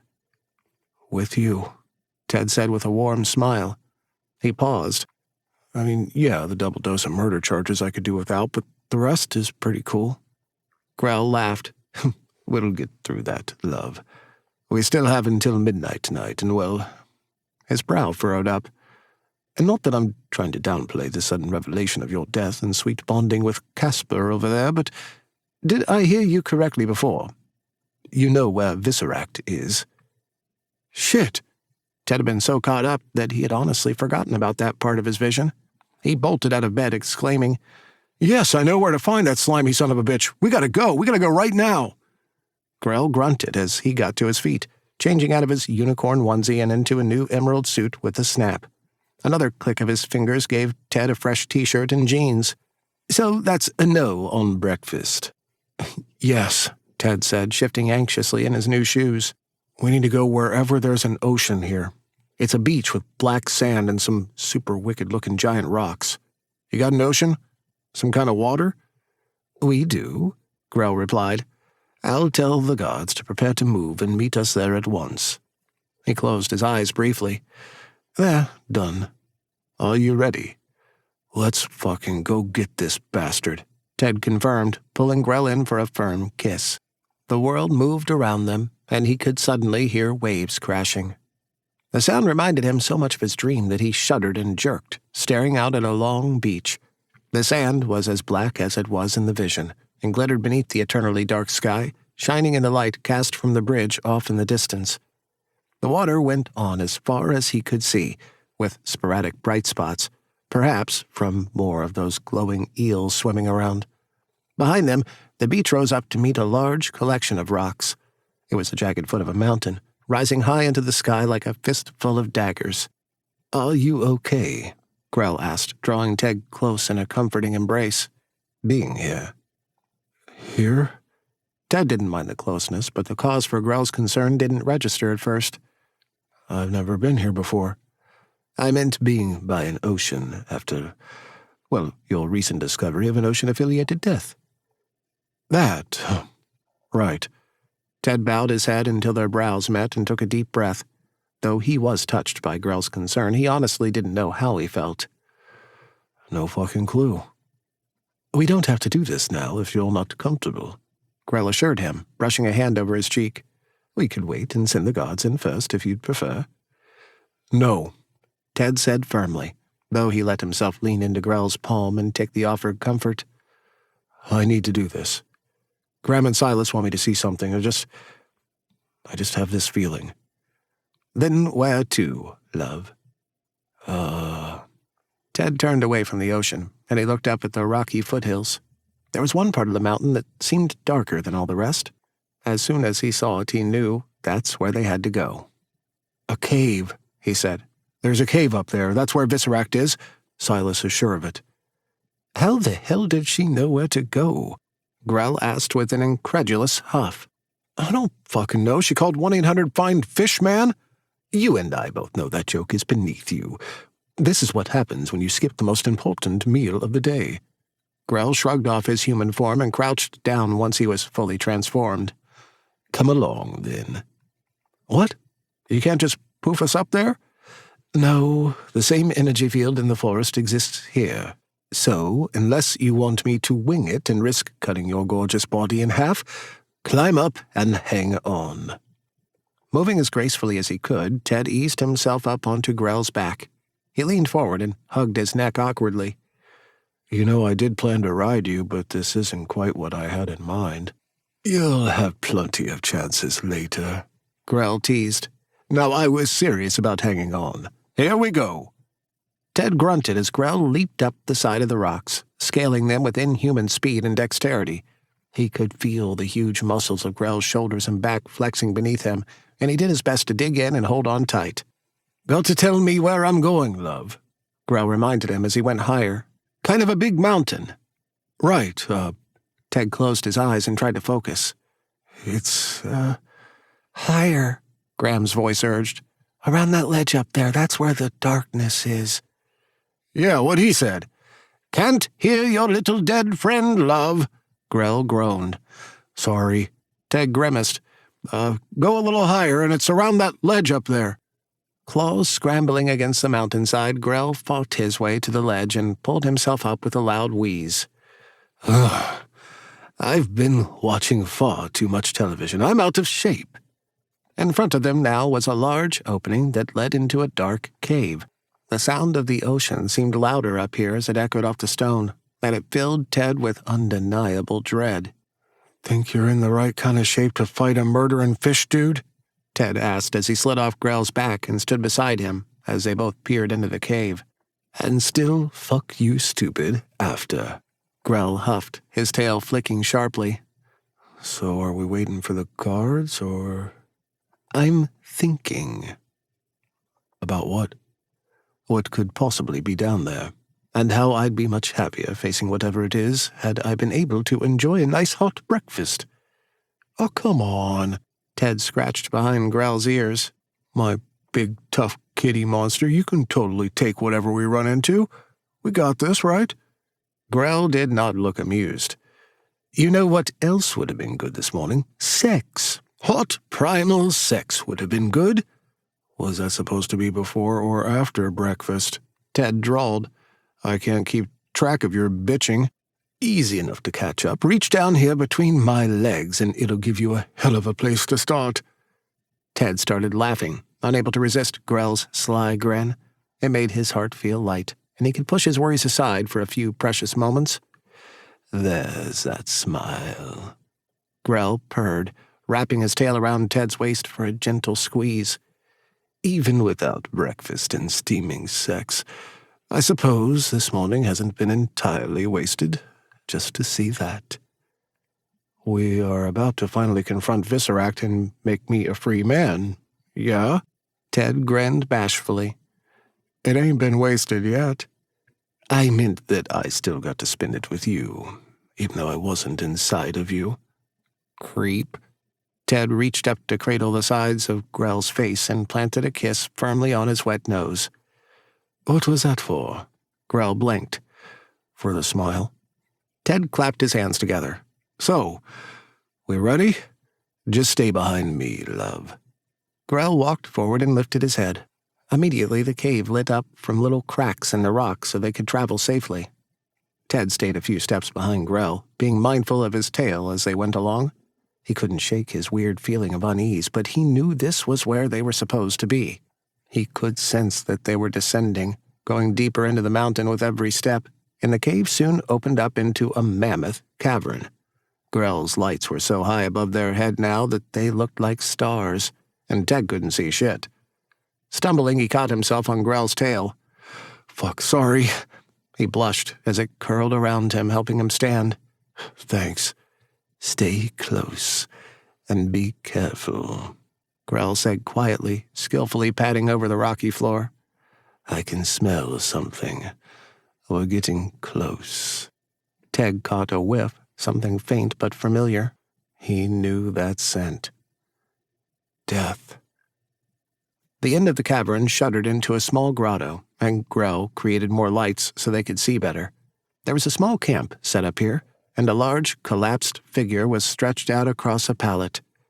It was the corpse of humble Visceract, discolored with foamy purge crusted around his mouth.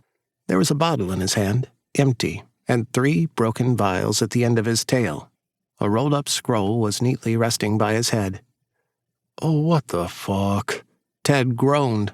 He stomped his feet, crossing his arms and refusing to come any closer. Nope. I'm not going anywhere near that fucking dead dude. Not getting charged for this one, too. Damn. Grell moved forward and sniffed at the bottle in Visceract's hand. He hissed and drew back, saying, Poison. Eldris milk. He batted at the scroll, using his paws to open it up. What is it? My sincerest apologies for all the trouble. Grell began to read out loud. But consider this my confession. I murdered Meyer and Silas, both for conspiring against my clan and threatening our honor. They plotted to cheat us out of our sacred magic, blah, blah, blah. I'm a murdering twat, blah, blah, blah. I chose to die by my own hand, blah, blah. He lifted his paw, and the scroll rolled back up. Bloody hell. Does it mean I'm fucking innocent now? Ted asked bluntly. Because I'll take that for 200, Alex. No sign of the bones, Grell said, a hint of disappointment hunching his shoulders. But these vials are interesting. He leaned down to get a whiff and hissed. These are the tears. Wait, as in the tears of Big Head Honcho God? Yes, Grell replied urgently. These vials were filled with the tears of great Azathoth himself. What does that smell like? Imagine a really very old book, but you know it could put your insides under outsides if you messed with it. Got it. This means Silas was right about the Kindress being involved, Grell said, snorting and rubbing at his nose. Someone, most likely that fiend Gronick, must have found where the tears are kept and intended to use them against the Kindress. Like, do what we say or we'll sprinkle your daddy's tears on you? Something like that. The entire cavern lit up, and a pack of Ozra were filtering in behind them. Ah, the cavalry has arrived, Grell chirped, turning around to greet them. Thank you all for coming, and no, we don't validate parking. Ted recognized one as the guard who was constantly barging in, and he watched as he bowed down before Grell. Your Highness, the guard with the worst timing in the world said. We came as quickly as we could. We followed the beacon you left us, but, He managed to look embarrassed. Let me guess, Grell mused, his tail swishing. You were afraid that you were going to portal in here and find me in the prisoner in the swing of carnal passions again? Yes, Your Highness. The guard cringed. I was concerned that was a possibility. Very possible, thank you for your discretion. I thought it best if we took the long way from the beach and made sure that now was an appropriate time to, His eyes found Visceract, and he gasped. Humble Visceract is dead? Looks that way, Grell replied. You're welcome to poke him with a stick if you'd like to make sure. He squinted. What is your name? Haveras Mazi, Your Highness. Well, Mazi, I suppose we are to assume he took his own life after murdering Silas and Meyer based on the little love note he left us. Mazi looked at Ted. Does this mean the prisoner is free? Not quite, though the trial tonight will most certainly find him innocent now. Grell said, tilting his head thoughtfully. I suppose we'll have to find a new prosecutor since this one is dead and all. Right away, Your Highness, Mozzie said. Shall we let the Volgorans know that their heir is dead? Go on. Grell waved a paw. While Grell continued to give out orders to the guards, Ted crept a little closer to the body. He didn't know why, but something just wasn't sitting right with him. All of this seemed wrong. He crouched down, peering at Viserac's clawed hand, holding the bottle. Not all of his fingers were fully wrapped around it, and upon further inspection it seemed as if it had been wedged in his hand. Even the way he was stretched out on the pallet was off. Ted could see purplish discolorations on Viserac's body, but it was on the side facing up, and not the one he was lying on. What's wrong, love? Grell asked, padding over to Ted's side. Thought you'd be cheering. You're going to be a free man as soon as I can rouse the court? This isn't right, Ted said quietly. I don't think this is a suicide. What's the matter? I don't know what the rate of rigor mortis is for fish people, but I'm pretty sure that bottle was placed in his hand after he was already dead, Ted replied. With humans, two things can happen after death. They either go limp until rigor starts to set in on its own a few hours later, or they're already in what we call instant rigor. They go rigid immediately.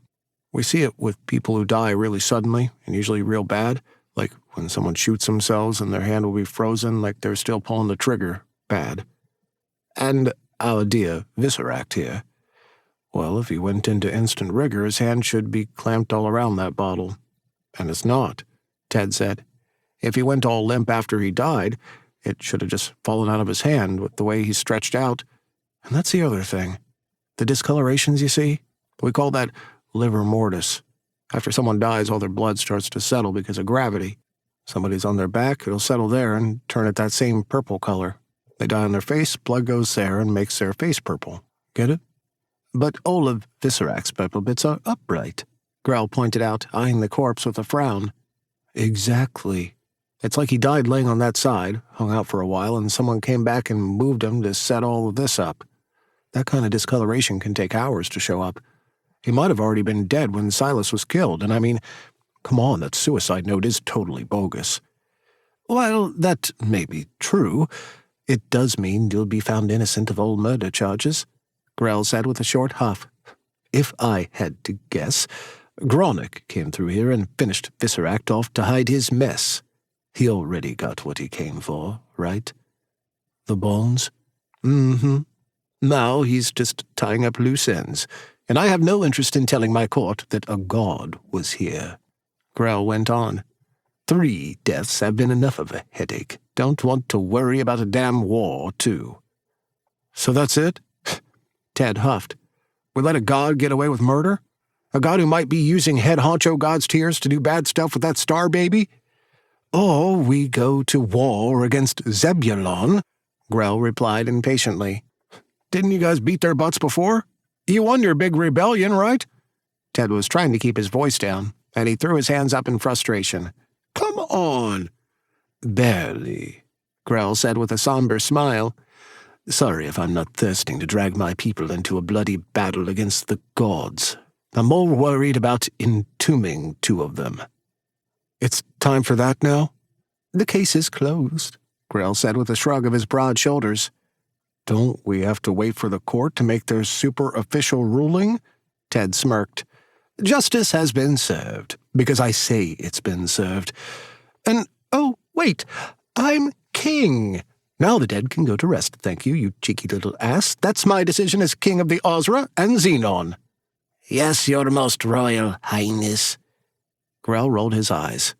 Without my son here, it's going to be a righteous pain in the ass. You know, I could help you, Ted offered, glancing back to see the Ozra porting in and out. The crowd here was growing, and he could see some of the Volgorans beginning to arrive. I can imagine many helpful things for you to do, Grell said with his usual snark. Rub my back, alphabetize my audio cassettes, braid my hair all pretty, perhaps another scorching round of coitus. I do kind of move bodies for a living, Ted said dryly. And then what would you suggest, Tedward of Eon? Grell batted his eyes. We take a quick little trip back to my work in the land of Eon for some of my equipment, and I help you out," Ted suggested. He nodded to the ever-growing crowd. "Looks like it's going to get real cozy in here soon." Grell seemed to be thinking it over, and he made a sour face when one of the Volgorans started screaming and flailing its tail at the sight of Viserak's body. "Oh, and very noisy, it seems.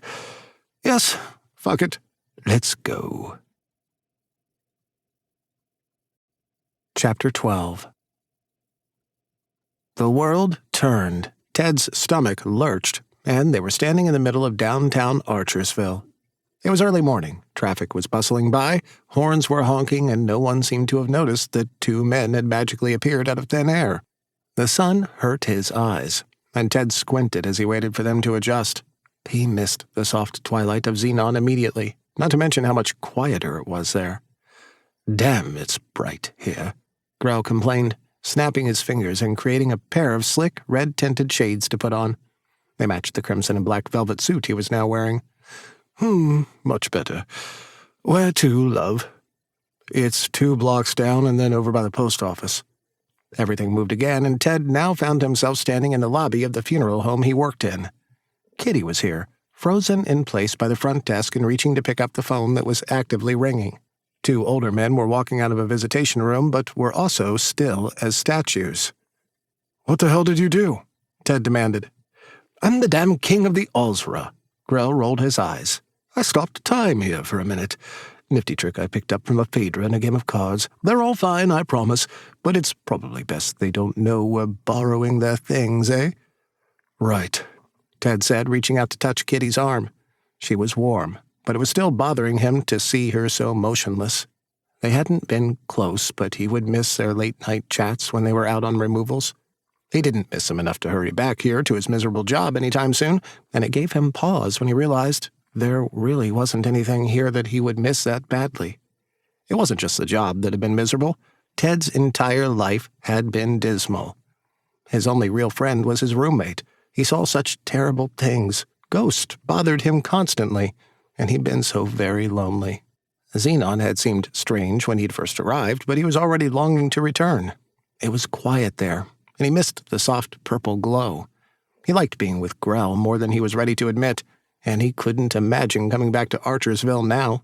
The city was too bright, too busy, and there wasn't anything here left for him. The world of Xenon, on the other hand, was full of promise, potential, and— "Are we going to get going, or am I just going to stand here and stare at you?" Grell asked. "Not that I mind looking at you, but I enjoy it much more when you're naked." A very sarcastic and perverted kitty monster king, who Ted would rather be with than spend another moment here. "On it." Ted took off into the back of the funeral home to the garage. He grabbed 2 oversized body bags, a portable stretcher, and a box of gloves. Arms full, he turned back to Grell. "Okay, we're good." Grell put his hand on Ted's shoulder, and Ted was certain he was going to throw up from the intense vertigo that came with portaling. Back at court, Ted dropped the supplies and took a deep breath. Breathing in the smell of mire definitely didn't help his nausea. "Oh, okay, no more of that for a little while, please." "Sorry," Grell said, offering a sympathetic smile. "Well, what now, Mr. Funeral Home Man?" "I guess you don't care about gloves, huh?" Ted smirked as he slid a pair on. "Nope." "Okay, then."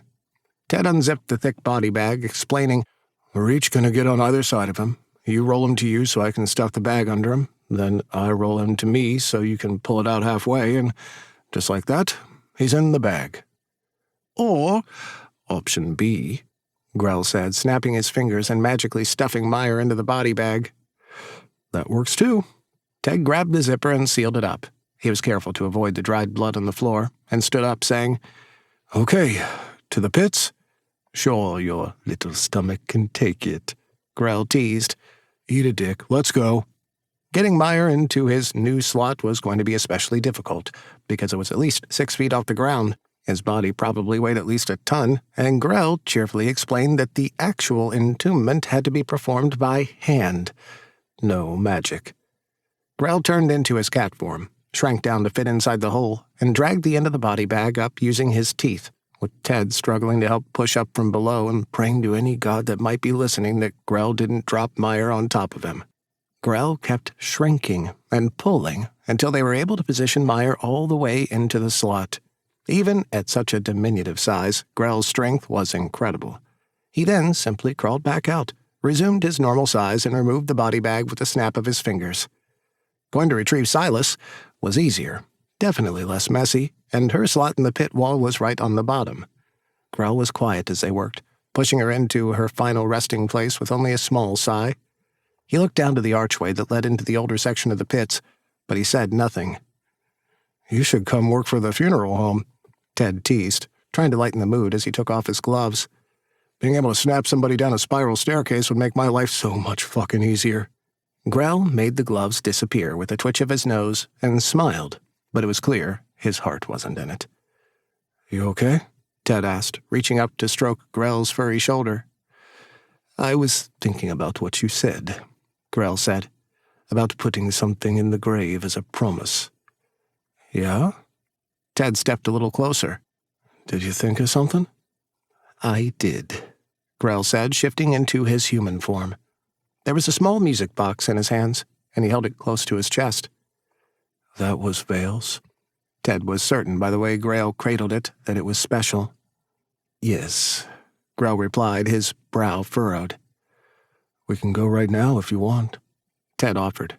He suddenly worried that he had overstepped and amended, "Or you can just go by yourself, I can stay here, watch Meyer drip." "I'd like for you to come with me." Grell looked up at Ted. "Please."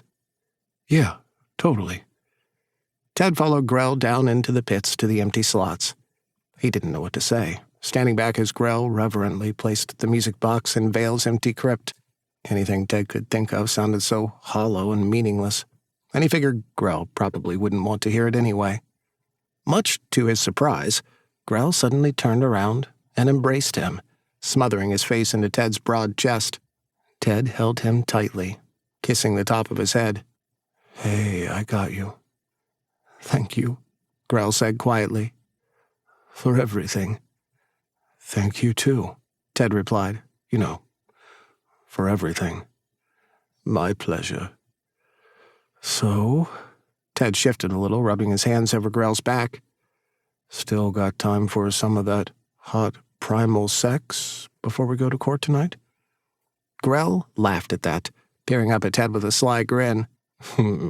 "We've just buried 2 bodies, and I've laid a promise in my dead husband's empty grave to find his bones, and you're thinking about sex." Ted blushed. "Yes?" "Oh, how I adore you," Grell growled, surging up to claim a passionate kiss. Ted fell backward, half expecting to land on the stone floor. Instead, he found himself flat on his back in Grell's bed, and their lips still locked together. Grell was kissing him harshly, nearly breaking skin when his teeth grazed Ted's lower lip. "Fuck," Ted panted, sliding his hands through Grell's hair and wrapping his legs around his waist. He was already getting hard, and he could feel Grell's stiffening cocks pressing against his own. They had taken their time before, but Grell didn't seem like he wanted to wait. Neither did Ted, to be honest. He wanted Grell inside of him, and he wanted him now. Ted was soon tearing at his own clothes, trying to get everything between them out of the way. He wanted skin on skin, the taste of Grell's tongue, and he wanted to be stuffed completely full. Grell was on the same page, making their clothing vanish with a quick snap and sliding his hands down Ted's bare body. "By all the gods, you're so beautiful." "Yeah?" Ted was learning to love how Grell could make him blush so easily, grinning up at him. "Probably look even more beautiful full of some dick. What do you think?" "Beauty and brains," Grell gushed. "How did I ever get so lucky?" "Your son is an asshole," Ted replied with a laugh. "True," Grell said wistfully, leaning in for a deep kiss. I'll be sure to write him a very touching thank you card when he returns." "I'll sign it too." Ted wrapped his arms around Grell's neck, trying to use his grip to flip their positions. It was awkward, and Grell didn't budge, leaving Ted to gripe. "Hey, come on, work with me here." "What are you trying to do? Trying to get on top? Oh. Grell grinned, rolling onto his back and pulling Ted on top of him. He smirked up at him, sliding his hands up his legs and grabbing his hips. And now that you're there, what are you planning to do? I really do want to ride you, you know, Ted said with a bright smile, rolling his ass down and enjoying the little groans Grell made in reply. Being so much bigger than Grell was a little awkward, but Grell didn't seem to mind at all. This is good? Oh, most definitely. Grell agreed, one of his cocks magically slick as it pushed up against Ted's hole. He squeezed Ted's thighs, gazing at him hungrily. Take whatever you want, love. I'm yours. I'm taking it all, Ted promised, grunting as the tip of Grell's cock caught, and he began to lower himself down. He breathed through the stretch, willing his body to open up. Grell wasn't moving, staying still and letting Ted control the pace. He stroked Ted's thighs, encouraging him. There you go, love. Just like that. Ted grunted, working a few more inches in before he had to stop and regroup. He lifted his hips, grinding back down on what he had already taken. He moved slowly, not sure if Grell was even halfway in yet, but it still felt really good. He was determined to take it all, groaning low as his ass stretched to accommodate Grell's thick girth. He kept rolling his hips, tilting his head back and moaning in triumph as he finally sat flush in Grell's lap, his cock fully seated inside of him. Perfect, Grell praised, caressing Ted's stomach and hips. His voice was strained, hoarse with lust as he growled, Absolutely perfect. Panting hard, Ted fucked himself down on Grell's cock. He flexed his strong legs to power his slams, letting himself moan out loud with each thrust. There was no pain, only the hot tension of incredible pressure as he rode the king hard. Grell arched his body up to force himself deeper, groaning pleasurably as Ted moved with him. Fuck. Ted gasped, his hands pitching forward to brace himself on Grell's chest. He had to slow down again, struggling to keep up the pace with Grell pushing into him like that. It felt like Grell was getting bigger, and he could barely stand it. He shifted his weight, trying a new angle to keep moving. He was so full, so tight, but he didn't want to stop. He planted his hips all the way down in Grell's lap and started grinding, his legs soon trembling. Oh, fuck, it's so good. You feel so fucking good. Grell sat up, grabbing onto Ted's sides and pressing a searing kiss to his lips. Just like that, love. Nice and slow. There you go. Ted wrapped his arms around Grell's neck, loving the new intimacy of this position. Their chests were pressed flush together, and Ted's legs curled around Grell's back as he pressed forward. Grell, Theotsi, he urged, smothering hot kisses against Ted's throat. Call me Theotsi, love. Theotsi, Ted murmured, groaning as Grell started to thrust up into him. He was bouncing in Grell's lap, speared on his thick cock over and over, his head falling back as he let himself go completely. Oh, fuck. Theotsi. Grell held on to him tight, urging him down on his dick faster and faster, his strong hands keeping him right where he wanted him. It was hot, perfect, and Ted couldn't stop moaning. He was too lost in the moment to be self-conscious about how vocal he was being. It was just too damn good, and he had to let it out. Fuck, he cried, amazed at the strength behind Grell's hips as he pounded up into him. God, yes, fuck right there, like that. Just like that. Oh, you feel fucking amazing. Oh, I love your fucking cock. Fuck. Gonna come for me, love. Grell growled fiercely, baring his teeth in a possessive snarl. Yes, Ted moaned, already feeling the heat of his climax starting to creep over him. Grell was swelling inside of him and possibly thicker and reaching new depths, and Ted couldn't move. He gasped, frozen in place by the intense ache. Fuck. I've got you. Grell purred, taking over and running up into Ted with a new surge of energy. He lifted Ted's legs and fucked up into him, thrusting so hard that the bed beneath them was shaking. Clinging to Grell's shoulders, Ted gritted his teeth and let out a howl of pleasure as he came. He was hot all over, and his thighs trembled as his cock pulsed between them. Every slam of Grell's hips forced out another gush of cum, and Ted couldn't stop climaxing. Even as Grell came inside of him and left him completely stuffed, Ted was still riding out the crest of an incredible orgasm. He went limp in Grell's strong embrace, sobbing softly against his shoulder. The pleasure was bordering on painful, finally beginning to fade as Grell stilled his hips. Grell rubbed Ted's back, nuzzling into his hair and against his cheek. Good, my love.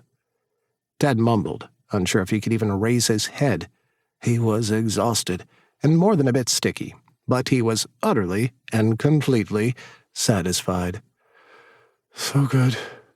Oh. Grell kissed Ted's neck. Feel like we both needed that, eh? I know I did. He gently eased Ted onto his back, setting him by the pillows and snuggling up against his side. Ted fought to catch his breath, grinning blissfully as his normal motor functions started to come back online. Fuck, yeah. That was great. So fucking great. Grell beamed proudly, trailing his fingers down Ted's chest. Consider me subscribed, love. I've become very fond of doing naughty things to your body. Laughing, Ted rolled over to claim a kiss. I'm becoming very fond of you doing them to me.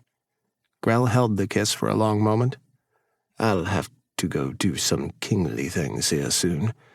A new prosecutor needs to be appointed before the trial tonight. And then what? Ted asked quietly, a stone dropping down into his gut. We hold the trial at midnight, present humble Viserac's confession, they find you innocent, and then you'll be cleared of all charges, Grell said. Free to do as you'd like. And us? Ted hated how easily his insecurities came creeping in, and his heart skipped several beats when Grell took hold of his hand. I'm hoping you'd like to stay here and keep doing me, Grell said sincerely. Yeah? Ted immediately perked up. You'd let me stay here? With you? Where else? Grell smiled warmly. I suppose if you want to return to Eon, I could visit you there. Bright, horrible place that it is, I would go there to see you. I don't know. Ted paused, trying to collect his thoughts. I don't know if I want to go back. Then don't. You're not going to try to tell me I should go back for my job or for my family? Your job makes you miserable, Grell said dryly. Especially with your gift. It's eating you up inside. Don't even try to deny it. Fuck your job. And your family? Meh. We can always visit them if you'd like. We? Ted echoed shyly. Well, of course, Grell smirked. I'm very good with meeting parents. Trust me, I've watched every romantic comedy made by man. I know just what to do. They'll love me. Ted laughed at that, shaking his head. Fuck, you're ridiculous. This and many other things, Grell teased. He kissed Ted's hand, adding, I do mean it, love. About us being together. I want you to stay here in Xenon with me. Yeah? Ted gulped, his chest filling with a sudden warmth. I could hang here for a little while, and I would really like that. Good, Grell said, capturing Ted's lips in another deep kiss. Ted sighed, easily caught back up in Grell's tongue and groaning when Grell crawled back on top of him. He didn't have to go home to his lonely, depressing life. He could stay here, date a king, and be happy. It was a dream come true. Granted, he could have never dreamed up a king who had 2 cocks and a wicked libido to match, but he wasn't complaining.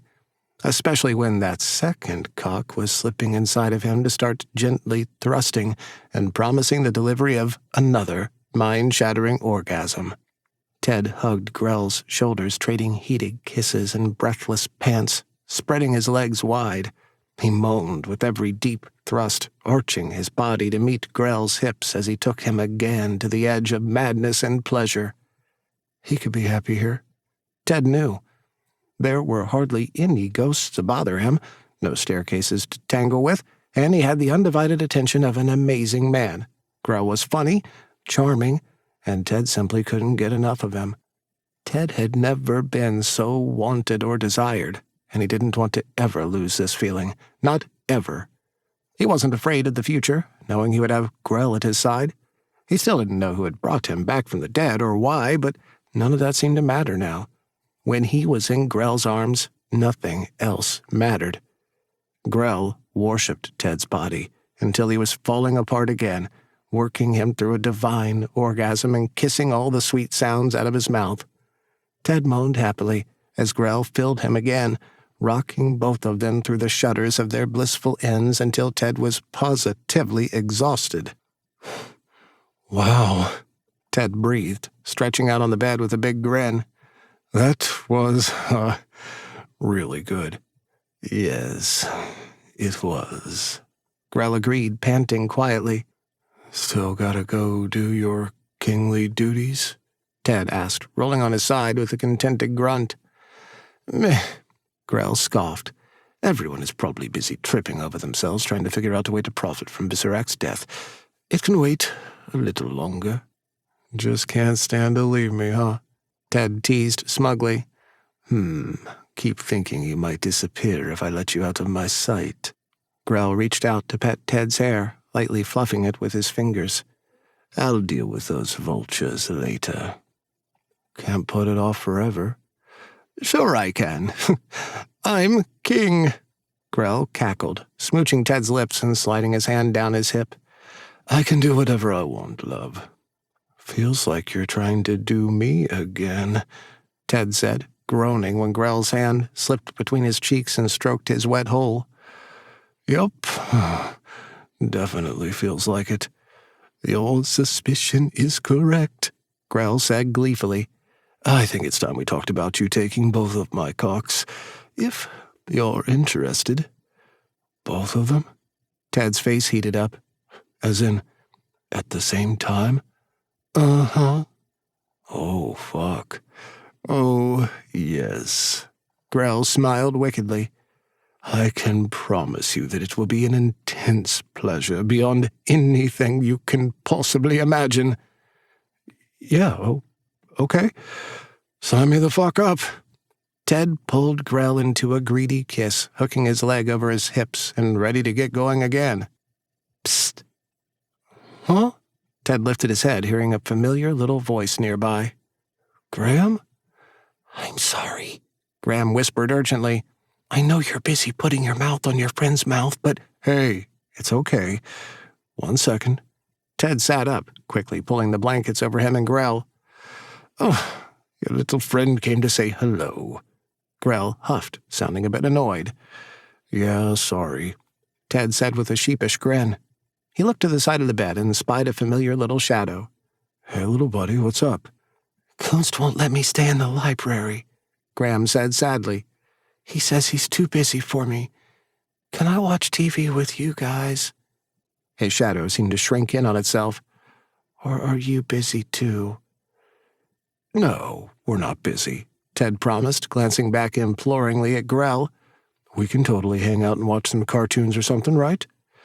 First time I've ever been cock-blocked by a pint-sized ghost. Grell mumbled under his breath. He cleared his throat, saying, It's fine, really. How about we have a nice cuddle and we watch some nasty reality television before dinner? It can't be that nasty, Ted said firmly, settling back down in Grell's arms and resting his head on his chest. He smiled when he saw Graham's shadow creeping up onto the bed behind him. Got innocent eyes over here watching, remember? Fine, Grell fussed, snapping his fingers to rapidly flip through the channels. Here, how about this? Big Angry Chef, Small Children Cooking. Yeah? What do you think, little buddy? Ted asked. Cool with you? This is good, Graham said eagerly. I like this one. Awesome, Ted said, smiling as he cuddled in close. He looked up at Grell, quietly mouthing, Thank you. It's no problem. Grell replied casually, wrapping his arm around Ted. It's not like anyone's ever died of blue balls before, right? Pretty sure they haven't anyway. Ah, well, you'll just have to think of something to make it up to me. Yeah. Ted chuckled heartily, rolling his eyes. I'll get right on it. Ted couldn't think of a more perfect way to spend the day. It was a seamless blend of his old life and the new. All of the people he cared about snuggled together here with him, watching television. The pressure of the trial was lifted, as his innocence was now secured, and he could finally relax. Even though he suspected this little adventure wasn't quite over yet, he was content to enjoy this moment. After all the insanity he'd struggled through over these past few days, Ted figured he was due a break. Just a few moments of peace, quiet, and... "Hey, Ted?" Graham sounded shy. What is it, little dude? "What's blue balls?" Well, shit. Chapter 13. The awkwardness of trying to explain to a little dead boy the meaning behind that particular phrase was something Ted would not soon forget. Between Grell's poor attempts to stifle his cackling and Graham's gasping disgust when all was revealed, Ted wasn't sure if he could recall a more embarrassing moment. Once that mystery had been solved for young Graham, they all got settled back down to keep watching television. Ted didn't mean to, but he was soon dozing off before the next episode rolled on. His sleep was a bit restless, his mind buzzing over the other big mystery that was still unsolved. Who really killed Visceract? He was positive that it wasn't a suicide, but he didn't know what else to do. Grell clearly wanted to put this behind them and move on, and they were all out of options, suspects, and evidence. Unless Kunst had managed to find something of use in the library, the case was going to be closed. He couldn't really blame Grell for not wanting to fight a god or go start a big war, but this didn't feel like justice at all. What was the whole point of seeing Silas's visions? Was there something else Ted was supposed to have seen? What had he missed? Was there more to this kindrous thing in the tears? He didn't know, and his sleep didn't bring any answers.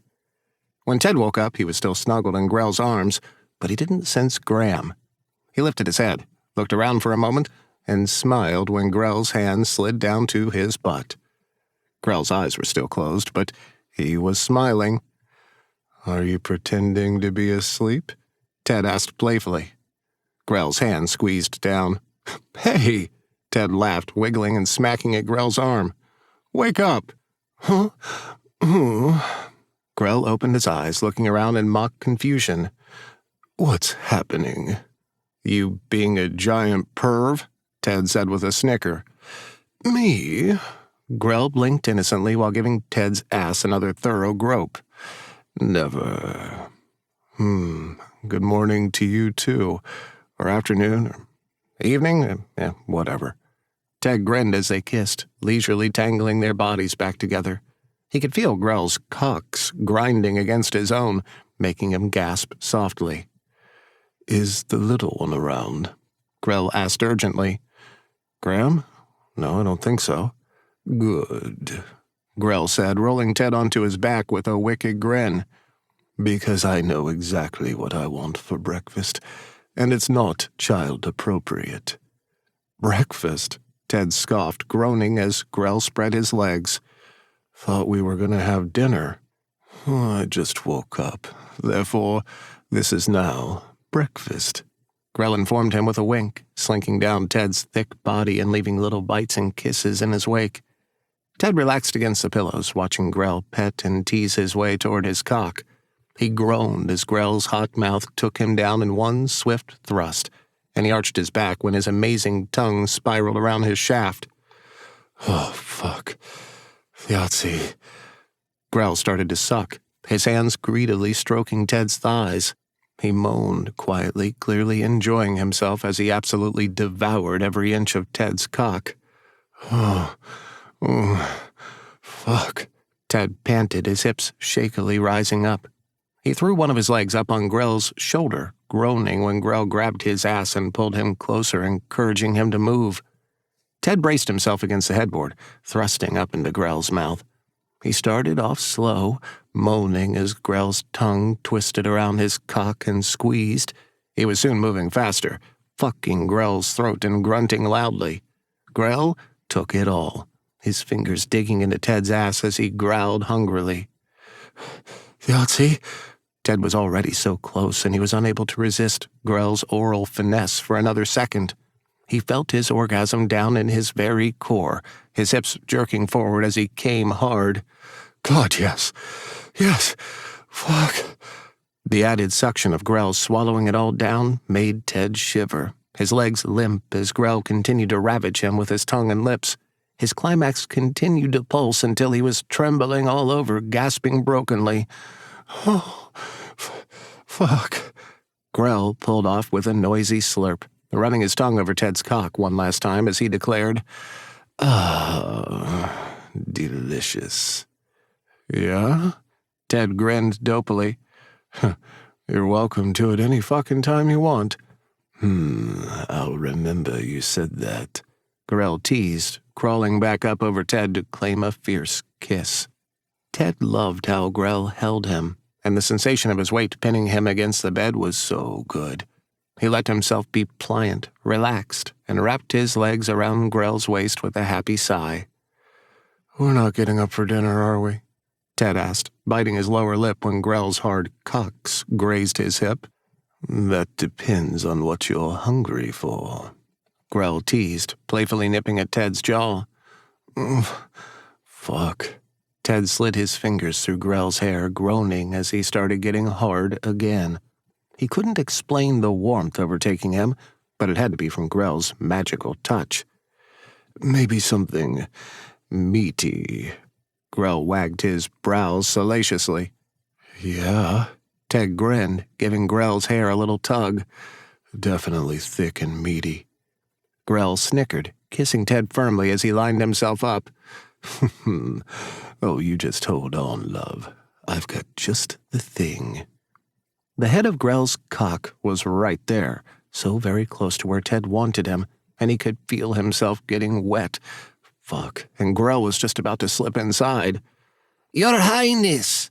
An all too familiar voice called out. "Oh, for fuck's sake." Grell turned his head to snarl at Mozzie. "What the fuck is so fucking important that you decided to just come barging in, huh? Did somebody else die?" No, Your Highness." Mozzie stammered. "Did anything explode?" No, Your Highness." "Have my people decided to rise up and dethrone me?" No, Your Highness." "Then fuck off!" Grell roared furiously. But... Mozzie cowered, trembling as he tried to explain. Your occult advisor is insisting on seeing you. He says he has urgent news about the case, Your Highness." "My what now?" Grell scowled. "You have an occult advisor?" Ted asked, scrubbing a hand across his face. "Apparently I do." Grell scoffed in surprise. He narrowed his eyes at the guard, demanding, "And who is my occult advisor exactly?" It's Professor Amir Kunst," Mozzie said nervously. He said you left him in charge of wrapping up the investigation, and he's been working out of the library." "What in the actual fuck?" Ted burst out laughing. "That undead little shit," Grell mumbled. "He said he needs to see you at once, Your Highness," Mozzie said, backing away quickly. "So sorry to have disturbed you, so very sorry." "Just go," Grell groaned angrily. "Right away, Your Highness." Mozzie vanished as fast as he could. Whining loudly, Grell flopped down on top of Ted. "Oh, does anyone in the whole universe suffer as I do?" "Poor baby," Ted soothed, rubbing Grell's back and laughing. I know. It's so hard being king all the time, huh?" "It really is." Grell lifted his head to smooch Ted's lips. "I suppose the mood has been lost now, eh?" "Not entirely," Ted said, grinning slyly and rolling his hips up against Grell's. "Still pretty hungry, if you catch my drift." "Oh, you delicious little minx," Grell purred happily. "Just lay back and relax, love. I'll make sure to leave you very, very satisfied." And satisfied Ted was. 2 more times before they finally decided to get out of bed and face the world. Grell took Ted out into the pools to clean up and dress them both in fresh clothes afterward. "You know, I'm still looking forward to taking both those bad boys of yours when we ain't being rushed," Ted teased, adjusting his new jeans with a smirk. "Oh, it will be my pleasure," Grell assured him, "and well worth the wait. We're ready to go see your new occult advisor? I'm positively dripping with excitement." Grell drawled. "This will be the absolute last time I ever do anything nice for a damn ghost." A snap of Grell's fingers took them to the library, and Ted almost didn't recognize it. There were books and papers strewn everywhere, texts left in haphazard stacks all over the floor, and scrolls unrolled over the chairs. Grell's fury was palpable, and Ted quickly called out, "Hey, Kunst? What the fuck happened in here?" "About time you two showed up," Kunst snapped, his orb floating out from between the shelves and hovering before them. "What in the fucking fuck did you do to my library?" Grell snarled. "Since you two have been busy doing whatever it is you've been doing," Kunst huffed, "I've been hard at work." "Didn't you hear?" Ted snorted. "The case is closed. Visceract offed himself after killing Meyer and Silas." "Oh, please," Kunst sneered. "Don't insult my intelligence. Neither of you believe that awful setup, do you?" "And how do you know it was a setup?" "As the newly appointed Royal Occult Advisor, I had the guards take me to the crime scene before the body was removed," Kunst said proudly. "You're really something else, aren't you?" Grell was trying not to look impressed. "Didn't happen to mention to them that you appointed yourself?" "Look," Kunst said urgently, "now that we're all on the same page, there is something you must know. The broken vials, I believe I have identified the substance within." "And?" Grell grunted. "I believe those vials held great Azathoth's tears," Kunst said triumphantly, his orb flickering brightly. "Whoop-de-doo!" Grell threw his hands up in frustration. "We already figured that." "But, who were they for?" "Huh?" Ted stared. "What do you mean?" 3 vials, Kunst replied. for 3 conspirators, yes? One was for theologian Silas to buy her silence, and one was for humble Visceract, who we already know was actively working with Gronach." "Right," Ted confirmed. "So?" "There's a third," Kunst said impatiently. "Who is the third vial for?" Ted and Grell exchanged the same confused stare.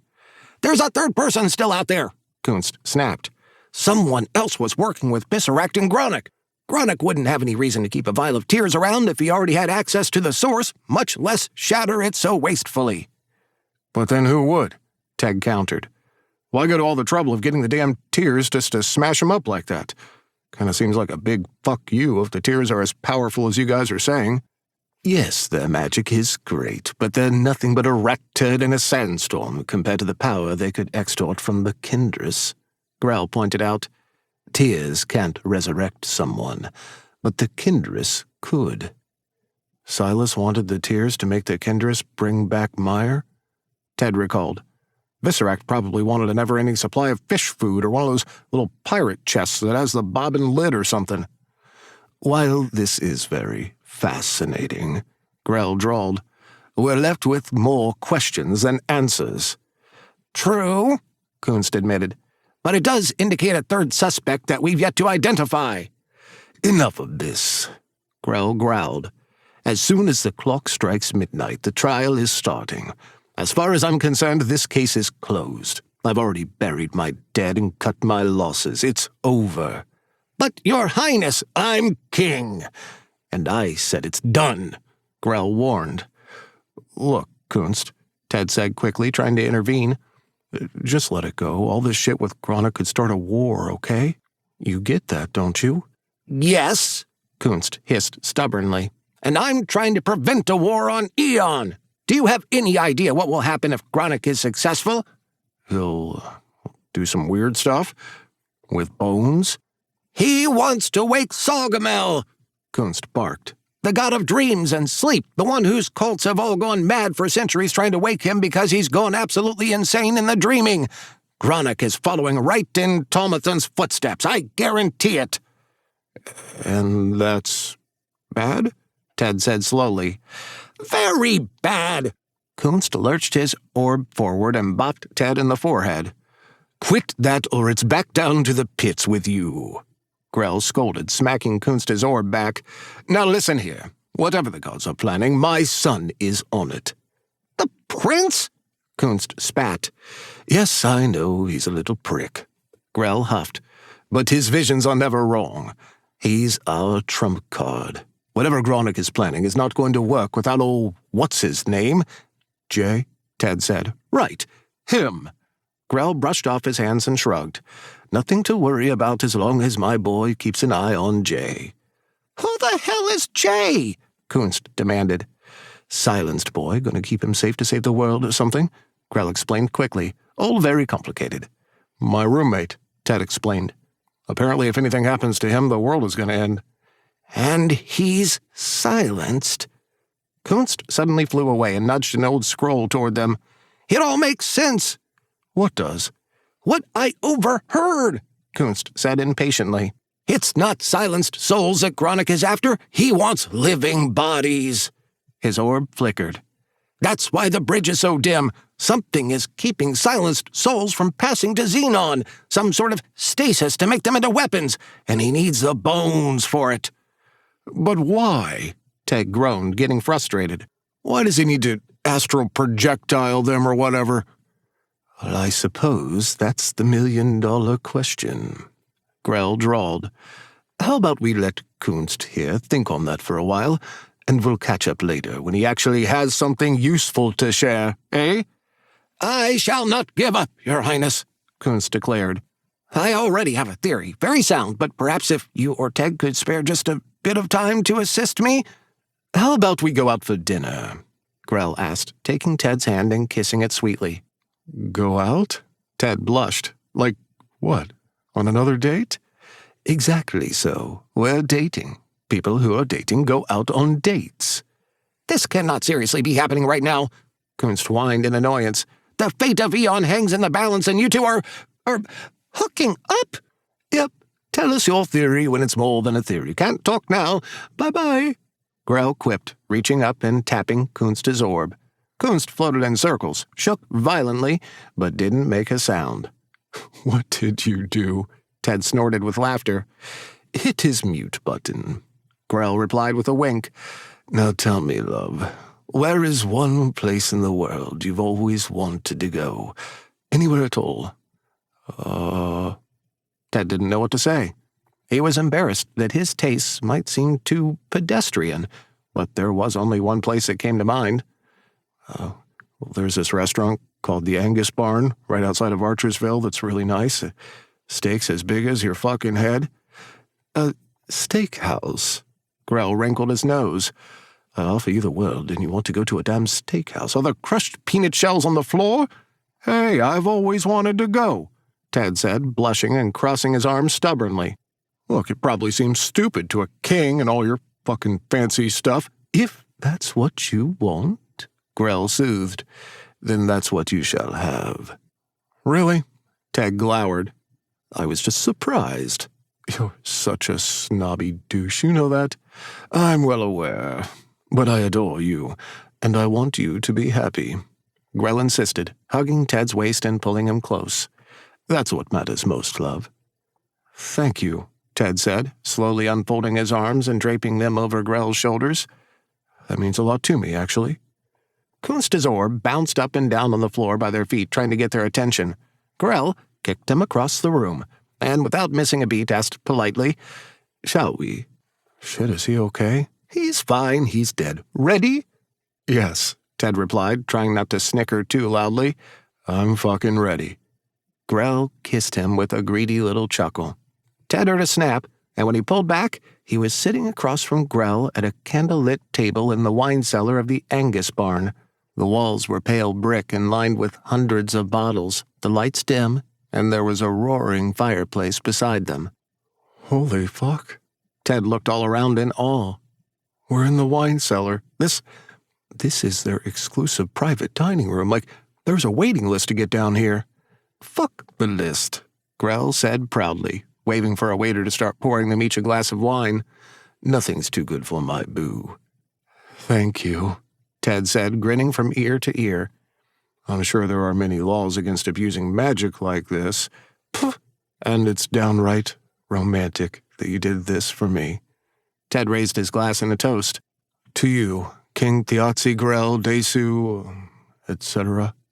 Thank you, Tedward, whatever your name was, Grell replied, clinking his glass slightly to Ted's, for making this old king very, very happy.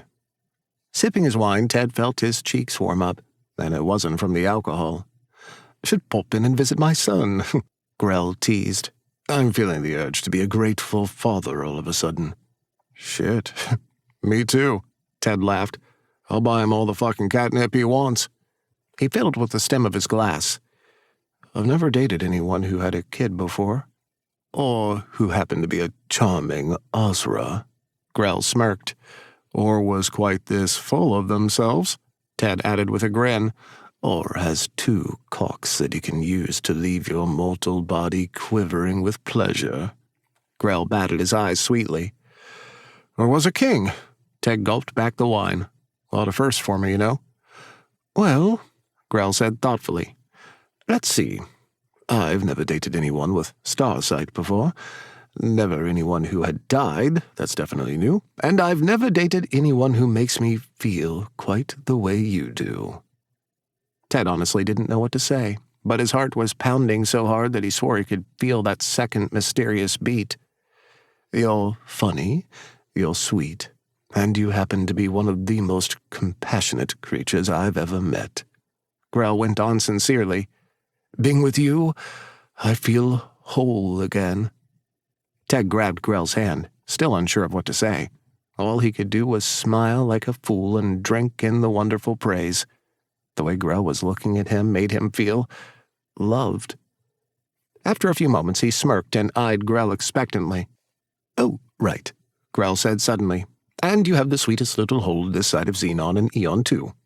He winked lecherously. Better. Was worried you were getting soft on me, Ted teased. For you, Tedward, I only get hard. Naturally, that was the moment their waiter returned to take their order. He smiled politely, but was definitely trying to hold back a laugh. Are you gentlemen ready to order? After you, love, Grell said, grinning and peering at Ted over the top of his menu. Ted cleared his throat, awkwardly scanning the entrees. He looked back up at the waiter, challenging, What's the biggest steak you got? That's my man. Grell sighed dreamily. The Angus Barn's largest steak was a 42-ounce monstrosity of a bone-in ribeye called the Tomahawk Chop, and Ted ate every last bite. Grell drank all the wine. After declining dessert, Ted was whisked back to Xenon and snuggled up in Grell's bed. Grell had to run a quick errand and left Ted with an aching stomach and debating the wisdom of eating a steak bigger than his head. When Grell returned, his posh suit turned back into his colorful unicorn onesie as he slid into bed beside Ted. He patted Ted's aching belly, cooing, Oh, my poor little darling. Sicky tummy? I regret nothing, Ted said stubbornly. Snickering, Grell leaned in for a kiss. Ted's clothes were transformed into his own matching unicorn onesie. His tummy was grateful for the extra room, but he was confused. Everything okay? Finally got the court corralled, Grell replied, rubbing Ted's stomach soothingly. They'll be dragging their tentacles and claws and assorted bits together for your trial tomorrow morning. The Volgorans requested a postponement so they can have a funeral for humble Visceract tonight. Well, damn. Ted was relieved. Trying to stand trial with an aching stomach hadn't been appealing. He relaxed, cuddling up on Grell's chest. Who's the new prosecutor? That idiot Gulk. Goody. Still think I'll be found innocent? Of course. Or I'll just eat Gulk. You're so sweet. Like cotton candy, Grell confirmed with a grin. Except I don't get stuck in your dental work. Yeah, you get stuck in other places. Ted laughed, but he was suddenly bashful when Grell looked at him, waiting for him to elaborate. Well, like in my heart kind of places, or like in my thoughts. I don't know, he groaned. I'm shutting up now. Ah, you're so very romantic, Tedward. You shut up too. Let's go to sleep. I can think of other enticing places to get stuck in. Go to sleep. I'm already full up on meat for tonight. Ouch. Ted couldn't help but laugh, snuggling in just a bit closer. Seriously, he breathed. Thank you for taking me out. It was fucking great. Maybe tomorrow, after my trial. Yes? We can work on you getting stuck in some good places. Maybe even, at the same time. Oh, my love. Grell was beaming. I do so adore you. You're definitely sitting next to me at lunch now. Ted laughed again. Grell smiled and kissed his brow. Sleep sweetly, Tedward of Eon. Sweet dreams, King Grell of Xenon.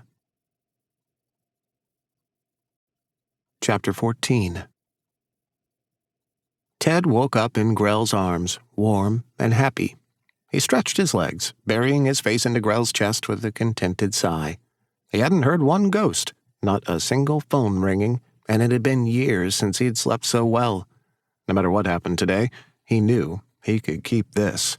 The happiness, the sense of peace, and his beautiful king. Good morning. Grell purred, shifting beneath Ted as he stirred. Don't you look lovely? Ted was certain his hair was a mess, but he grinned anyway. Good morning. Time for breakfast, going to trial with the court, and then steamy sex before lunch. You read my mind, Grell said. That's a perfectly wonderful idea. They stayed in bed for a few more minutes before Grell summoned them a luscious breakfast. They ate in bed, enjoying the comfortable silence between bites of food. Even though his trial was coming up soon, Ted wasn't worried. For better or worse, the trial was going to declare him innocent. All of this would be over, and he could enjoy his budding romance with Grell in peace. He could sense Graham nearby, feel his little hand touch his shoulder, but he didn't speak. The gesture seemed comforting, and Ted took it as a wish of luck for what was about to happen. When breakfast was done, Grell got them dressed and took Ted's hands to press little kisses all over them. Are you ready, love? Ready as I can be, Ted said with a forced smile. Let's get this shit over with, okay? Agreed, Grell said, keeping hold of one of Ted's hands as he ported them to court.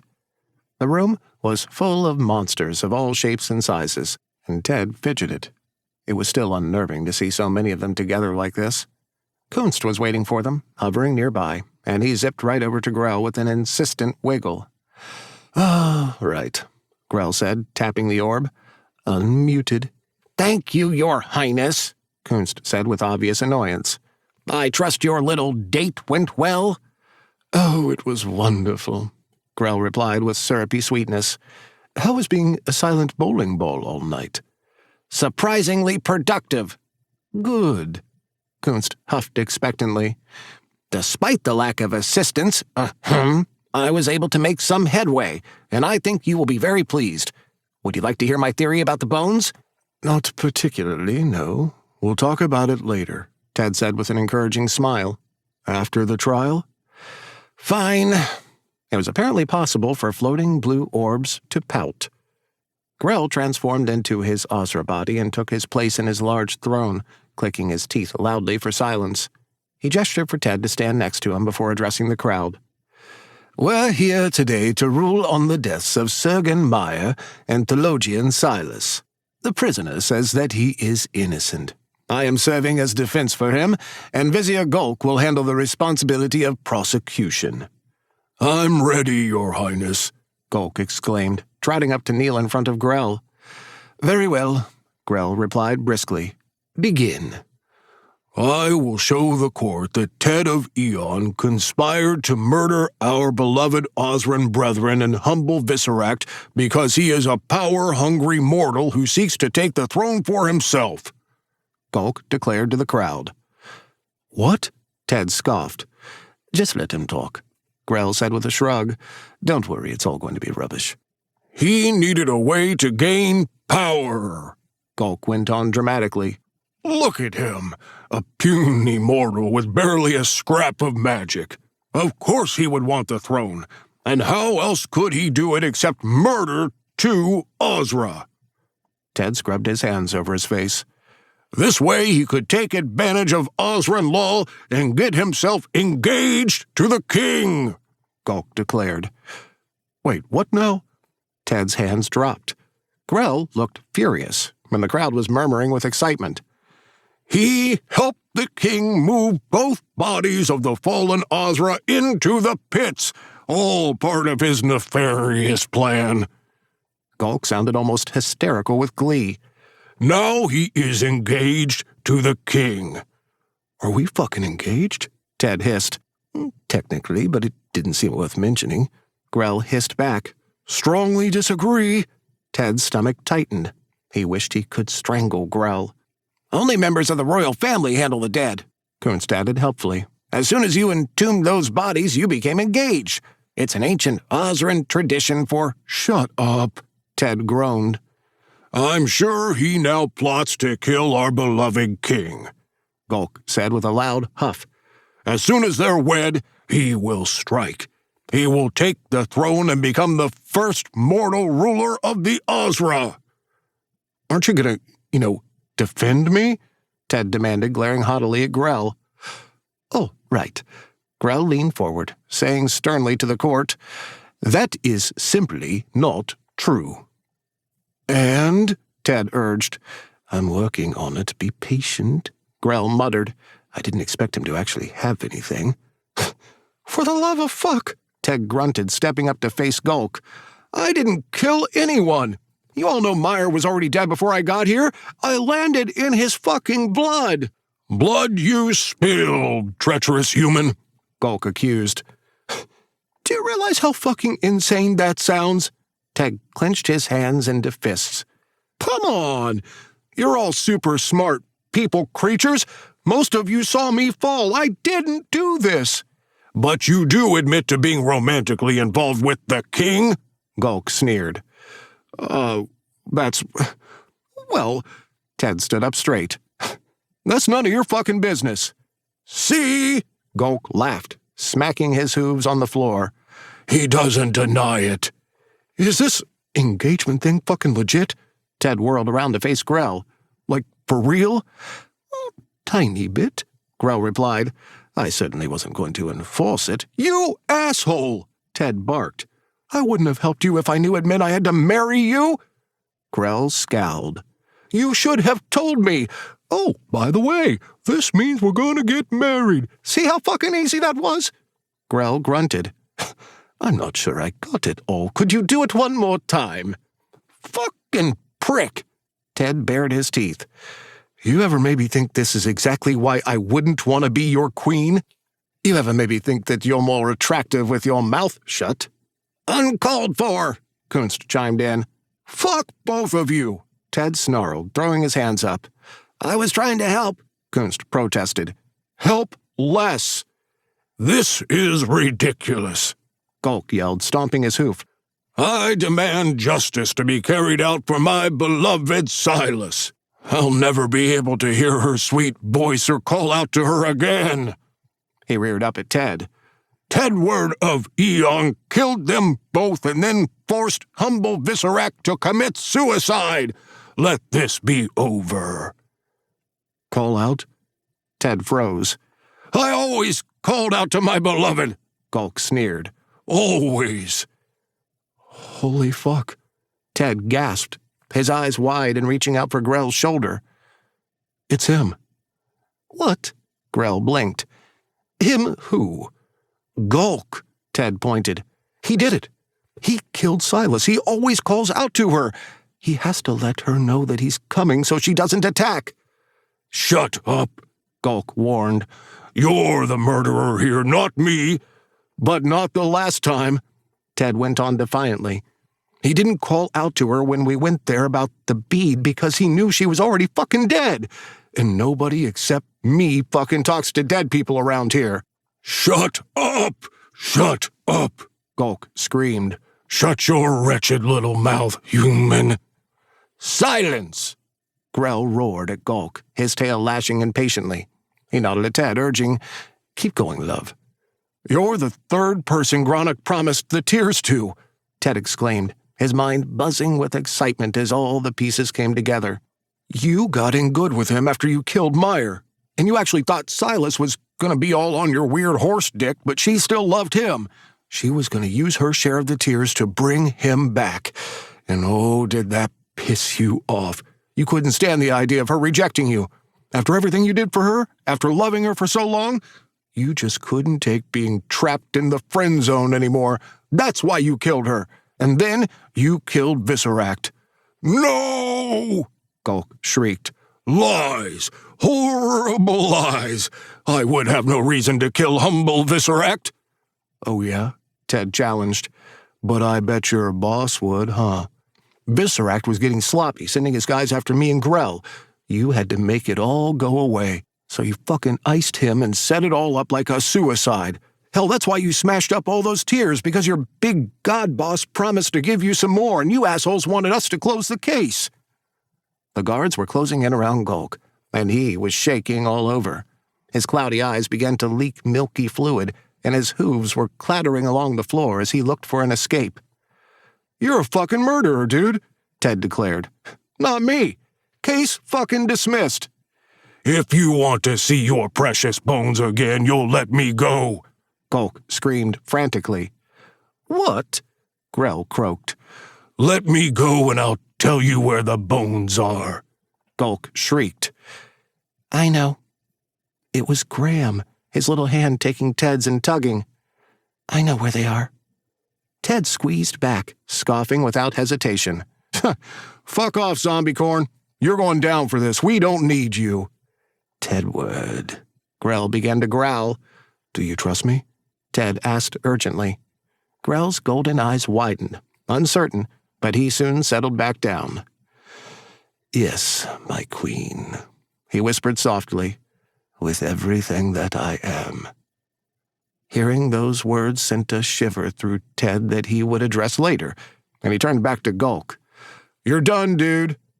Grell rose up from the throne, triumphantly declaring, "I hereby rule to convict Vizier Gulk of these crimes and release the human prisoner. What says the court?" "Aye!" the crowd roared in reply, and the Osran guards descended upon Gulk with unnatural speed to start dragging him away.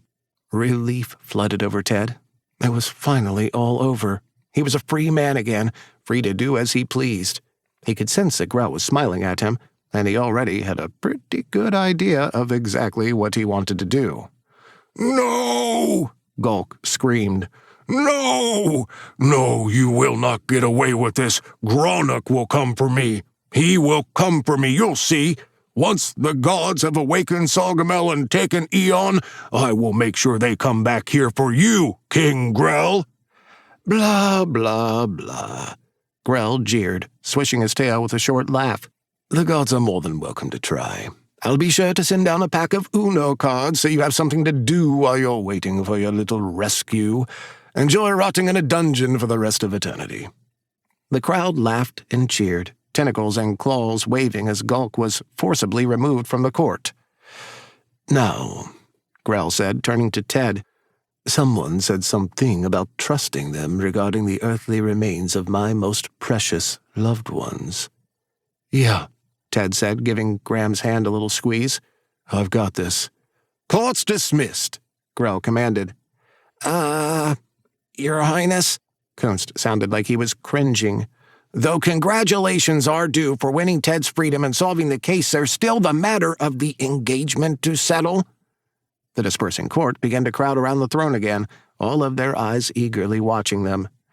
"Shut up, Bubble Boy," Ted said with a grunt, his cheeks heating up fast. "The engagement has been offered," Kunst said stubbornly. "Technically, though you've already accepted it by assisting Grell with the entombment, you have to give a formal answer to the court." "He has until the next full moon to give a formal answer, twat," Grell snapped. Let it go." He shook his head at the members of court. "Shove off, you gossip gobbling slags. We've got some very important business to attend to." Through portals or magical doorways, everyone left the court until only Grell, Ted, and Kunst remained. Well, and Graham, of course. "We need to go," Graham urged, pulling Ted forward. Ted stumbled, letting Graham guide him around the throne to the back of the platform it sat upon. "Where are we going?" "Right here." Graham appeared, his little hands pointing down to the floor. "Here." Kneeling down, Ted hesitantly reached for the tile floor. He expected to touch firm stone, but his fingers slipped right through, and he felt something cool and smooth. He grabbed it, lifting up a large jawbone. "Holy shit," Grell gasped, slipping into his human form and joining Ted on the floor. They took turns reaching down into the hidden space, pulling out bone after bone. "They've been down here this whole time.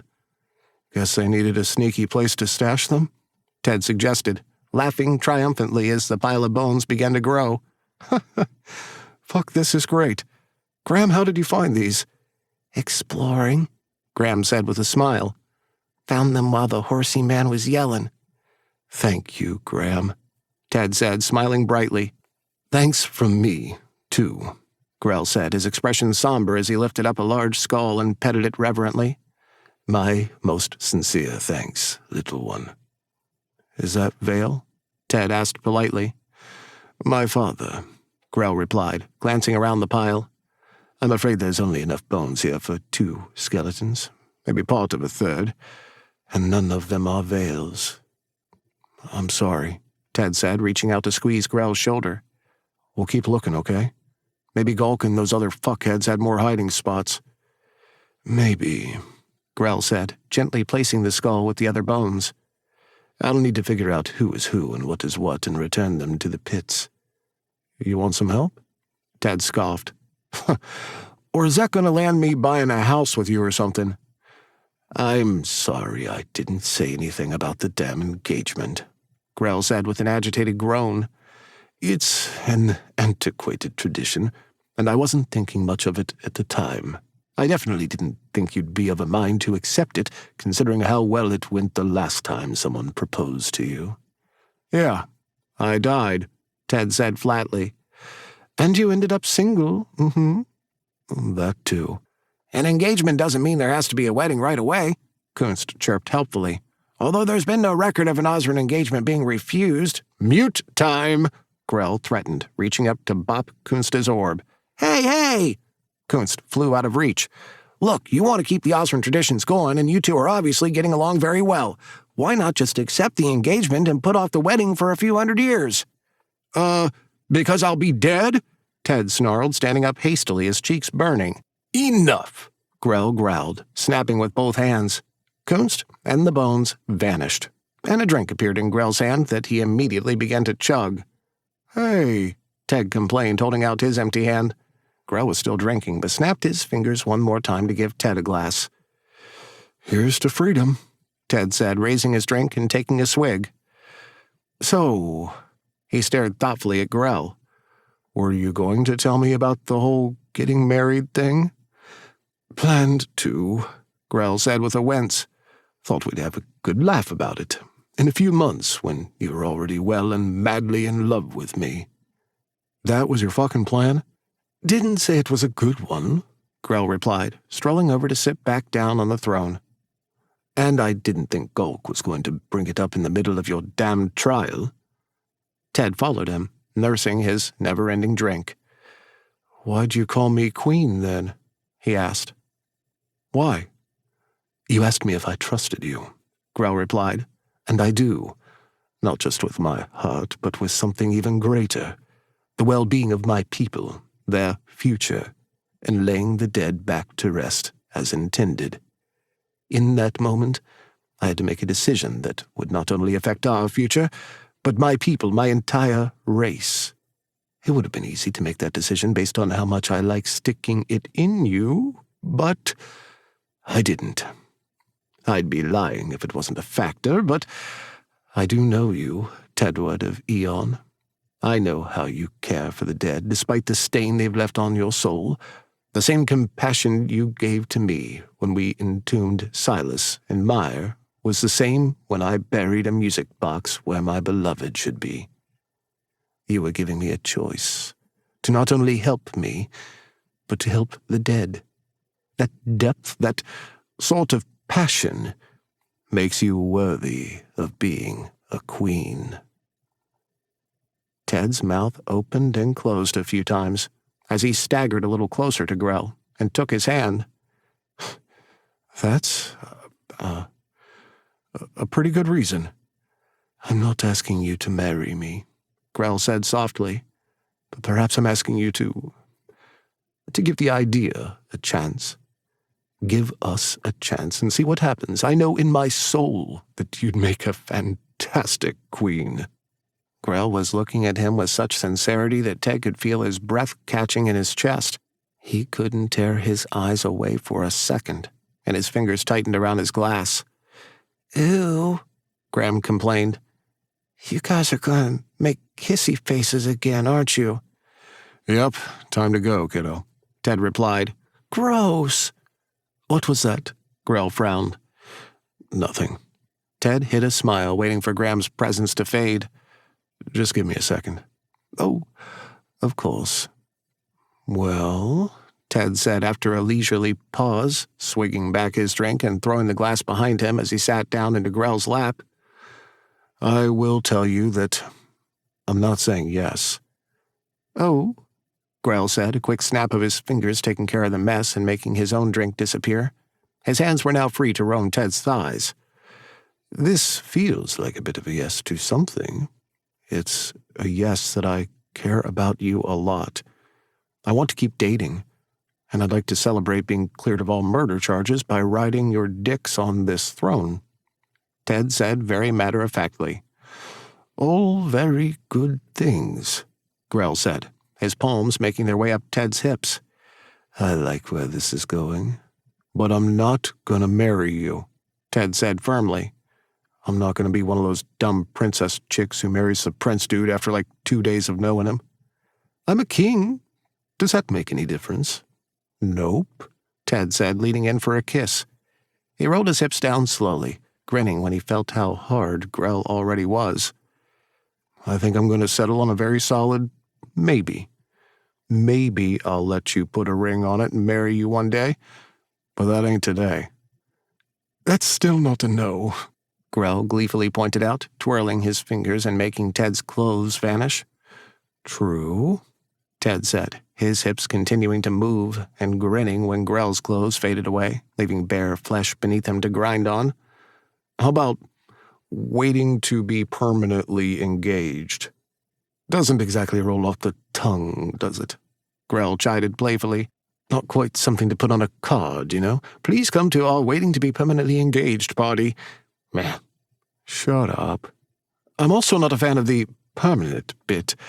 Feel like I can win you over if I try really hard and think good thoughts. Shut up and kiss me, Ted pleaded with a loud groan. Yes, my queen, Grell said, dragging Ted in for a hungry kiss. Ted didn't even bother denouncing the new nickname, letting himself fall into the hot press of Grell's lips. It seemed so natural now, holding each other, touching and caressing all over. The thrill of fucking Grell right here on his throne was not lost on Ted, and it honestly made this so much hotter. Grell's cocks were pressing up against Ted's ass, and Ted could feel himself getting wet, his hole magically probed and stretched with a wave of Grell's hand. It was easy for Grell's first cock to slide inside Ted's body, Ted eagerly accepting it with a heated moan. It was deliciously thick, and Ted couldn't stop himself from slamming down a few times to savor the hot stretch. The pressure was amazing, and made him ache already so full. He could keep going just like this and easily make himself come, but he wasn't done yet. He wanted all of Grell inside him, and he was determined to take both of his cocks. The second one, well, that was going to take a bit more work. As soon as Grell tried to push inside, there was a flash of pain that made Ted hiss. He grunted, trying to readjust himself and push down, but the resistance was still too much. Grell slipped a finger in alongside his first cock and tried to work Ted open before going again, but the burn was still intolerable, even with his magic. "Can't you make me wetter?" Ted griped. "Your ass is like Niagara Falls right now," Grell shot back. "Just hold on. You're too damn tight, and I don't want to hurt you." "Hold the fuck on," Ted declared, reaching back and stubbornly grabbing Grell's second cock away from him. He pushed the tip up against his hole and began to sink down.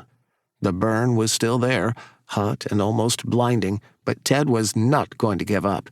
He groaned, gritting his teeth and willing his body to open up. Slowly, yes, it breached him. The burn lingered, but he refused to stop. He groaned as he pushed down a little more, his body fighting against the new intrusion, and fireworks lighting up under his skin from the intensity. There. Fuck. The head was inside him, and he could hardly believe that he'd finally done it. "Ted," Grell gasped, his fingers squeezing down on his thighs. "Oh, fuck. Yeah, you're damn right."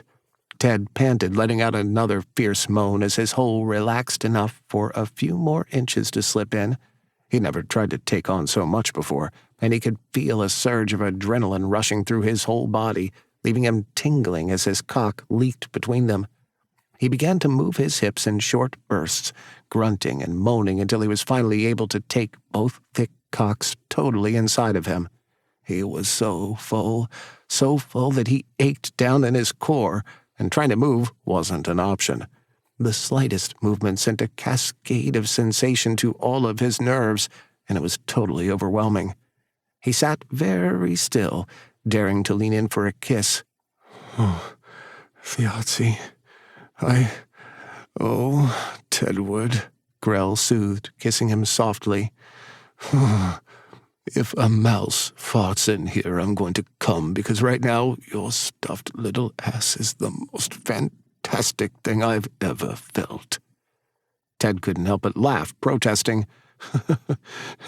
"I had this whole plan of seducing you and fucking your brains out, Not going quite how I planned it.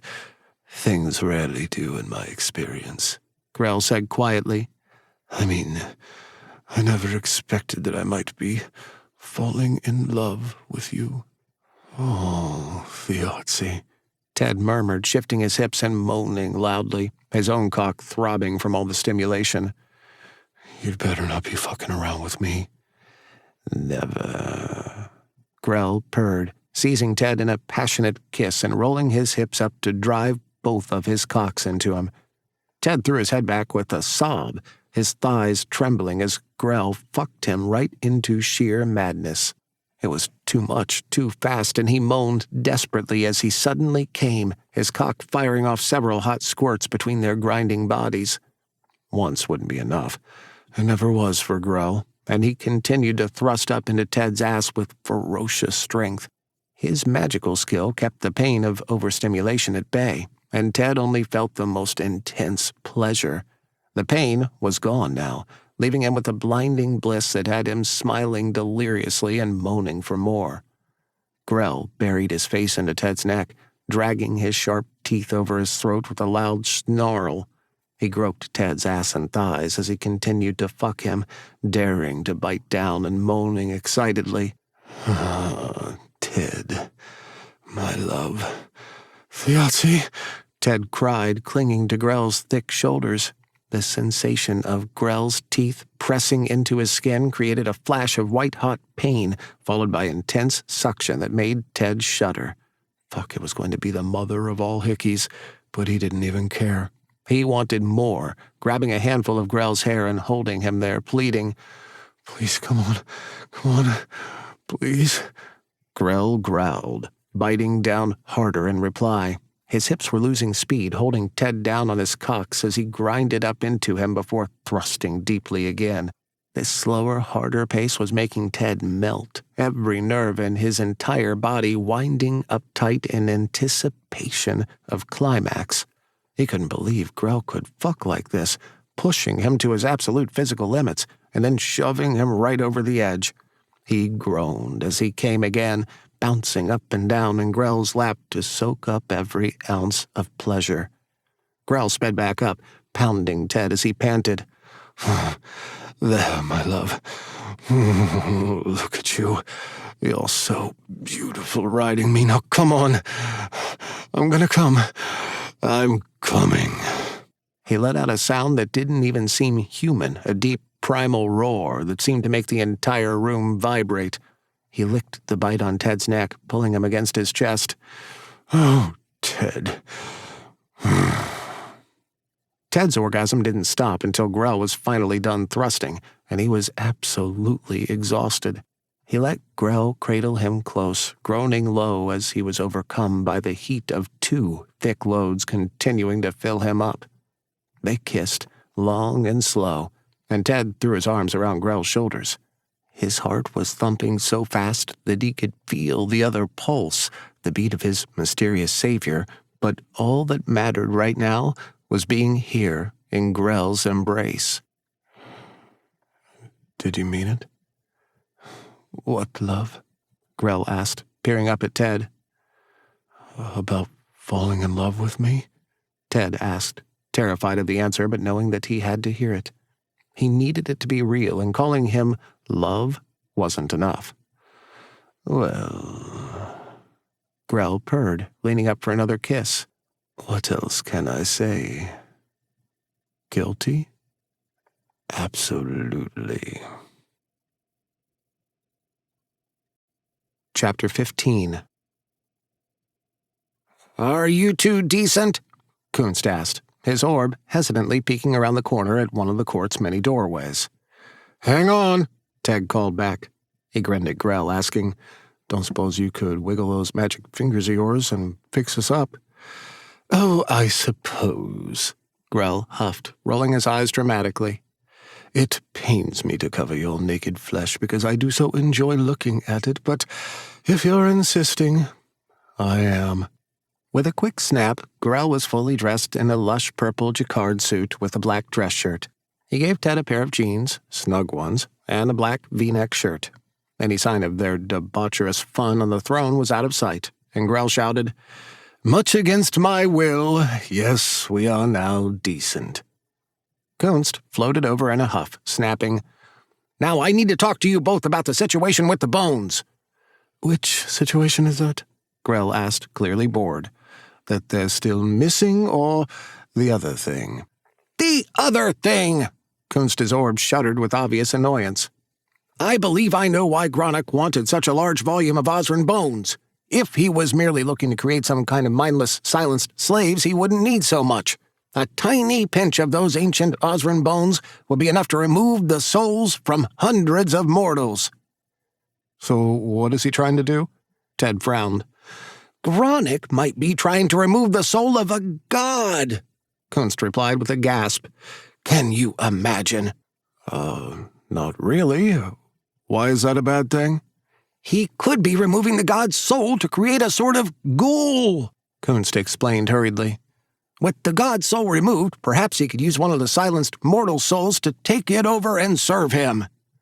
So a silenced person would be driving around in a god's body? Even if it was possible to force a god to astral project, Grell drawled as he rose up from the throne. A mortal soul cannot be bound to an immortal vessel. What about another immortal soul?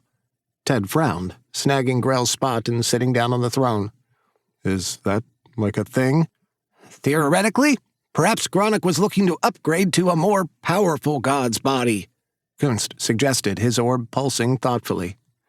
That still doesn't explain why he needs silenced mortals, Grell argued. Somehow the fate of Eon hinges on Ted's little roommate being taken. My son's visions aren't always succinct, but that much he was absolutely sure of. As true as that may be, my conclusion remains the same, Kunst said. There is no other purpose for so many bones except to forcibly remove a god's soul from their body. What the fuck is he doing on the throne? A new voice sneered angrily. Ted looked up to see a very familiar naked young man glaring at him. He blinked a few times to make sure this was a real person and not a ghostly illusion of some kind, grunting, Hi. Oh, look, speak of the devil, it's my spawn, Grell said cheerfully. How good of you to pop in and say hello. Don't you have a human you're supposed to be guarding? He's fine, the young man snarled as he stalked closer. Left him with Starkiller and Azathoth the Lesser. Star what now? Ted asked. A mortal with the power to kill a god, Grell replied. Very strong, big eyebrows. Thought we went over this. Hey, the young man snapped impatiently. Want to explain why the fucking cat kicker is sitting there? Hey, I got a name, Ted growled, standing up and advancing toward the being formerly known as Mr. Twiggs. And I never fucking kicked you. You kept tripping me, you little fuzzy psycho. Fuck you. Hey, fuck you. All right, Grell roared, holding his hands up for silence. Now everyone play nice for 5 seconds. Daddy's getting a headache. Ted, this is my son, Asta. Asta, this is... Ted, kicker of cats. Asta cut in nastily. We've met, Daddy.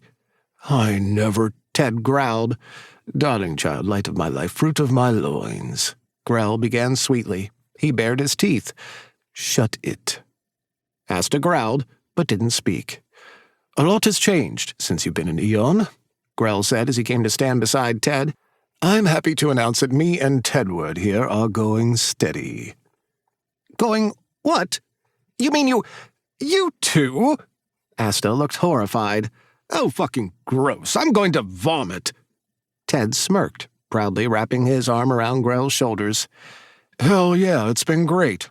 We're getting along good, having ourselves a swell fucking time. For the love of great Azathoth, Asta whined. Please tell me you're not doing it. Every day, Ted replied, enjoying how pale Asta grew. Sometimes twice. I'm seriously gonna spew. Come on. Grell swatted at Ted, trying not to laugh. Easy, love. I have fucking underwear older than him, Asta complained. This is beyond sick. He's just so... Ugh. Look, I'll spare you the sticky details of our sordid love affair, Grell soothed. I do really have something important to talk to you about.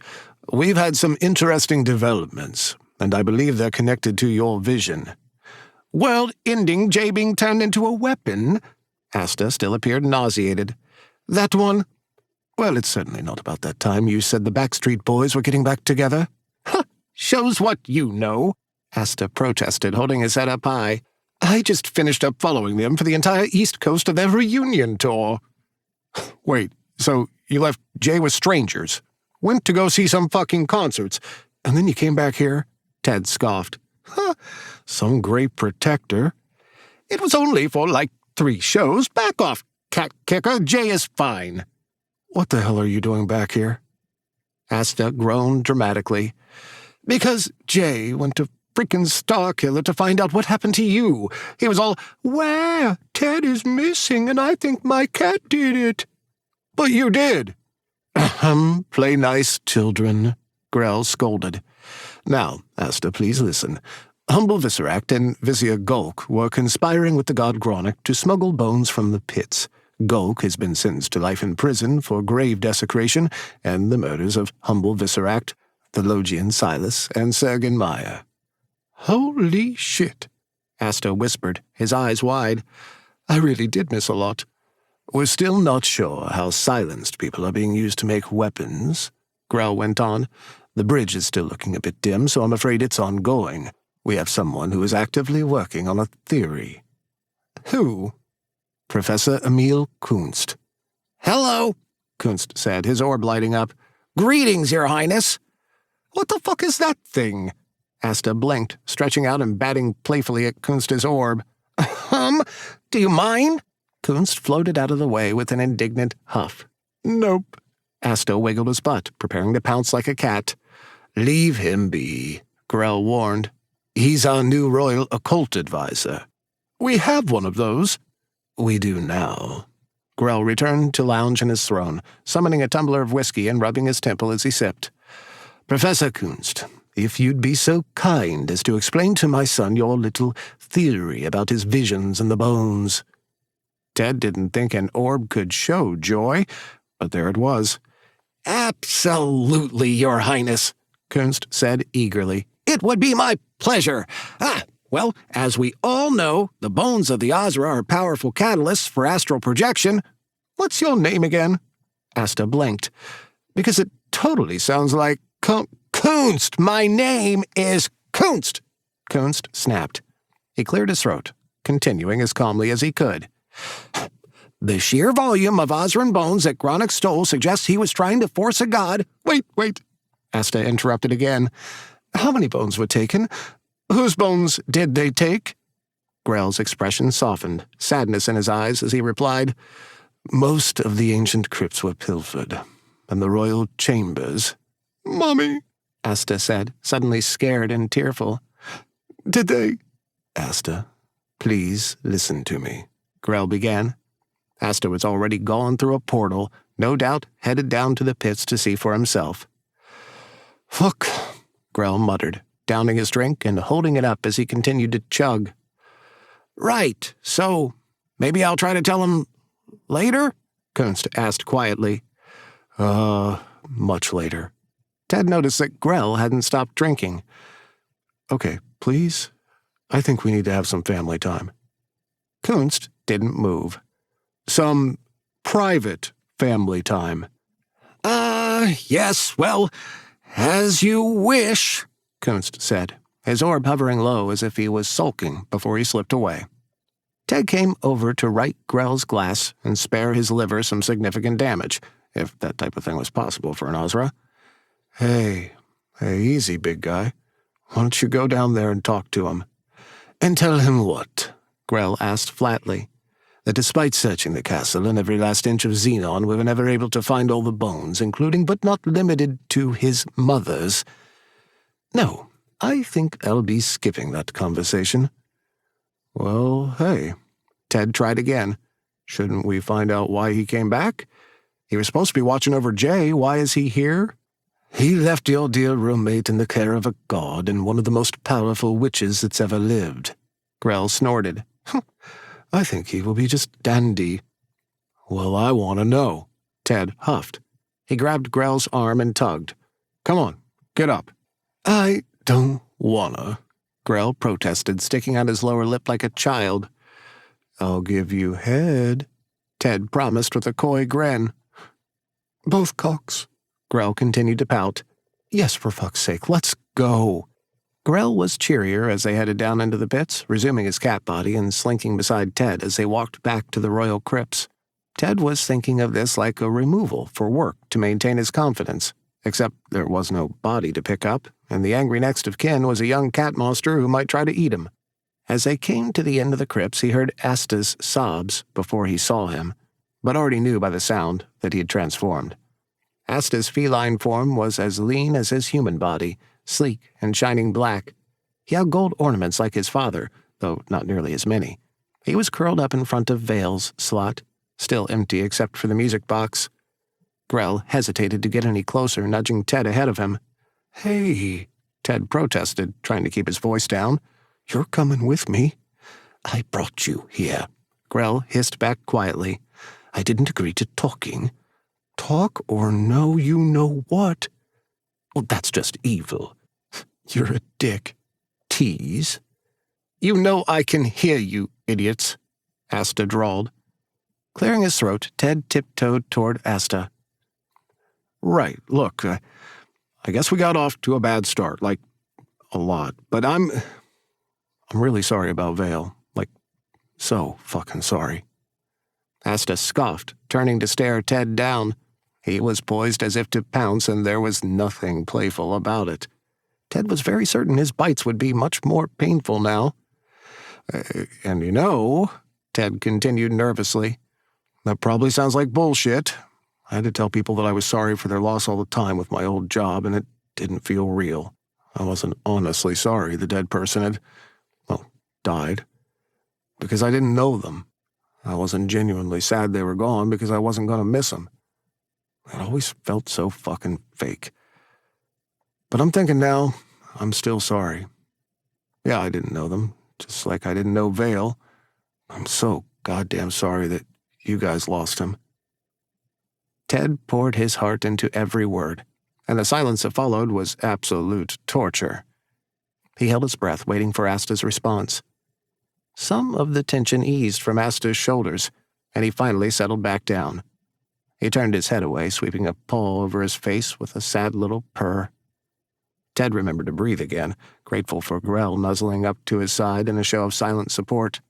"You shouldn't be down here," Asta mumbled at last, to break the silence, his lashing tail proving that not all of his fight had left him.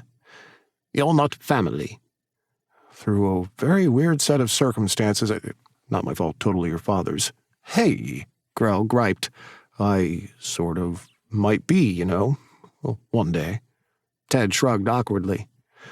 "I mean, if I accept his engagement thing officially." "Did he get you to help move a body?"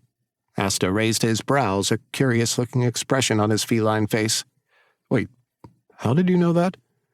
"That's how he got my mother," Asta scoffed. And then he actually laughed. "Old man used the same trick twice." "That is not what happened," Grell argued loudly. "Vale knew the consequences. What the hell?"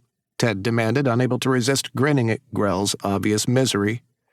"When my mother's favorite uncle died, he wanted to help take him down to the pits," Asta replied. "And that old bastard over there is all, 'Oh, but it's dirty and gross, and you don't want to do that,' just playing it up." Did he now? Ted batted his eyes. "Yeah," Asta said, almost smiling now. "My mother's stubbornness was legendary, and the best way to make him do something was to tell him not to do it." "So you courted your future husband by telling him moving bodies was gross, which made him want to move a body, and that's how you got engaged?" Ted grinned. "Kinda sweet." "Perhaps I was a very nervous and shy little prince at the time and was having a bit of trouble asking the very hot man out on a date," Grell said, holding his nose up in the air. "You? Shy?" Ted scoffed. "Ha! Bullshit." "No, it's true," Grell replied firmly. "I was quite awful. Braces, pimples, just wretched. I had explained to Vale that helping with the entombment would mean an engagement, obviously, and he said, 'Oh, but yes, I would just love to be married to you.' And that's about how it went." "He's a liar," Asta drawled. "I know," Ted said with a smooth smile. "I didn't know about the engagement body thing until I was in court fighting for my fucking freedom." "And I already told you that I didn't think anyone would bring it up," Grell fussed. "I apologized and have given you many orgasms to make up for—" Okay, yes, and I get that. Still a little salty because there was a fucking dick move." "You two are fucking perfect for each other," Asta said, shaking his head and turning back to look at the empty slot. He grew quiet again, and Ted thought he heard a soft sniffle. "Have fun getting married." "Thanks," Ted said, hating how easily he still blushed thinking about it. "I mean, I still haven't said yes. We're, seeing how things go, but—" He smiled. "I'm really happy." "Good for you, kicker of cats." "So am I, if anyone is wondering," Grell piped up. "No," Asta snorted. "I do," Ted said sweetly, reaching up to scratch behind Grell's ears. "Thank you." "So whose stupid idea was this?" Asta mumbled, his grumpy tone betrayed by the reverence with which he touched the music box. "Mine," Ted replied, unsure of what to say except to keep being honest. "I thought it could be a promise, that we're going to keep trying to find them." Grell picked out the music box. "It was a birthday gift," Asta said with a little smile, glancing back to Grell. "It was my idea, and Daddy had it made for him. Mom always kept his jewelry in here. My baby teeth." He turned back to the box. "This sucks." "Agreed," Grell said. "So?" Asta stood up, padding back toward them with a flash of his teeth. "Shots." Grell bowed, bumping their heads together. "That's my boy." Ted stepped back, letting father and son have a tender moment. He could hear Asta whispering, but only caught part of it. "It's like losing him again." "I know," Grell soothed, purring sadly. "I know." Asta pulled away quickly, shaking it off as if they weren't just being sweet. Let's go get fucked up. Let's. Grell swished up against Ted's side and ported them out to the pool. There was a line of colorful umbrella drinks and a large bottle of liquor waiting for them, and Ted laughed when he looked down and saw Grell had given him unicorn swimming trunks. Grell's matched, naturally. Asta turned back into a human and put on shorts after Grell yelled at him for being naked, and they shared a toast. The alcohol never stopped flowing, and Asta spent every second spilling every juicy and embarrassing story about Grell that he could. Grell grumbled and fussed, but he honestly just seemed happy to see Asta smiling again. Ted tried to maintain a respectful distance. Wouldn't it be weird to be all over Grell when his son was right there? But Grell wasn't having any of that, and dragged Ted right into his lap so fast that the eels scattered.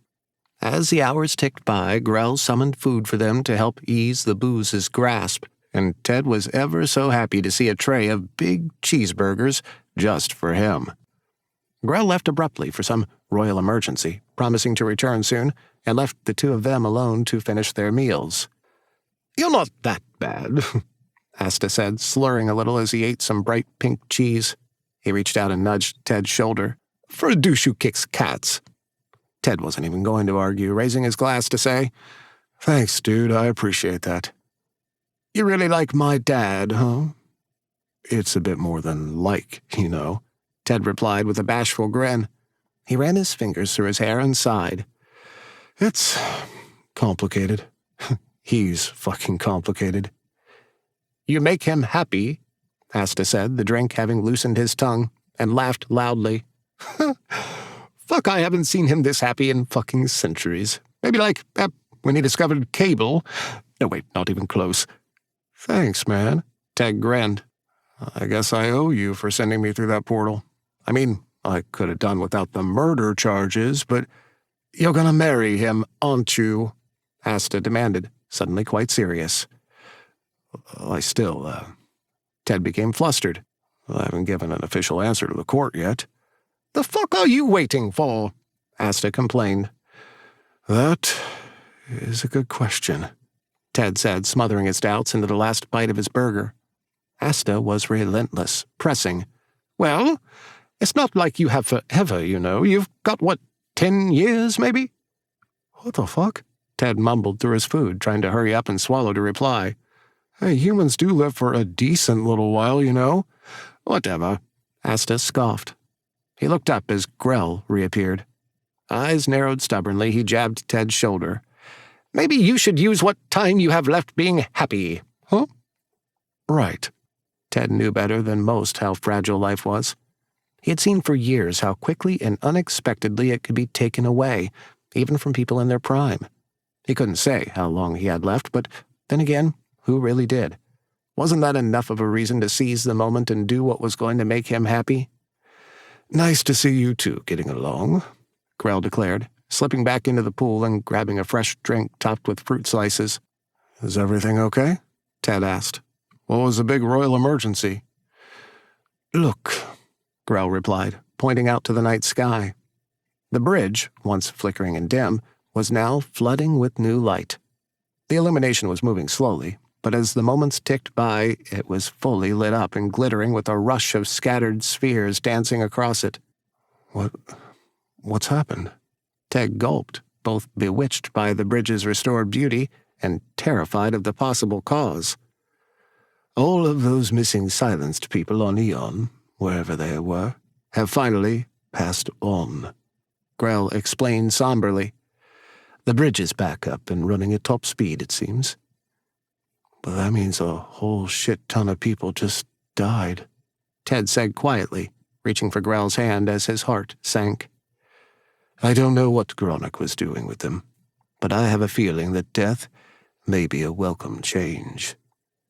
"Shit," Asta whispered, his big eyes staring down the bridge with a loud gulp. "Jay, I should probably get back to Jay. Make sure he's okay." "Go on," Grell urged, "but be safe. No doubt Gronik is behind this." "No problem. I'll track down Starkiller and Azzy, see what's up. I'm going to ask them about the bones, too." Asta blinked out of the pool, naked once more with his sunglasses reappearing on his face. "I'll be back as soon as I can." He pointed at Ted. "And you, what's your answer going to be?"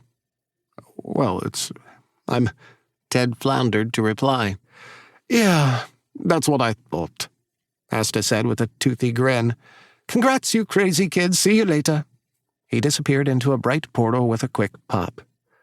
Why does he always travel naked? Ted wondered out loud. "Loves the whoosh down on his bits," Grell said with a laugh, tugging Ted back over into his lap. "It can be quite refreshing." "I'll take your word for it," Ted laughed, kissing Grell warmly. Missed you. I wasn't gone so long, love," Grell said, smiling. "Well, there's something I want to talk to you about," Ted said, holding his head high and trying to be serious. "Oh?" Grell looked intrigued. "Is it something perverse?" "No," Ted scolded. "Our engagement." Grell still seemed interested. "What about it?" "I was talking to Asta, and he kind of gave me some perspective about my squishy mortal life," Ted replied. "Got me thinking about what I want for the future." "Does this mean you're accepting?" Grell asked patiently, his hands lightly stroking Ted's hips. "It means I'm willing to accept being permanently engaged for the near future while we figure our shit out," Ted said carefully.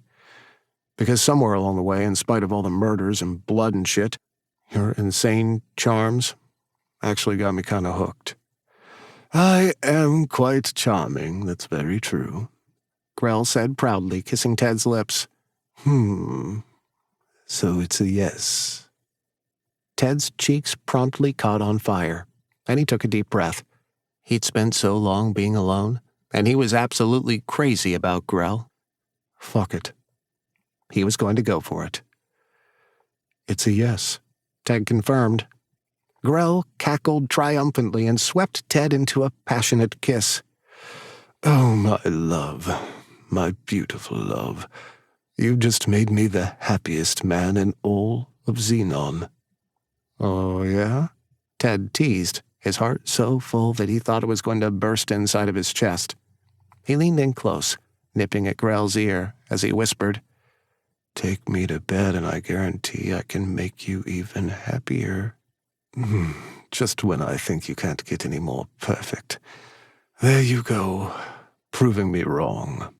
Grell held Ted close, preparing to blink them away. "Ready, my love?" "Fuck yes." Ted smiled. He was ready for anything, for the promise of awesome sex that was about to be fulfilled, for a life waking up every day next to this handsome king, and for making the most out of each and every moment. Asta was right, that little shit.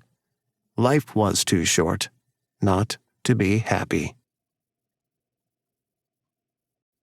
This has been Kraken My Heart, a Sucker for Love mystery, Book 2. Written by K.L. Hiers. Narrated by John Solo. Copyright 2021 by K.L. Hiers. Production copyright by K.L. Hiers. Ta-da!